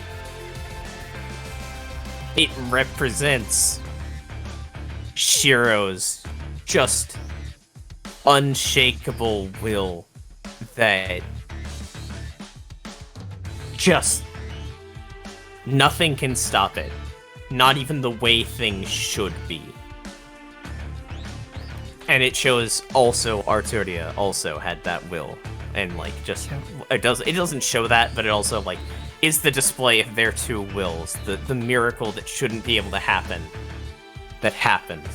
And does it really happen, or is it just is it a metaphor? When is this happening? Is this maybe when whatever end of the world scenario happens and everything's breaking down? Who knows? Whatever the case. Like, Archer broke a cycle that exists outside of time.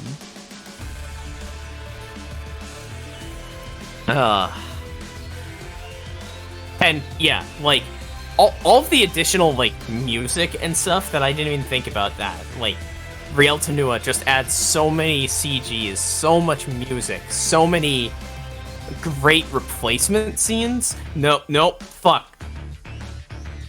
Hey, fun fact, the Great Replacement is a conspiracy theory. Oof. Also referred to as white genocide. I just want to put that out there that I accidentally said that. Oof. And yeah, that I would like to remove those words from the past from my mouth, but I can't do that, so I'm doing this. Yeah, jeez. Yes. Well, yes. So yeah, that was my answer and your answer. So let's go to Antimatter's questions. For you, Aru. You cried a lot. Why are you doing but this? But what would you say hit you the hardest emotionally? Okay, hold on, let me put it on. So, for me, I resonated with the main cast a lot, in varying degrees. So watching them struggle just hit me very hard.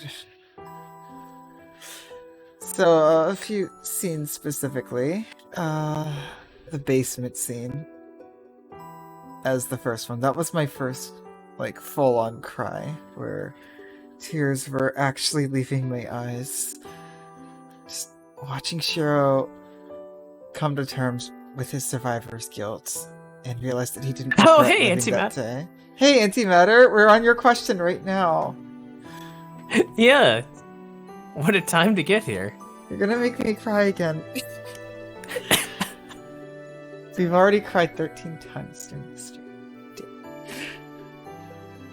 But, Well, for me, it was twice. Yeah, so, yeah, I'm going over the basement scene. That was the first scene that made me cry. It's just Shiro realizing that he didn't regret living that day and accepting that. And that has reminded me of things I don't want to get into too much detail about, but it's such a good scene. Obviously, to much less degrees, by the way. The next one that I expect to hurt me every time in the best way possible is the answer always gets me emotional. Again, to get without getting too personal, I've always struggled with my identity as an authentic person in the past, so that scene just always hit me very close to home. It's an answer I wish I'd found sooner. And the last one that will always hit me. I'm sure a lot of them will, but Rain. And again, I don't think I need to go into detail about this one. Just Sakura's fear of being a bad person, but being unable to harm herself in any way. That just broke me. And What just a sure terrible was day for Rain. And with that, 14. I knew what was going to happen going into this. And honestly, if I talked about all the scenes that stuck with me and made me emotional, we'd be here all day. Well, the rest of the question is, if you were to reread this in the future, which scenes do you think would still make you cry? The three I mentioned for sure. Yeah. Saber's goodbye was hard. Last episode makes it feel better though. And then also, Elia's sacrifice at the end of Heaven's Feel. Yep. Like, there's not really much to say about it except, gosh. That got me Shira's- the first time. Shira's date scene with Rin and with Saber, the bridge scene. Honestly, I feel like most of the cry count would be repeated if less intense. Again, Fate Stay Night just knows where it makes targeted strikes. You brought up the bridge scene. Wow, I didn't. That. 15. All right, cry count up.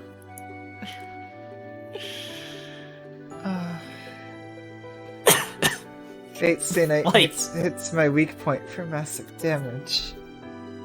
Tears didn't roll out yet. Yeah, there they are. Okay. It's just like, it felt like that activated something. Like there was a rubber band that was held back and it just got let go. Like, oh, bridge scene?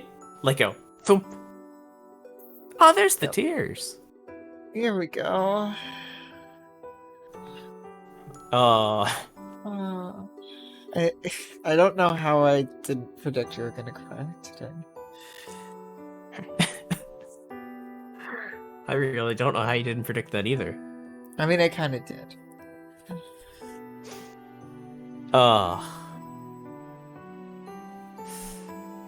So yeah, that's you. Antimatter's question for me. What was I looking forward to you experiencing the most? Mind me, I'm just crying over here. It wasn't necessarily any moment in particular. Like the best, the one that I can think of the most is like, because like I have to really stress that I uncritically went through this game the first time I went through it, and with the anime, like the things that actually affected me didn't stick with me because I didn't understand that they affected me. Like, the fact, like, the anime kind of ruined my ability to connect with the answer a bit, but also it just never got me that hard because I had already thought long and hard about, like, that specifically, because I, too, have an inability to feel like I'm ever genuine a lot of the time, and had already come to the conclusion of, like, you know, it's not wrong. So watching that, I was just like, wow, Archer's being an asshole and, like, not really saying anything that matters here because it's not wrong. Oh, hey, Shiro's saying that now. 16. So, I guess really the scene I was looking forward to. The scenes I was looking forward to are mostly like the reveal of Saber's identity, the reveal of Archer's identity,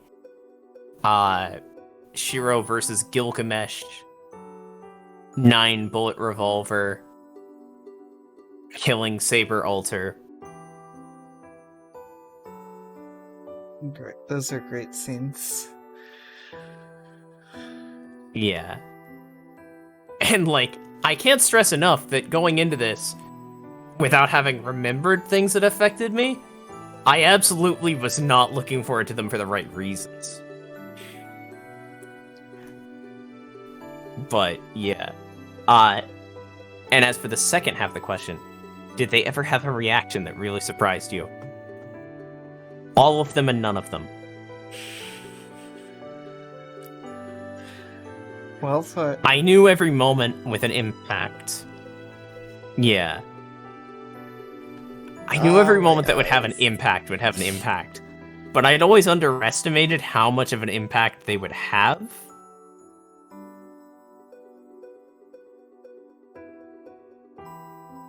Like, foolishly, of course. too. I also did not. Yeah. I could not have predicted that. Like, again, a lot of media I just don't really feel much about. But this drilled Yeah, into something no. deep. Yeah. It did. Like, honestly, and this should really somehow, like, anyone who's watched these streams should be surprised, but anyone who just knew me before and after these streams should be shocked to learn that, like, seeing your reactions to this whole visual novel, like, probably what was happening was I did have reactions to these, but, like, felt like they weren't justified or whatever, because, like, oh, why am I getting so emotional over media or whatever? I'm an edgy whatever teen-year-old, fuck that. Seeing felt you valid. react to this has let me enjoy this visual novel even more, and, like, at least quadrupled my enjoyment of it.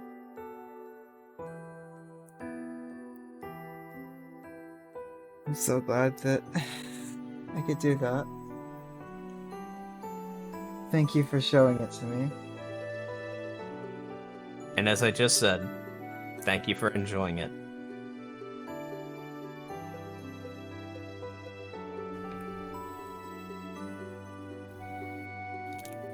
God, I can't But believe yes. we finished it.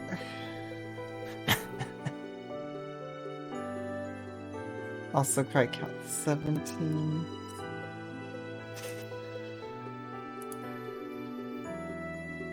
For Antimatter's thank- last questions for both of us. If the other routes hadn't been cancelled, what would you have wanted to see? Turn this off so I can see again. Yeah. I'll just put on this. This is a nice song. Okay, so, a writer and caster route would have both been very interesting, personally.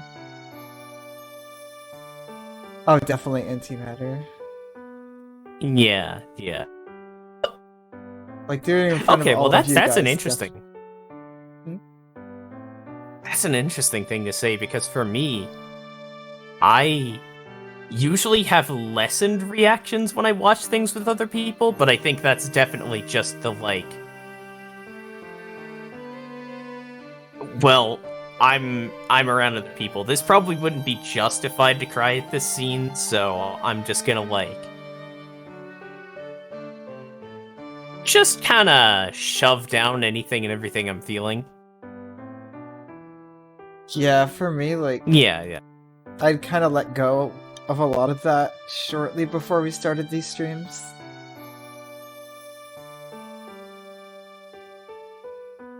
So, I really had no reservations about crying on stream. And I was not prepared at all for the targeted strikes Fate made. Yeah. Like, I couldn't stop if I wanted to. This is probably the first instance where that could apply for me, but, like, just in regards to with others being people I know versus random strangers, like, I'm not actually a very open person. Like, I'm kind of an open book, but not really emotionally. For me, it's like... So, like, this has yes been and no. kind of a new experience. Yeah, Sorry, go on. This is the most I've ever, like, open I've ever been in my life. Just publicly, anyway. Because I'm just like... if letting my problems out can help someone else discover theirs, then it's worth it.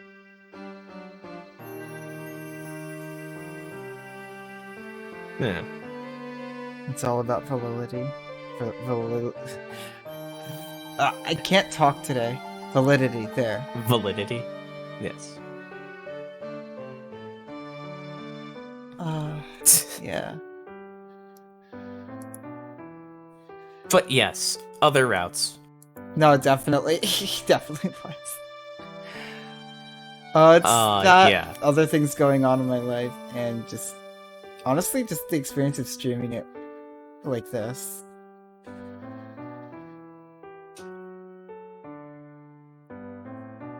It's great. Yeah. Alright, so,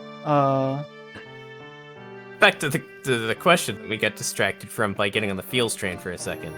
yeah. So, writer and caster route would have been very interesting. I haven't seen caster in a while, but I think her dynamic with Shiro and parallels with Sakura and Angramani would be very interesting, personally.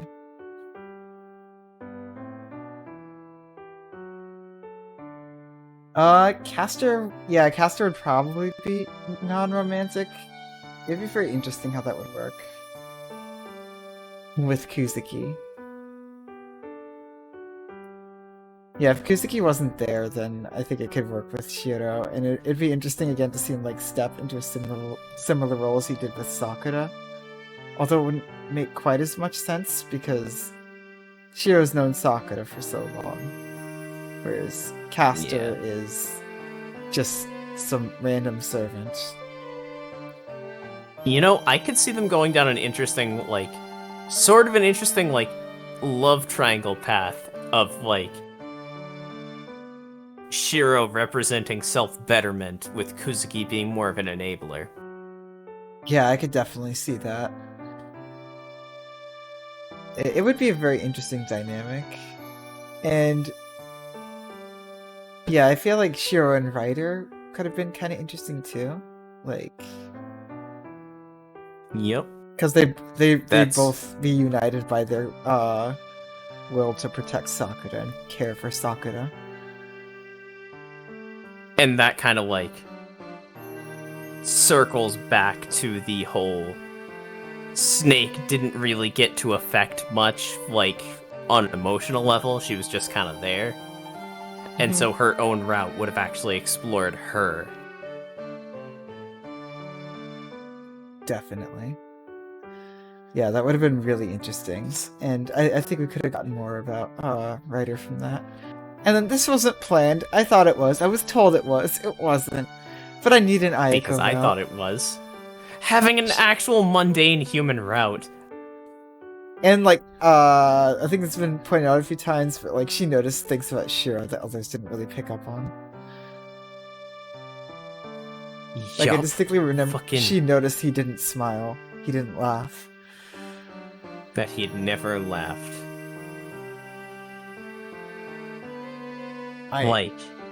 God, I want an Ayako route so much. Like... yeah. That's why I jokingly hold out for Ayako to be the protagonist of Heaven's Feel. It feels like there's so much there. Or not Heaven's Feel. Fuck, Hollow Ataraxia. There. Oh, it's the inverse of what I did. But yeah, like, an Ayako route, like, specifically because she could crack into Shiro's mindset, but without the, like, outright hostility for the mindset that Rin displays during Distortion. Because, like, Rin, on her own, had no chance of cracking Shiro. But, like, Ayako? Like, I feel like it would have been along the lines of the rain scene, with Ayako just validating Shiro. Yup. And also, there'd probably be, like, some sort of parallels with the Fate route, like, more so, of Ayako being genuinely a human being who has absolutely no chance of fighting against servants, who I could definitely see, like, being the type of person that would stupidly run, like, insist on, like, trying to protect Shiro. Definitely. Because she'd see the parts of Shiro that need to be protected. Oh, I want to... Wait, I hope we're linked that Dojin, because I want to read it. Hopefully it's written the way I want it to be written. If not, I might write fanfiction one day, guys. Yup. Like, I say that as someone who's never completed a fanfiction before. I've considered it, but... yeah. What were you gonna say, sir? And do you think... But, yeah, no, that's it. That's it on, like, the routes. Because, like... yeah. Like...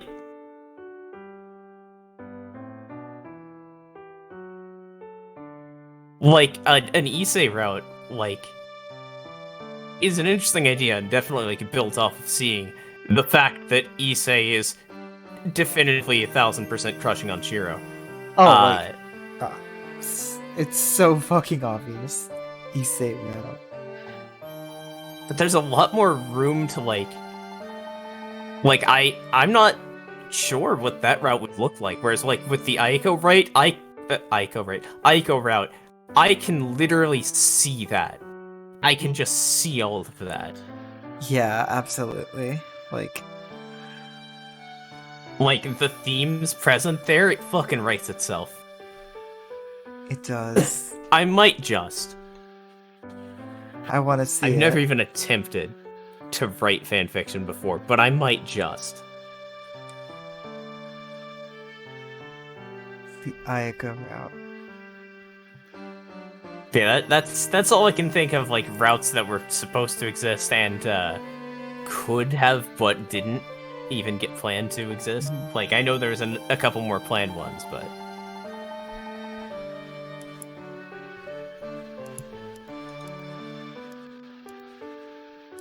Alright, so the alignment chart. I actually missed this one. I was going to make one and I just completely forgot. Oh, Elia like, family route the Elia route. The Elia route kind of, like, falls along the same lines as the Caster route, where, like, even though she never got a thing, she still got something. But yes. Okay. So... Did you make one? I did. Send it to me. And obviously, I just kind of, like, spitballed and ballparked and put a little bit of thought into it, but not, like, I didn't go crazy. I feel like you're, oh, there we go. Oh yeah, that's full. It only gave me one Shiro, even though they are a little bit different between routes, where they end up. Yeah, oh, it's the same one. Oh, I could... Wait, was there an option to... Fuck. There was. But, okay. Whatever the case. Like, just for main cast, just looking at all these names. Shiro, neutral good. Rin, chaotic good. Berserker, ironically, lawful good. Like, I don't count the mad enhancement towards too much. There we go. Saber, lawful good. Kuzuki, chaotic neutral.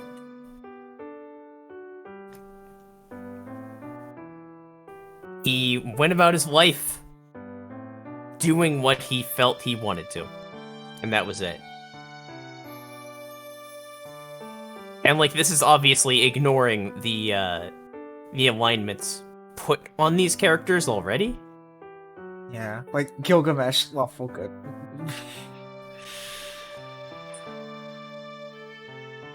But, especially ignoring that, Archer, chaotic neutral, slightly leaning good, and after the answer, absolutely chaotic good. Maybe neutral good. Like, Archer specifically doesn't follow a code. He does what gets results, whatever that needs to be.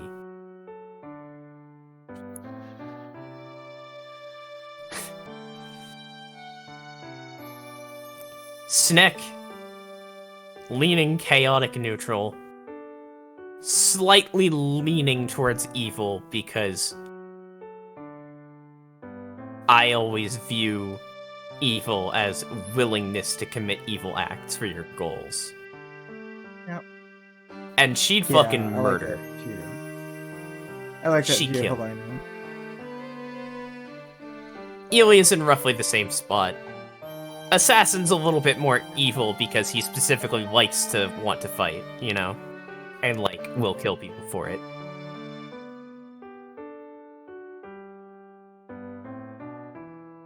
Kiritsugu in Lawful.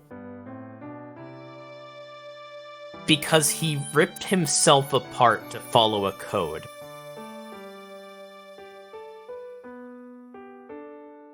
He's the hero of justice.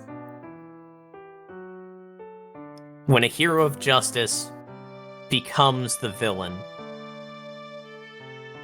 that's a lawful evil. He turned his mind to steel.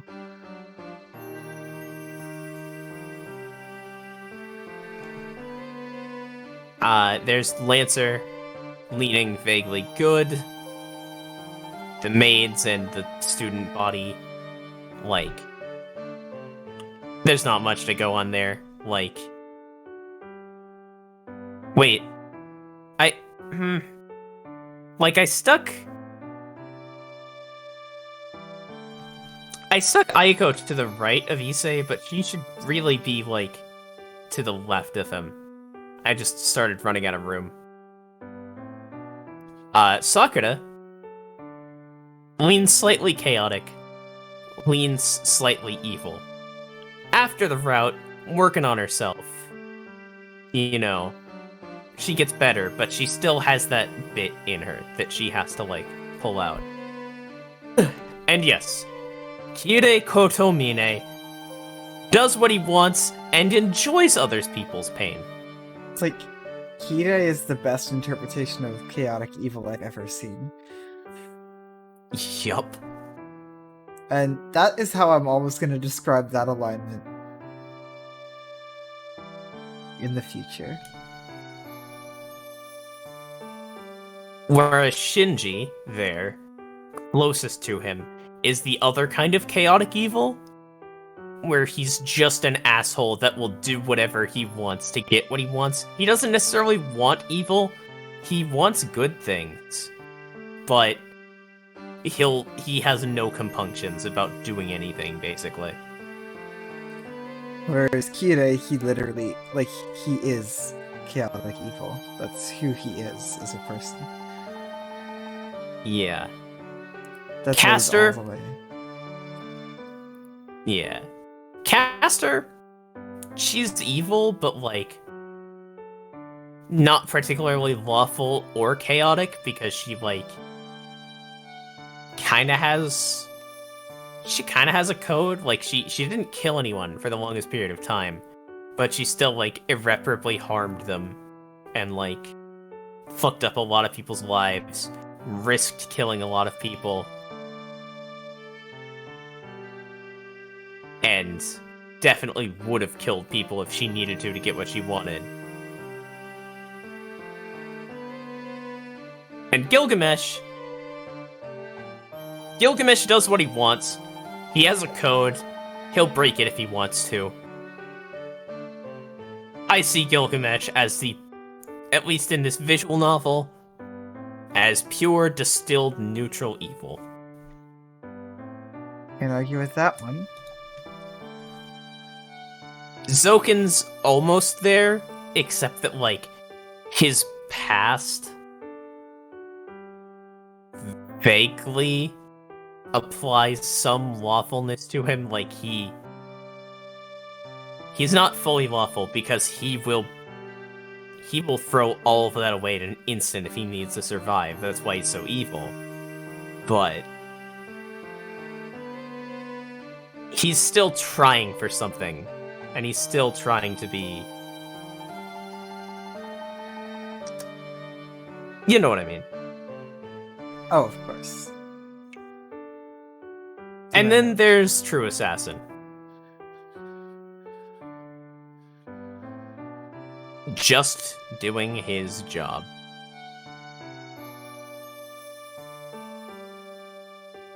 Hello, Hey, Yexi. This is my alignment list on subjective alignments that I have been asked to make.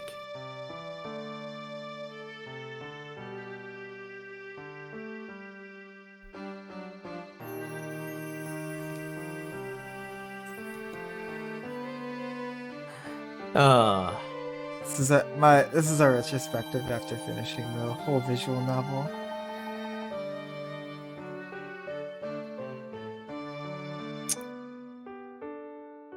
So yeah, I assume yeah, the maids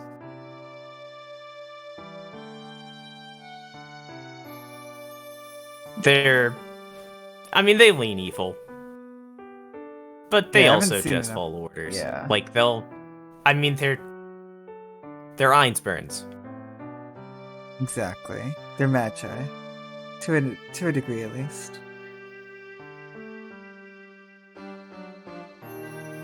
I wonder if we'll get to see more That's of it for another me. meteor. Who knows? Yeah, I basically agree with this. Yeah.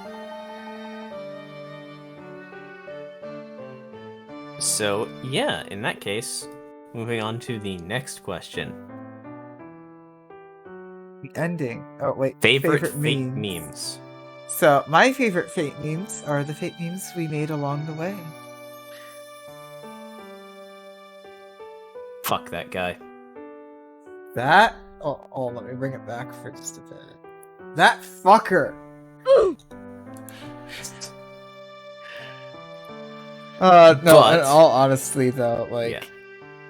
Lancer jumping down from the ceiling, Saber, like, there's just so many that we made here, and I have had a very limited access to them because... Spoilers. Yeah, the only one you really knew was people die when they are killed. Yep, which makes perfect sense. They do. I can neither sure affirm nor deny. But yeah, like... as for memes outside of that, I feel like being one of the main sources for these. Oh, you definitely are. My bias exists, so you may already know that my favorites are. You Lost Me. That's a good one. And of course, the seminal, the classic. Yorokove Shonen. That was in sync on my end.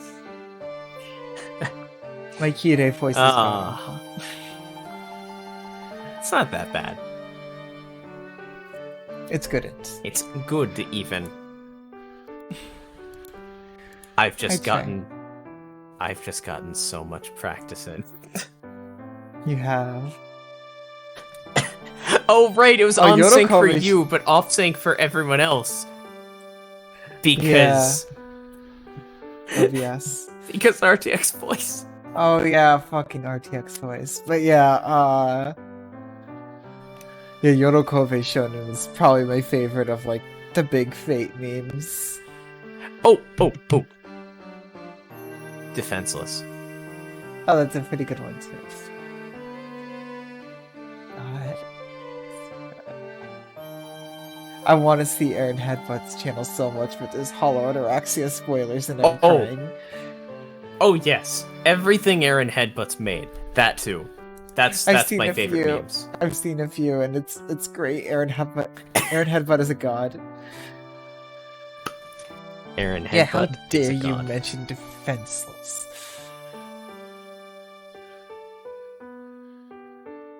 Who's the vampire? Yes, we have 2 more questions. We do. The endings. Oh, do New Dawn 2 for this one. Oh yeah, let's do New Dawn 2. I love those 2 variants. So, my takes on the endings. Oh, the grading sheet. My theories will get graded. But, yeah. So, for the endings for me. Fate Route ending. I enjoyed it, but I thought it was a bit lackluster and vague compared to the others. It was still very in line with the themes of Fate Stay Night, though. Honestly, I would like to experience it again after having read through the whole VN, but I generally liked it. After last episode, it felt a bit more complete, so... Right, I did like that. Last episode, Shiro was Archer, don't at me. But, after that, we had the UBW2 end, and... Honestly, while it's not the happiest, it's probably my favorite. It's close between the UBW2 end and the Heavensfield 2 end. Like, there was this huge sense of loss and consequence in Saber, but Shiro found his answer and continued to live the best life a Faker could. And with Rin by his side, he won't betray that answer. Archer was sure of that. I really like that. I really like that ending. Now, the UBW could end. I loved it for what it was. It doesn't feel canon, but I loved it for what it was. It was good fluff. Sparkslayer High was fucking amazing. You got to see Shiro go all out against Saber. You had the fucking detail of Archer finding the super move. So good that it's not even an actual ending. It's a Taiga Dojo ending, but yet we still all consider it a worthy ending. It's so good. Like, and it's literally a move only a Faker can use. Literally only Shiro could use that move. Because he could just keep projecting more of them. It's so good. The Heavens Feel Normal end was bittersweet, but in a good way. Like, Sakura's just slow acceptance of Shiro's absence and eventual independence is very good to see. But it works really, really well as a contrast to the true end, for sure. Which feels like the happiest of the series, to be honest. And it doesn't feel out of place like Sunny Days. It feels like it fits. It feels canon. You get to see Sakura slowly becoming her own person with support from Shiro, Ryder, and Taiga. And, like, she almost didn't call him Senpai once. Like, you can see her growth in that way. And you see Shiro actually finding something real. You see him smile in the end. You never see him smile. A genuine smile. It honestly gives me the same vibes as the end of FMA, and that's really high praise. Smile, and Yep. yeah. So, that's my read on the routes. What is So in the with me endings, today? for me, first off, right out the gate, black sheep of the family, UBW good end. It's the fanfic end. It's the haha threesome ending. Yep. It's the one where you lost me apparently comes from is an actual Shiro line. It's fluff fun, whatever. Oh yeah, Sparks Line are high, way above Might of Steel. Might of Steel is interesting, but like, yeah, I guess I could consider that an end. I also really did like Mind of Steel. I feel like it's the best bad end that I don't consider to go beyond the position of a bad end. Yeah. But it's also still very important to read along the way, I feel, because it shows I think it's worth talking that about. the stakes are real. That these people are really this conflicted. That it's not just like inevitable that good things will happen. And also just really cements what Rin is willing to do. Yes. And cements Shiro as Rin's anchor to her humanity. So, yeah, that's my least favorite is UBW. Even including Might of Steel. But like I just classify going forward, it like separately. My favorite endings are the true endings of UBW and Heaven's Feel, just because I'm always a sucker for any ending that feels like it could spawn its own story. And like those are the endings where they carry things forward. Like, don't get me wrong, I like the Fate route ending. I like this feeling of finality to it, the feeling of culmination, that Shiro understands the themes of the route, accepts them, and moves on. And there's no other way that the Fate route could have ended, necessarily. Specifically, even, it couldn't exist as last episode. Last episode needs to be its own thing, separately. Because it's still kind of connected, but like, just that disconnect of like, this is a thing that should not happen. It shouldn't be there, and it's bad that it's there, and that's why I love it. I consider it separate from the good end of UBW, just because it's still just a culmination of saying, sure, bad things happen, but fight them.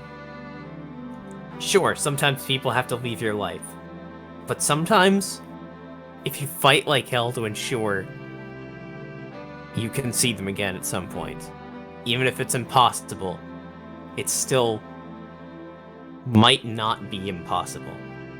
And that's another sub-theme of the whole fucking visual novel that even drills down to like Nasu's writing itself in the moment-to-moment, like it or hate it, is that everything that's said as an absolute is not an absolute.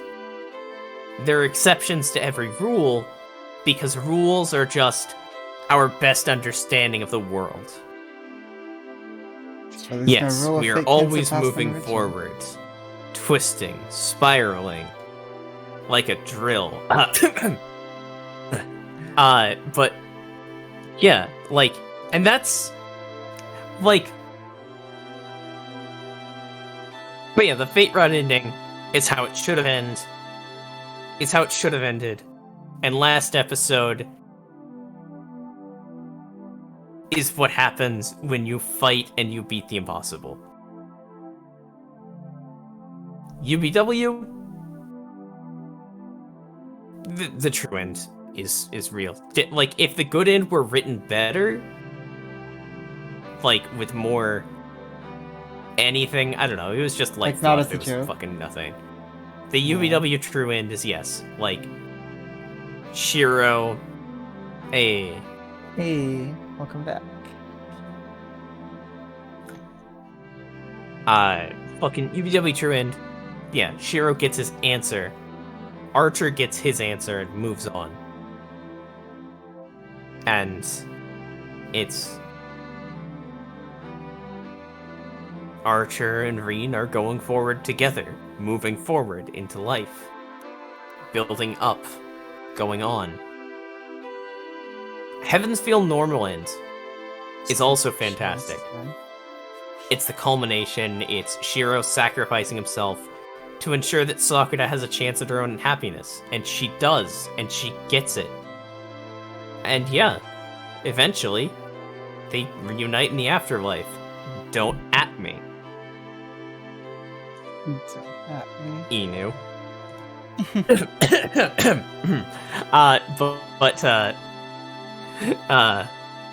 All in good fun, all in good fun, of course. But, I do like that headcanon, or not headcanon, yeah. I guess post-canon. Specific reading of the canon. Yeah, I do like that. But yeah, like, it takes decades. It takes so long. And she's her own person by then. But she's her own person, and she gets her own happiness. That being said, considering that the good end needs to come before the true end, and, like, obviously, you know, Mind of Steel I talked about this, like, hours ago, with, like, how I feel like some of these important endings could have benefited from not being optional. Like Mind of Steel. Oh my god, we've been at this and for like 5 hours. Like Sparks Liner High. If you just have the true end on its own, it's kind of bad. But if you have the true end as the culmination of every other ending, of that last episode feeling, that fighting like hell, fighting through everything. And yes, there could have been more reference for Ilya's sacrifice, you know, acknowledging it in the ending at all. That would have been nice. But the fact that it's there, and the fact that it's the end of the visual novel, that shows that even in the darkest darkness, if you fight... Oh my god, the OG version needs it! Well, there you go. Oh? Rialto Nua fucked it up. Oh, they did. But, yeah, like, just that core of it. That even if everyone says it's impossible, if you fight like hell, that you can get a happy ending, even in the darkest of times. It's something I can get behind. Yeah, like, God. it's that, exactly. It's the fact that you needed to do Mind of Steel first, before the ending. You need to do Sparks Liner High before you reach the ending. Just made me realize that, like, the closest thing I played to a visual novel before was Undertale. Yeah?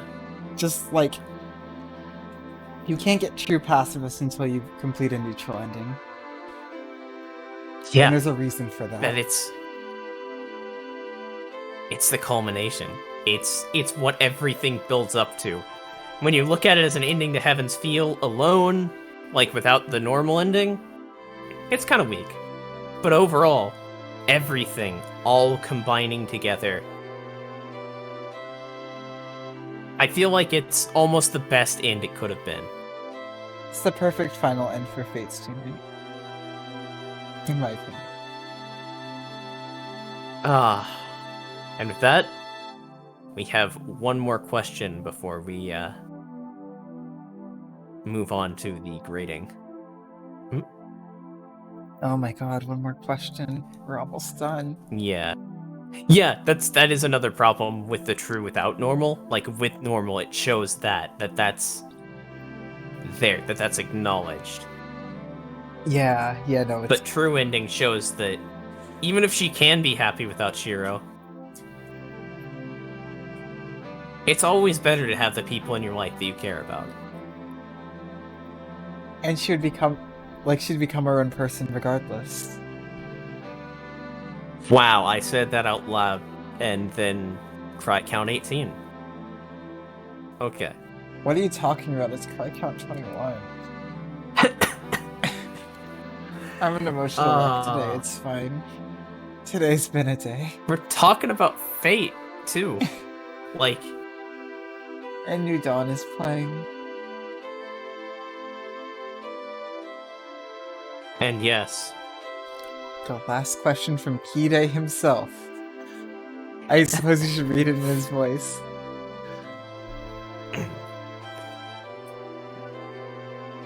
How did you mentally balance maintaining immersion and chat interaction with live streaming Fate Stay Night?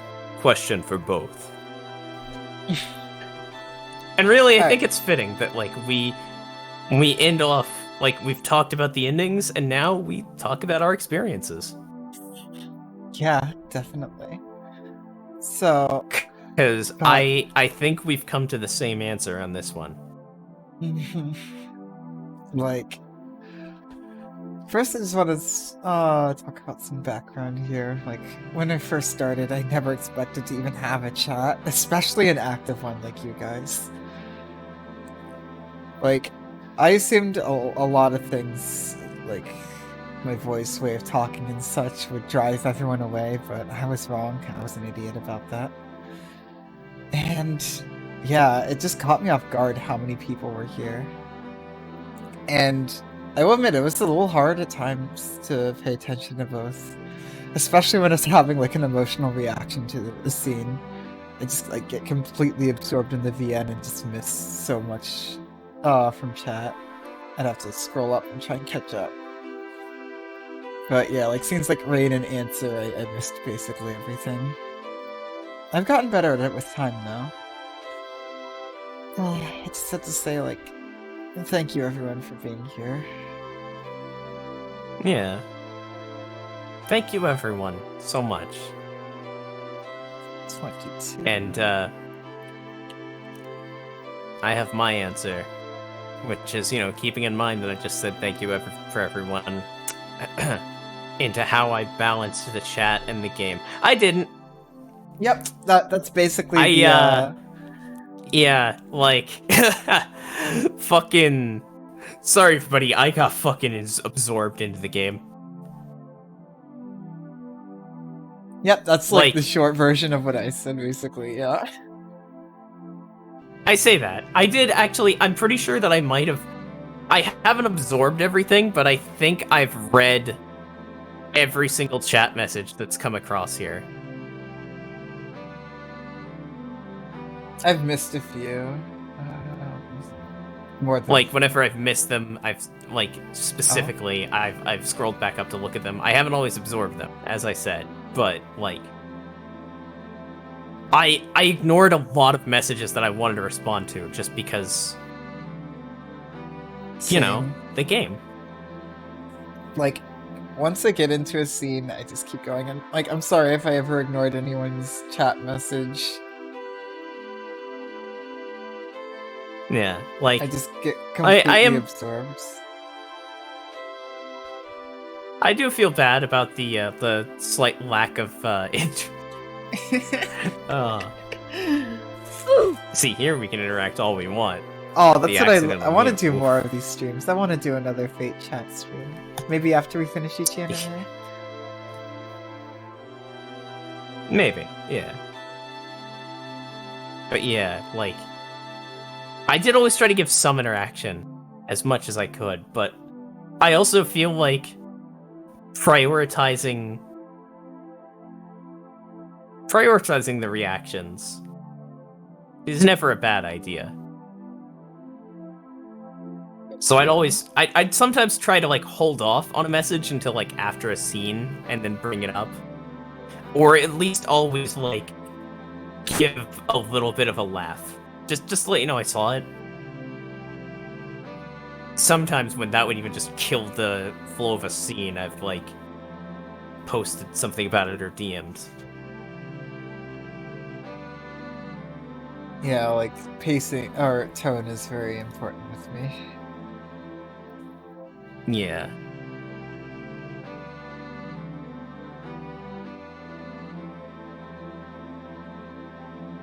It's good to hear. And that's... Thank you. I'm so glad we've been able to keep up. To a degree. And also, I appreciate you as well, YouTube commenters. I'm sorry I can't read your comments. Yep, and I'm sorry that I haven't been...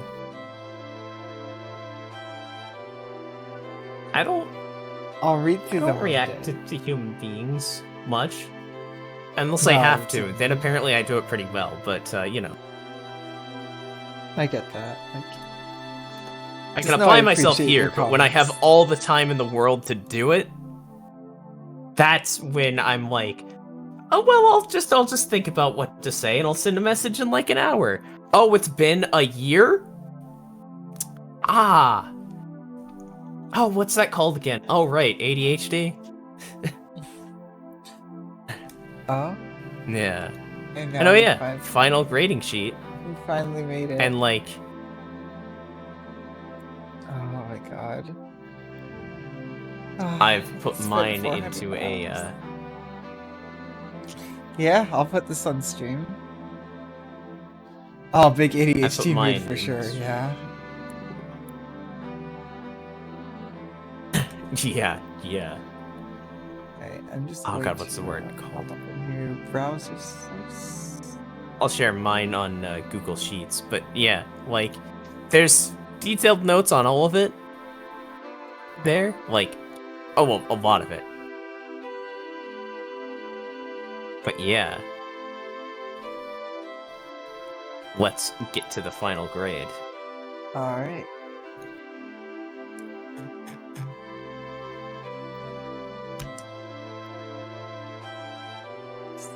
Interacts. Alright. We finally made it. Oh my god, we're finally here.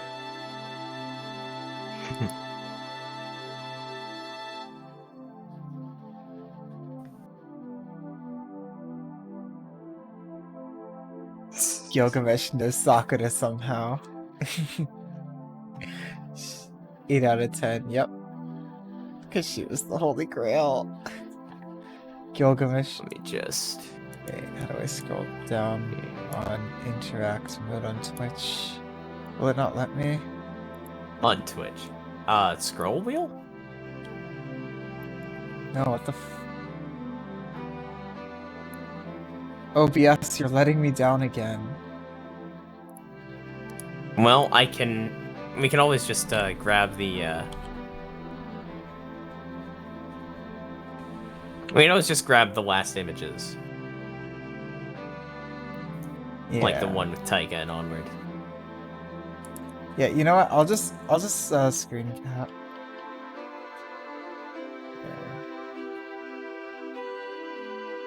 Or I can just read them out loud since we have the rubric. Yeah. Like, we're not going through the individual theories. We just can't figure out how to scroll down in OBS's browser. Yeah, it's kind of pain.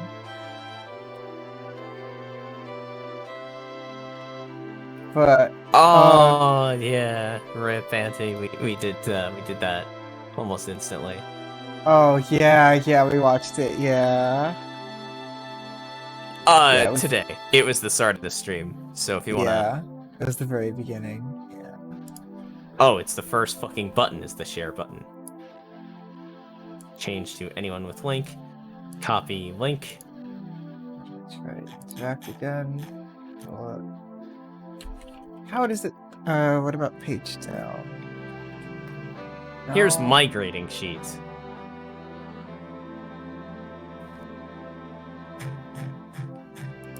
J for theories that I assume were jokes. Alright. This might work. We'll see.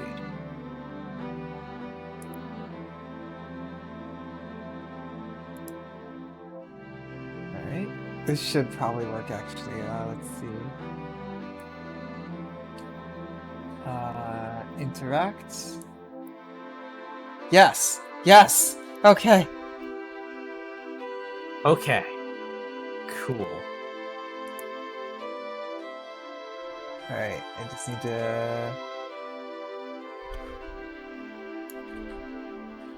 There we go. Alright, cool. We got it. Nice.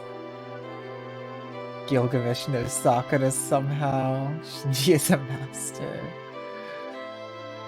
Archer summons his blades from a little distance.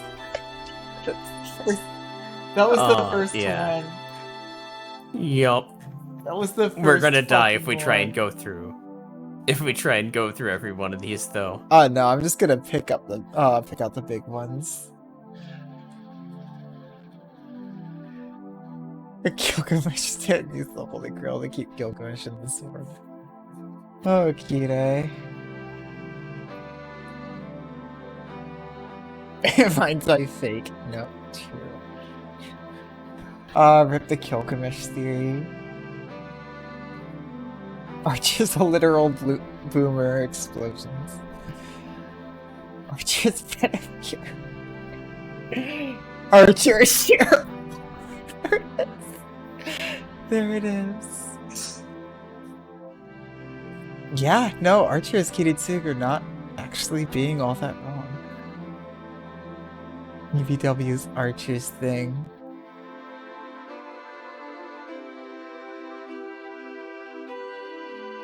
Archer is a Magus.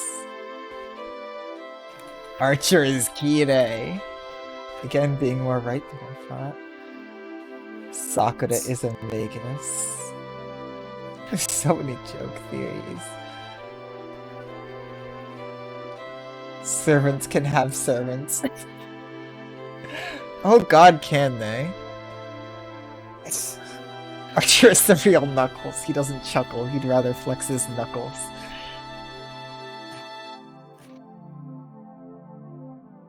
Archer, you're significantly watching Archer. Archer is fucking dead. Archer knows the future. Archer is a timed. He censors the best. I have fond memories of that one.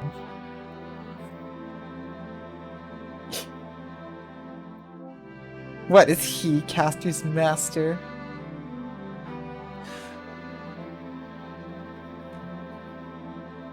I do tend to forget, it's true. Rin is the bread buyer.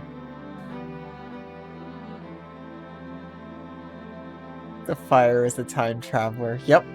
Angra Mainyu. Time travel castle. Rin gets Saber. She does! And it was great. She did. And it was great. Mud dealer Kirei. He is a mud dealer. Hero hurt. Yeah. No, he did. The Holy Grail as a servant. Oh, I forgot about that one. Yup. Sakura made Mapo Tofu out of Gil.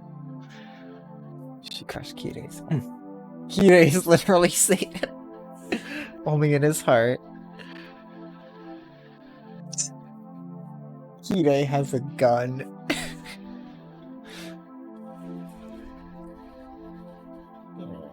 Tosaka girl.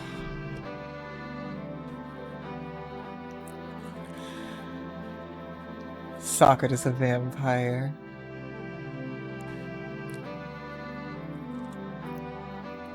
Rin never dies.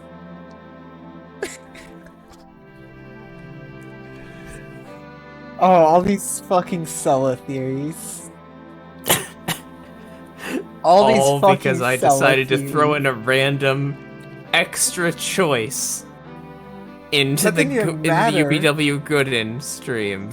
That didn't even matter just to throw you off, days, so that you wouldn't know. Wait, didn't matter for Sunny know days? Every single choice. It didn't at all. Oh my! I thought that was required for Sunny Days. Nope, it was a red herring. God damn I just threw it in there guys. specifically so you wouldn't be like, huh, literally every choice is about Saber. You fucking guys. Oh, also, Before we finish with these, I just want to again say thank you everyone so much for your questions. Yeah. They were so well thought out. I had a ton of fun answering them. I wish I could have been a bit more in depth with them, but today was a day to be sure. Today was a day. It was. That's just true facts. Ryder comes back. She does. She really comes back. I did. My cry count 20. Our cry count 21 shows it. Yep. Manyu did save people, but he never asked to. Kiritsugu is the reason Ilya wants Shiro dead. Yep. And oh, that was another one where she literally says it as soon as they make the theory and then give up on it.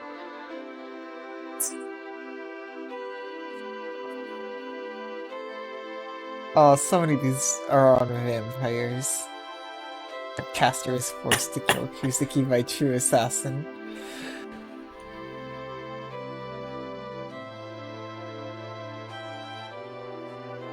Fucking Fam Tosella, and he's like, oh, what kind of... Wow, our Heaven's Feel streams really hit different back then. They did. Sakura steals Heaven's Feel. She did. Oh, I know, right? Oh my god, it's gonna be really funny when I play Tsukihime Remake and I don't call anyone a vampire. Ilya's Kiritsugu's daughter. You're just like, fine, I'll put it on there just in case. Wait, where did I put Ilya as a homunculus? Put it up. That was right after the mention of Eustace's mimicry. Where was that? That was right before the Saber Alter existence reveal. Oh, so that was down here. Just the fucking ill star. That was never a thing. It was just a thing that was said. It didn't mean anything. But there was a black sun, and that's a star, so...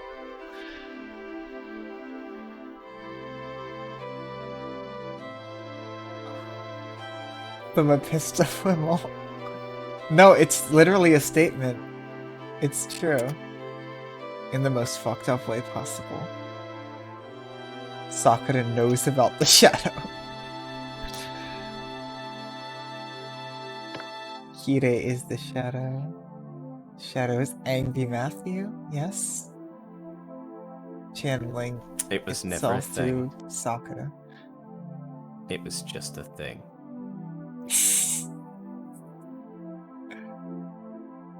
It makes sense. The shadow farms apples. I don't even remember it. But no, it was never a thing. It was just a thing. It makes sense in context, okay? Okay, Shiro. Time there. Yeah, Shiro's the Lorax. Just decent mimicry is the holy grail. Wow, yeah, no, I just 10 out of 10 now. Yes. Shiro gets salty. Balter. Sakura is the shadow. Metal Gear. Ilya's a homunculus. The baby is Matthew.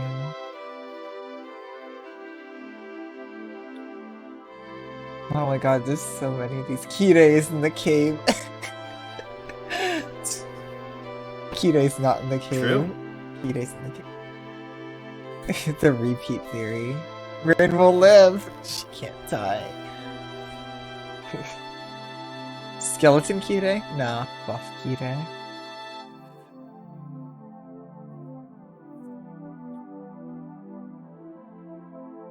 Gem sword. Alright.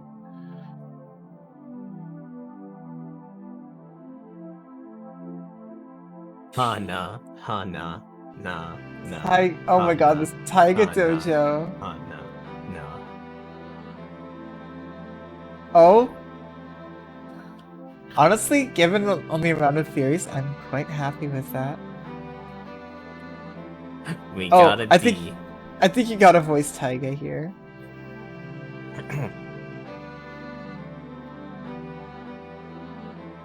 You're reducing your big sis to tears. Oh my god. Oh. And by the way, that last was still from Taiga. Huh? Oh. The whole. It's very Taiga. Yep. No, I was Alright, so we gotta read that invested in Nasu the quote. Even if you didn't get much right, just the existence of this page shows how much you have invested in this story. Oh yeah, Nasu quote. Yep. Because wise is Nasu. According to a theory, what was the grade of that again? Oh yeah, what was I didn't see that one specifically. I can just control effort. Nasu. Not applicable is truth. Alright. Hideas. Oh god. Oh, but the Udabuchi quote. On the other hand, I think the true hero in a fate stay night is Udabuchi, the first quote from the Type Moon creators. So we can see that Wise considers Udabuchi first and foremost the frontmost Type Moon creator.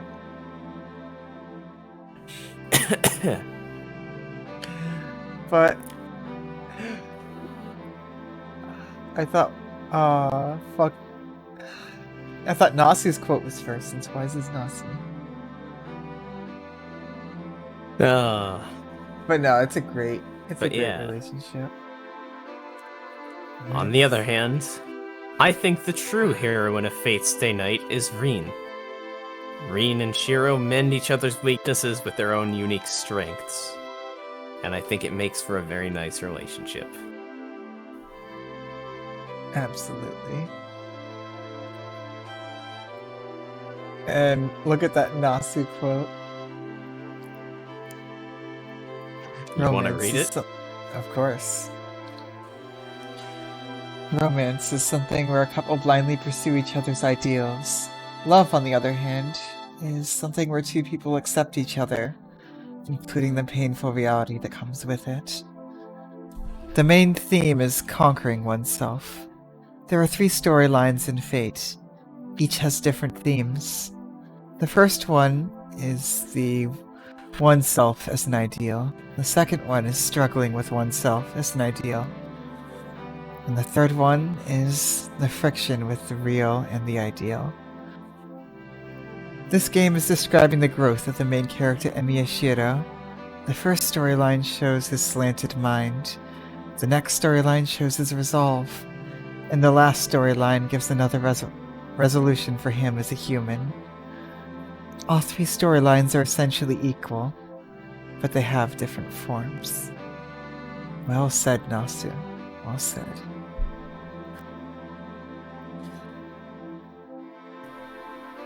Oh, thank you. I don't know if this will ever reach you, but thank you for writing this via Nasu. Huh? Yeah. Moving on though. Did they really give ratings Why? to Ayako? Oh, wow. Oh, they did. Oh, you can see, wow. Ayako is... How is there not meant to be an Ayako route?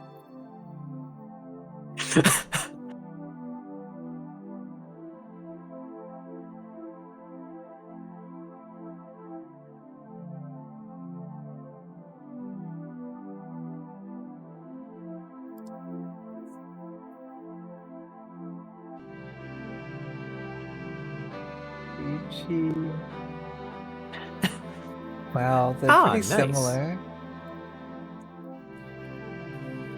Oh wow, they're like as far as the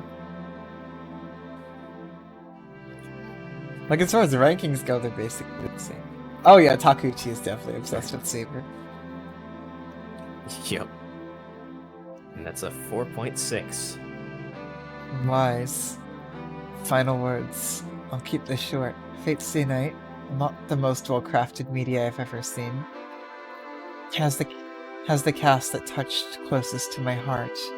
Their struggles, their triumphs as they flail in a cruel world, trying their best to keep each other together is beautiful. And the greatest moments for me are where they bared their hearts. This story isn't about the battle royale. It isn't about the wish or magic. As Kirei said, the war is simply a compensation of life. And I believe it's a story about how to find meaning in your life. As many answers and paths everyone takes in response to that question. How they've been influenced by others, and both the figurative and literal specters of the past. The message I take away after this 400-hour journey is that there are people who love you, even if you don't know it, and those people will help you.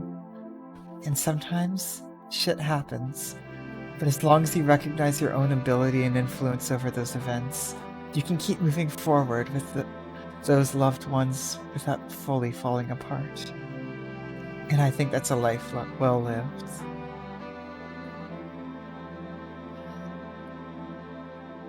Oh, I'm gonna cry again. Well put. Very well put. Thank you so much, Wise.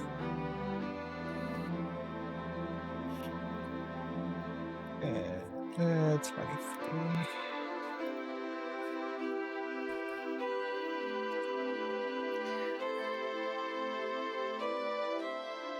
There are no regrets. If one can be proud of one's life, one should not wish for another chance.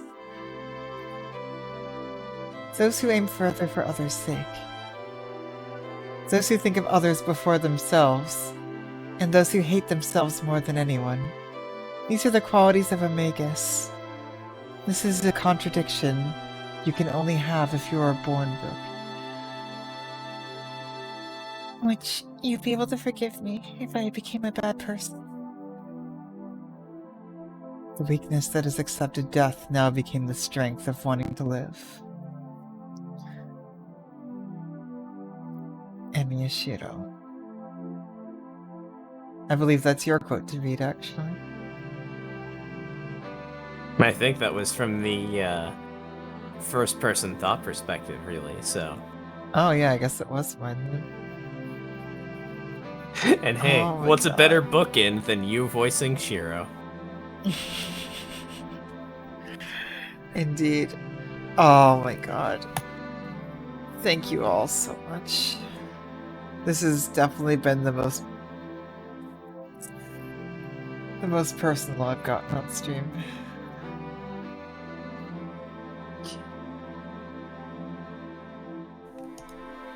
Huh? 209? You made 209 theories that weren't jokes or spoilers for HA. Oh, I did. I've never had anything engage me this much. Thank you so much. Oh god, Dean's Day night tomorrow. Yep. See you, dude. See you, Jin. And yeah, Thanks for tuning in. Great to have you here live. Apparently my grading nets a 4.6.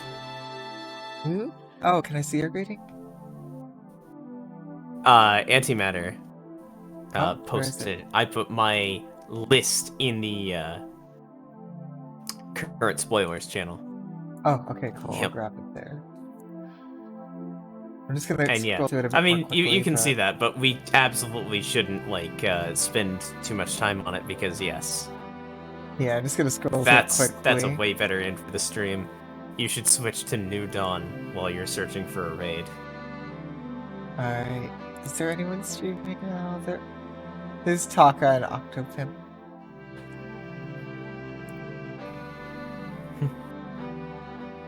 Let me just close this. And I'm just gonna go ahead and edit.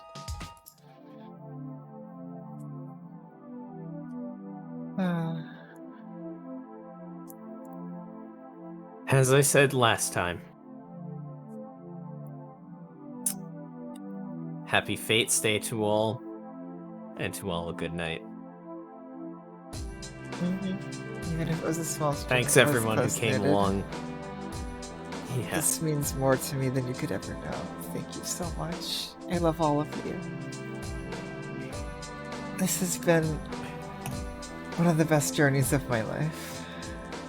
I know it's kind of crazy to say, but...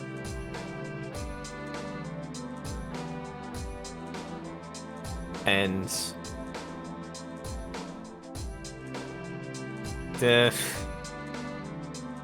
look, I'm not joking about being a soon today. I do not parse embarrassment or genuine emotions very well, so everybody appreciate it when I do say that I do actually legitimately have a lot of love for all of you. Platonically. What a great thing to end on. Thank you. See you all for Dean's Day night. Oh Yeah, wow, good there's one. 8 of you here. Thank you. Don't hit that button yet. Wait for it to... Guys. Bye.